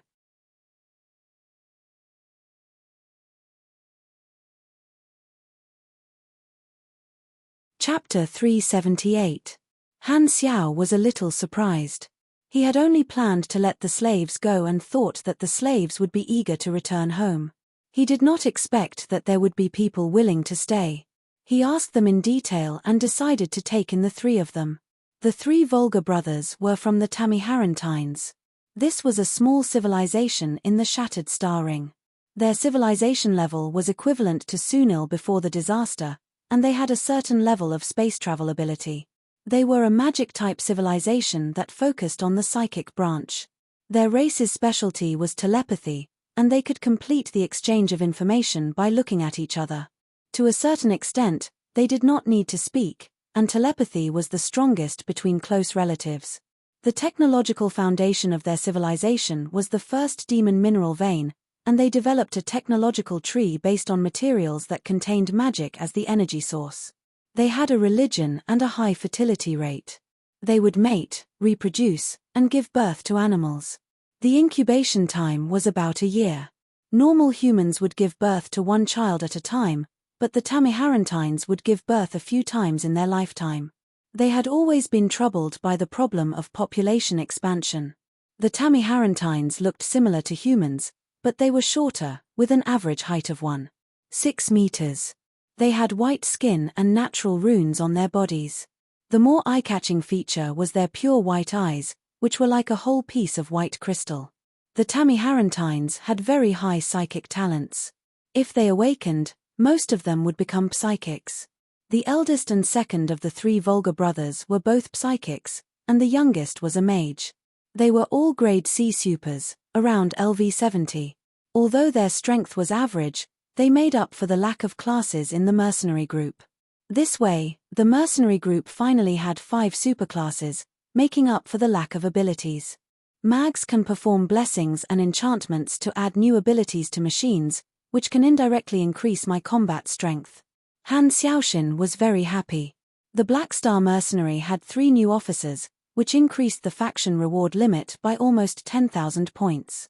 The limit was now 185,000 points. The 3 brothers were full of respect and gratitude. They accepted Han Xiao's arrangement. Even if they were free, they would still continue to be mercenaries. Instead of working alone, they would rather join Han Xiao's team. Other than repaying his kindness with their bodies, they could also take care of each other. After accepting the 3 brothers, it was time to solve the problem of Arosha. Han Xiao pondered. The mission required him to keep her by his side for 6 days. There had to be a reason, and it would not be completed smoothly. Although he did not know the exact reason, he just had to do as he was told. What troubled him was how to deal with Arosha's identity. Should she also become a mercenary? However, although Arosha had a high energy reaction, she did not seem to know how to use it in battle. It was unclear whether it was her racial talent or her personal strength. Furthermore, she had completely lost her memory. There was no way to know her identity and communicate with her. The others were eagerly waiting for Han Xiao to explain the background of this great beauty. Her name is Arosha. She is also a rescued slave. From today onwards, she will temporarily follow us, Han Xiao said. Mad Blade was puzzled. Why did you keep her? Also, why isn't she saying anything? He had been wanting to ask this question for a long time. Ever since Han Xiao had brought her out, Arosha had not opened her mouth. Although her appearance was extremely in line with human aesthetics and she had stunned the players, it was followed by doubts.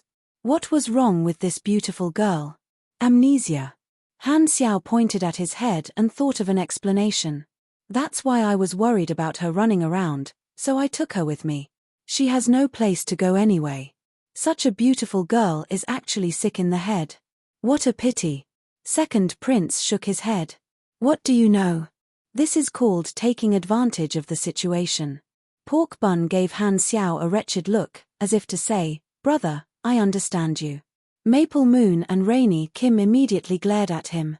Han Xiao rolled his eyes. A bunch of indecent people. Can't they have any pure thoughts in their heads? Mad Blade looked left and right. He felt that Arosha was too calm. She did not look like someone who had lost her memory at all. He was puzzled. I feel that she is weird. Can she communicate? This reminded Han Xiao. Horlade had said that Arosha still remembered the language. He immediately put on a translator for her and asked, "Can you speak?" Arosha heard this and finally reacted. She opened her mouth and said, "Yes." Her voice was like the sound of a clear spring. It was clear and ethereal, making everyone feel comfortable. It was as if a pair of soft hands were comforting their ears. This made the players who had heard enough of Pork Bun's hoarse voice very satisfied. You really don't remember anything? Han Xiao was refreshed. It was good that she could communicate. Yes. Then are you willing to come with us temporarily? Yes. Then do you need anything? Anything is fine. You have lost your memory. Don't you want to find out your identity? It's okay. Hearing this answer, everyone gasped. It was as if they could see the brilliance of the Buddha's nature in the dark. How can this amnesia patient be so calm? No, this is not just amnesia. You should take your medicine, beauty. Han Xiao was completely out of ideas. He smiled helplessly. Then that's it. My team members will take care of you. At this time, Arosha suddenly walked toward Han Xiao, leaned close to his face, and sniffed like a puppy. She said, "I seem to have sensed a certain aura on your body somewhere." Han Xiao was stunned and felt surprised. He continued to ask, but Arosha shook her head and said, "I don't remember. I just feel that it's familiar." Strange, he could only suppress his doubts and let everyone settle down. In any case, Arosha did not eat, drink, or excrete. She was very easy to take care of. This was originally a characteristic of energy life forms. Arosha was a normal life form. He did not know why, but the good thing was that he did not have to worry about her starving to death. Han Xiao took the aircraft all the way to the office building and met Jenny in the office on the top floor. Jenny had a serious expression and asked, "Can you confirm that they're Dark Star?" Han Xiao nodded and explained what had happened in detail. He hid his personal information such as the interface and changed it to that he knew Ashes. In the end, he added, "Ashes is the next generation ace that Darkstar is cultivating. There must be a huge secret behind this operation.